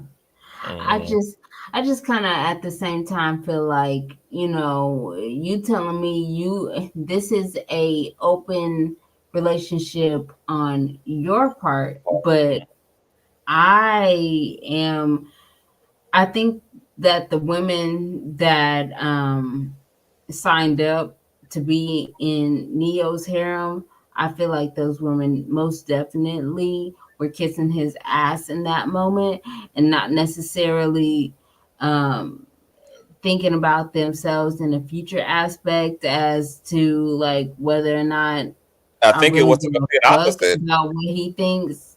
I don't I think it's know. I think it's the complete opposite. I think that that's exactly what they were thinking about is their future, and they were choosing the highest grade of man that they had access to.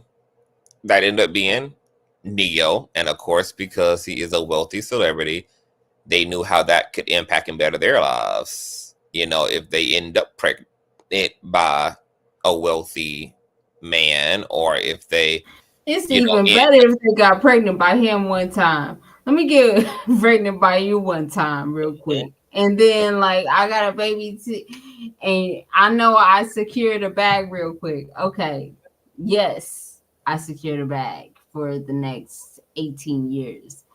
But if you telling me that I fall out with you and I'm mad at you, that I might not want to just go out and see what's out there. I mean, I feel like that's a delusional thought on the one guy in the situation amongst five women. Like, mm-mm. Like, but I ain't gonna tell you about it and fuck myself out of it, you know? Like, he I mean, a would lot of be on the sneak. So I creep. I mean, Yeah, yeah. I don't know if those women are willing to blow their chances. I think that they probably are acting accordingly because they're not going to want to risk blowing a good thing, so to speak. So I do think that these women probably are on code, you know, and they are probably upholding to what they are establishing to him, because we are in the age of social media, so you can't even really get away with being inappropriate without being exposed. So, you know, I don't think that these girls will run the risk of fucking up their situation with Neo, Like I especially said, the baby first. Then you can do what the fuck you want. Have the baby. and that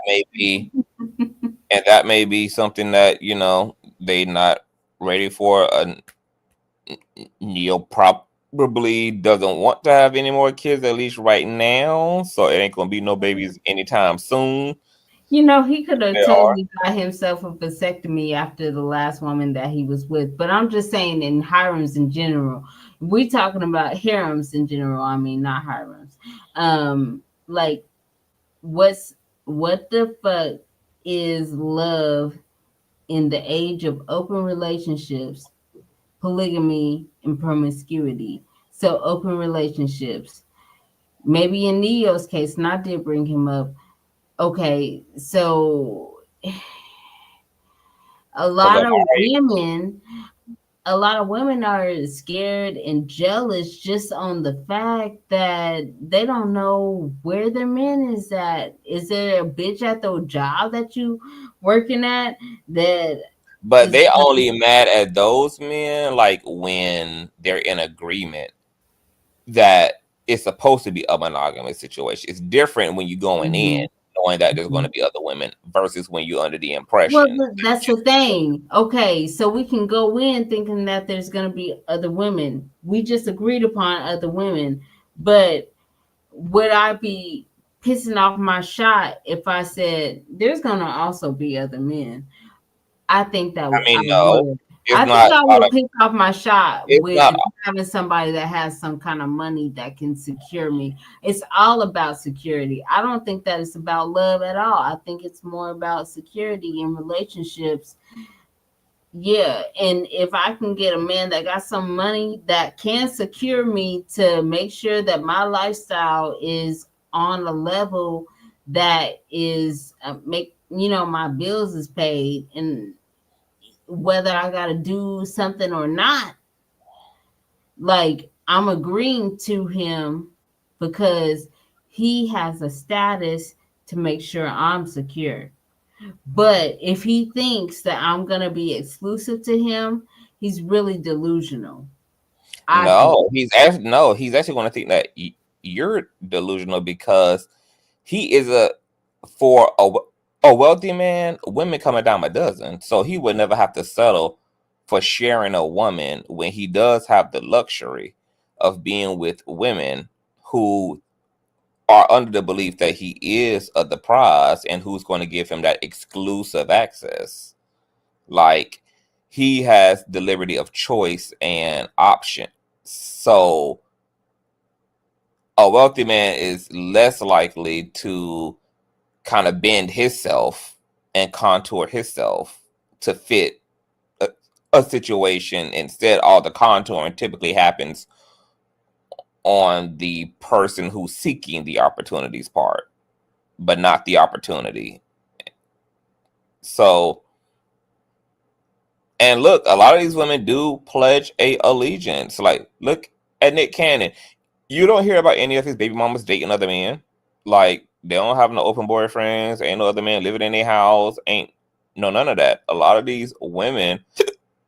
women do know how to show up in that way and be faithful, which I don't think there's anything wrong with. I mean, I feel like Anio said, I ain't put a gun to nobody here. I'm living my life. These women came to me and said they want, to be exclusive with me, so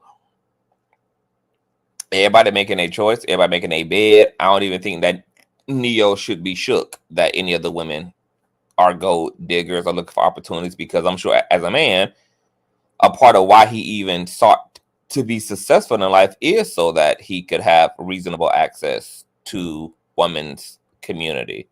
Yeah, not every woman, because you ain't seen none of their, not Neo, not Nick, not Chris Brown or anybody else that got possibly a harem, um, harem, harem, not harem. Harem is different. Anyways, like with these men, yeah, like if you know who they are before they come to you, if they even come in, is I know there were a lot of women that throw themselves at entertainers I and do. actors, you know, like so there's that aspect to it. However, if he can have five, even though the woman says that she is going to be exclusively faithful to him and he's going to be able to do whatever it is that he wants, in the back of her mind, I know that this woman is probably not satisfied with that. I that's just, yeah.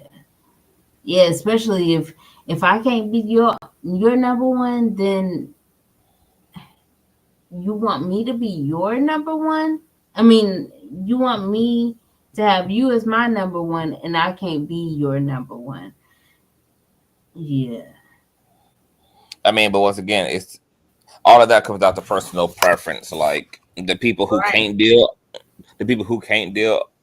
with that, they can't and they don't. And the people who don't mind, like me, I am okay with sharing my partner because I got shit to do, and I got and so this idea of being completely solely responsible for somebody else's needs, I'm actually happy to have that alleviated by the fact that my partner will employ other people to meet his needs. Okay, but let me ask you this. Mhm. When he's not available to meet your needs, if somebody else just is Yes, if around you're and asking available, if you're asking if the doors went, is it open both ways? It's open both ways. okay, that's what I thought. Okay, so if that's the case for But I have been in relationships where the door only worked one way, and I was okay yeah, with and that that's why you because ain't in for them me, relationships no more. I don't and know if it is, but and for me, like all of that is very nuanced because everybody don't even have the same emotional or sexual needs to begin with. So like some people have more sexual discipline than other people. Some people have more emotional discipline, or some people have less of those needs in general. So, like I mean, you talking about a world where women are literally married to doctors who are on call like more times a week than they are even at home for family dinner. You're talking about yes. women who have partners who are in the military who they have to go months and Mhm. months and months and months, sometimes years And without even wives seeing. to And entertainers as well. I mean, uh, there's pick the profession that you want to. That is something that requires the man to be away from the woman and the children, if they have children, for months at a time. And you have to just hope that what they doing is on the up and up. And then if you get lonely in the meantime, hopefully can hold out for 5 or 6 or a year, months or a year, or 20 years in the midst of them coming back and forth into the household. That gives you more to, I guess, talk about when y'all are around each other. But there's a lot of hidden space there between a relationship if somebody is one of those kind of spouses that have jobs that require them to be on the job to an extent that doesn't allow you to have a real um, conversation at night before you go to bed, see how your day is going. That's weird.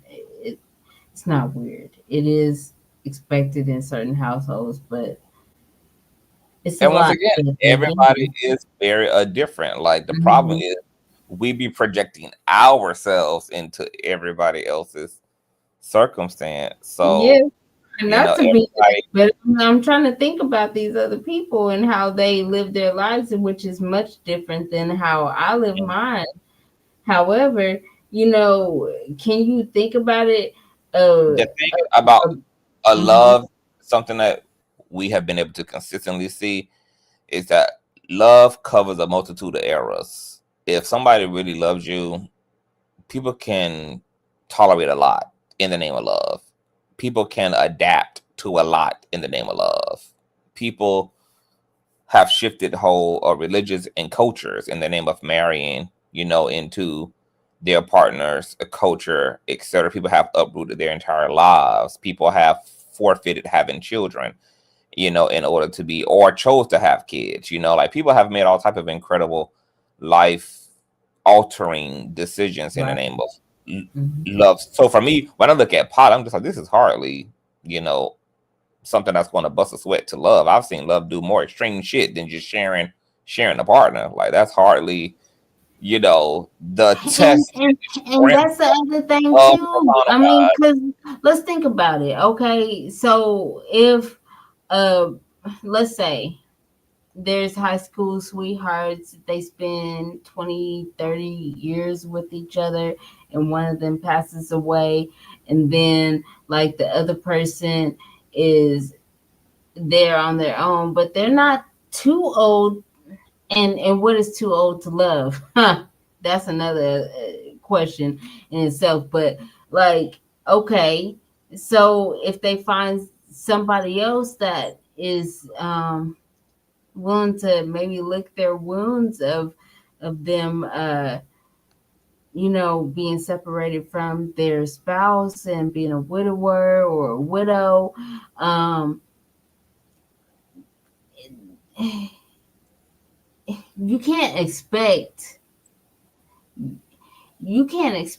that there's really the one, or um only this person could be the love of your life, because of the fact that anything can happen to somebody else and that can be cut short, or to you it could be cut short, right? So that when it comes to relationships, that if spirit or God, or whatever you want to call the great I am and the power, um whatever you want to call it, if they didn't factor it into like being, um that you could fall in love with multiple people, it's preposterous. Like, of course we can be polygamous in our loving abilities. Do we want to?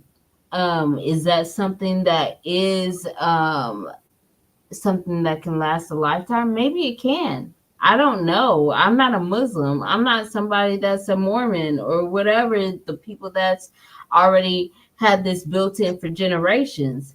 But it's not like it's so far removed in the secular, or if you are a Christian, it was something that was happening in the Bible, and it's something that is happening today. And the only thing I feel about a lot of these patriarchal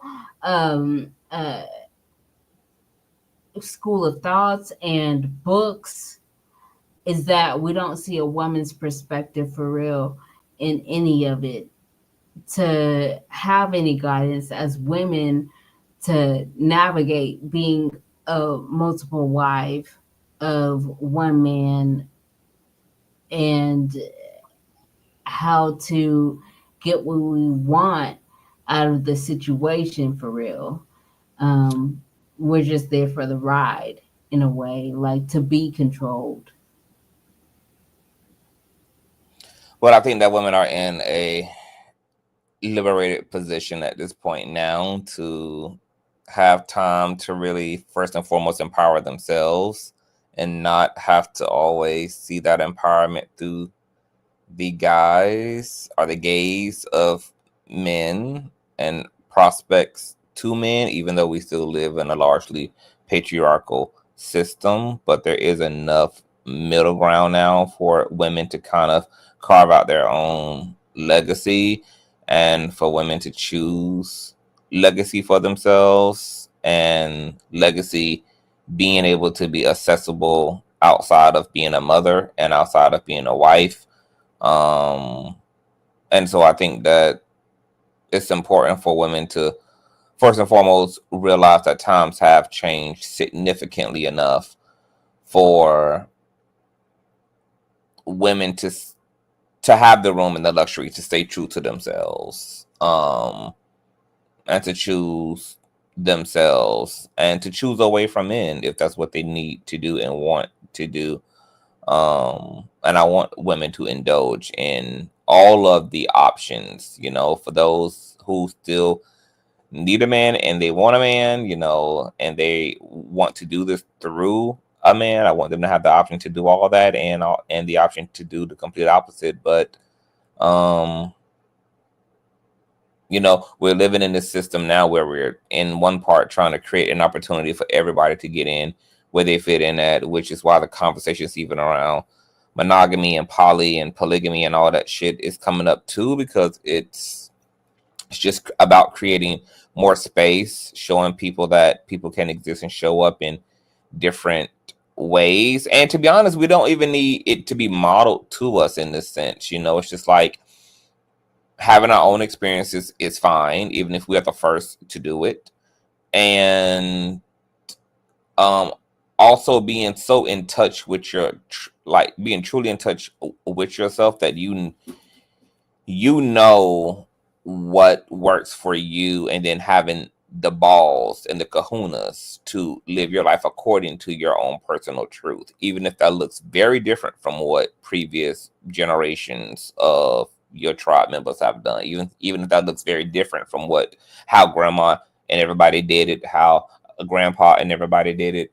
So living like your life on your own terms, you don't have to play by anybody's rules, including you don't have to be in a relationships, and sex doesn't have to be confined to relationships.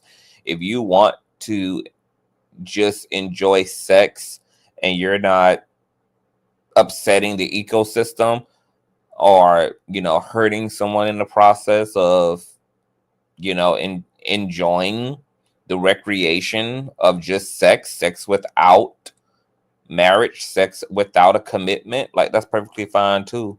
It's just really about just being healthy in yourself, and hopefully that leading to a healthy humanity, toward other people, so that you at least are doing whatever that you're doing in a way that doesn't cost anybody else anything. Like, should you be breaking up happy homes? No.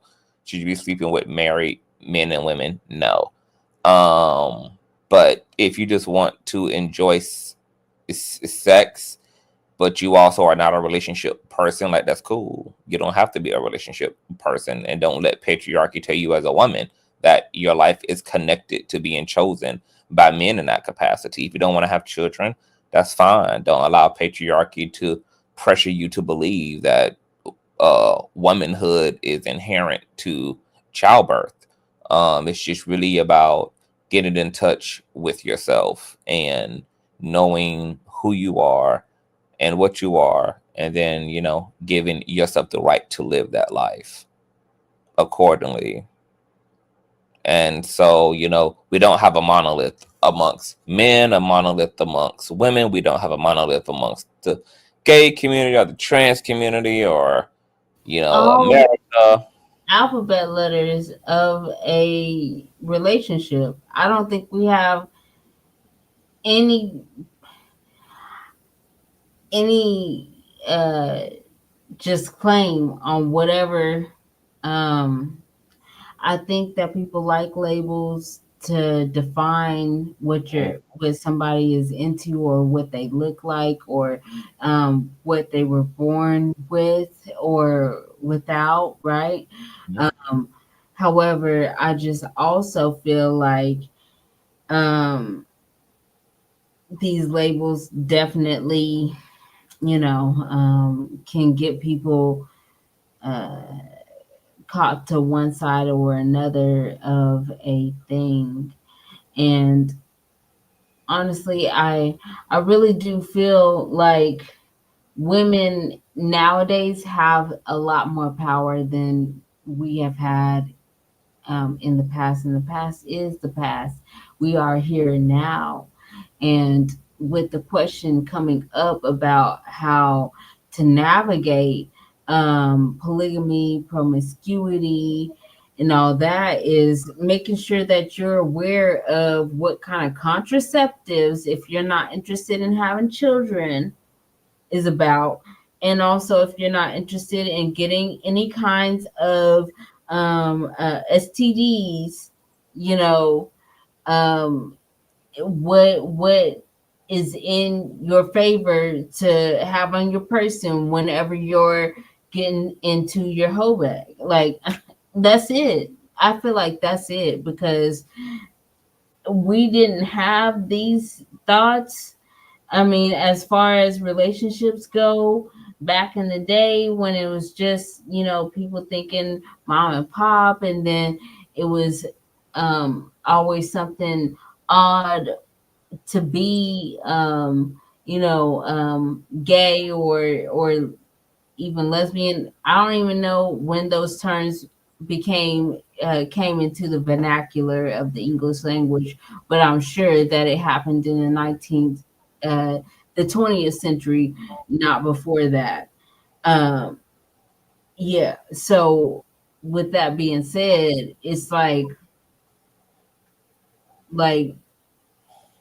it was not even studied enough to make it a norm, even though people were practicing it before the 1900s. Like, it only got studied in order to make people that are outside of traditional norms to be considered individual in their sexuality. I mean, and even now, as far as women go, we have to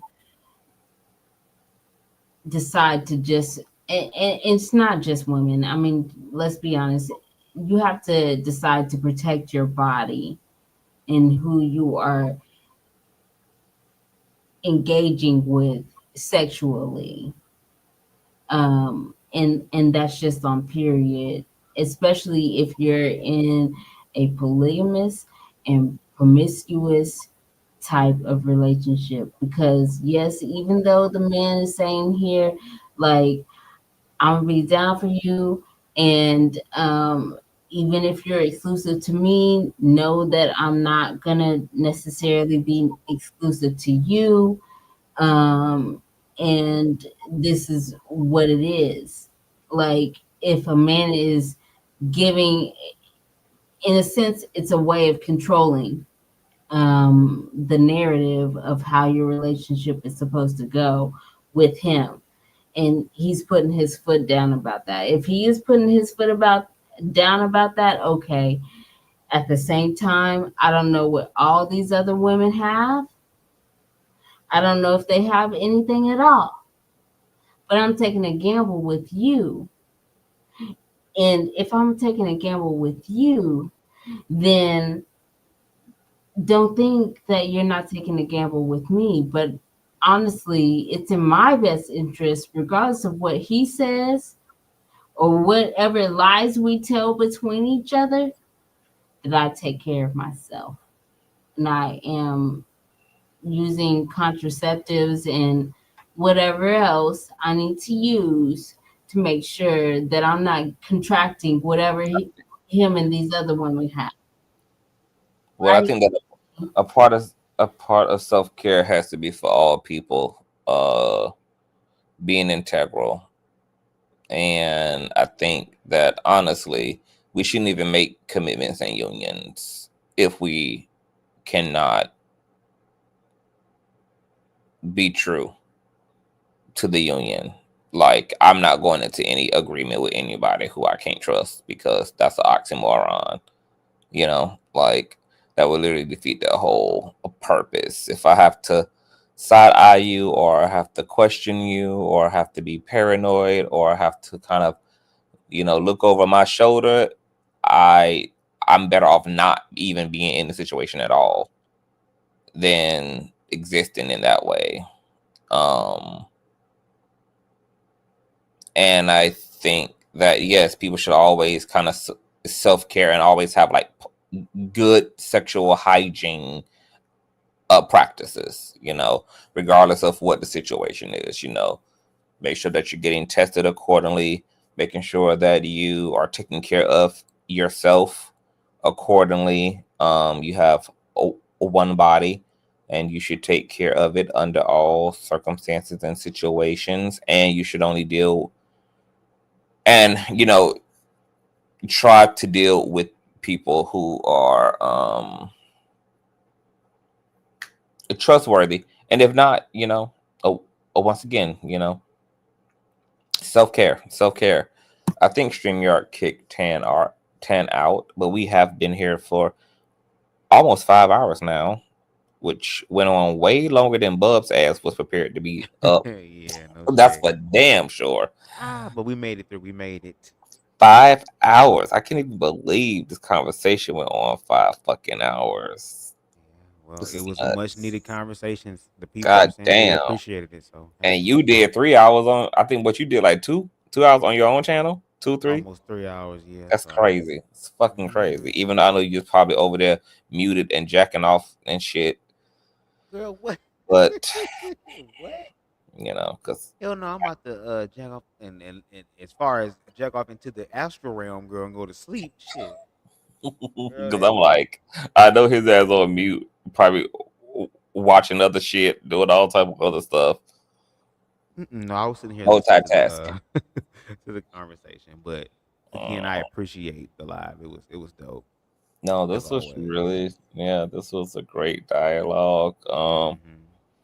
Bubs is still working on his kink, y'all, on the show and the project and the book and Yes. stuff that he is wanting to review. So that's gonna be really dope. And I wanna thank you for joining, Bubs, which this conversation was kind of an extension of what he was reviewing, you guys. I did put Hmm. Bubs link in the description, Thank you. and he also posted throughout the chat. If he wants to drop it down again, please make sure that you guys are subscribing to Bubs the God for all of the light and love and healing and all of the righteous confrontations that need to be had. Do you know when you're going live again, Bubs? Um, that I do not know. Probably sometime this weekend, maybe, because Oh, I think I have something planned for later on today. But probably this weekend. Yeah. nice. All right. Well, thank you for joining me. This was absolutely amazing. Take your ass to bed. Yes. I'm going to take my ass to bed as well. And we should see you all on the flip side, y'all. Thumbs up and Yeah. share. And Bub's Cash App is Bubs the God right here on the Yes. Yes. screenshot. Throw the king some coin, child. Y'all already know all of my information, etc. Honey. We love y'all. Happy May 1st, and we will see y'all Yes. later.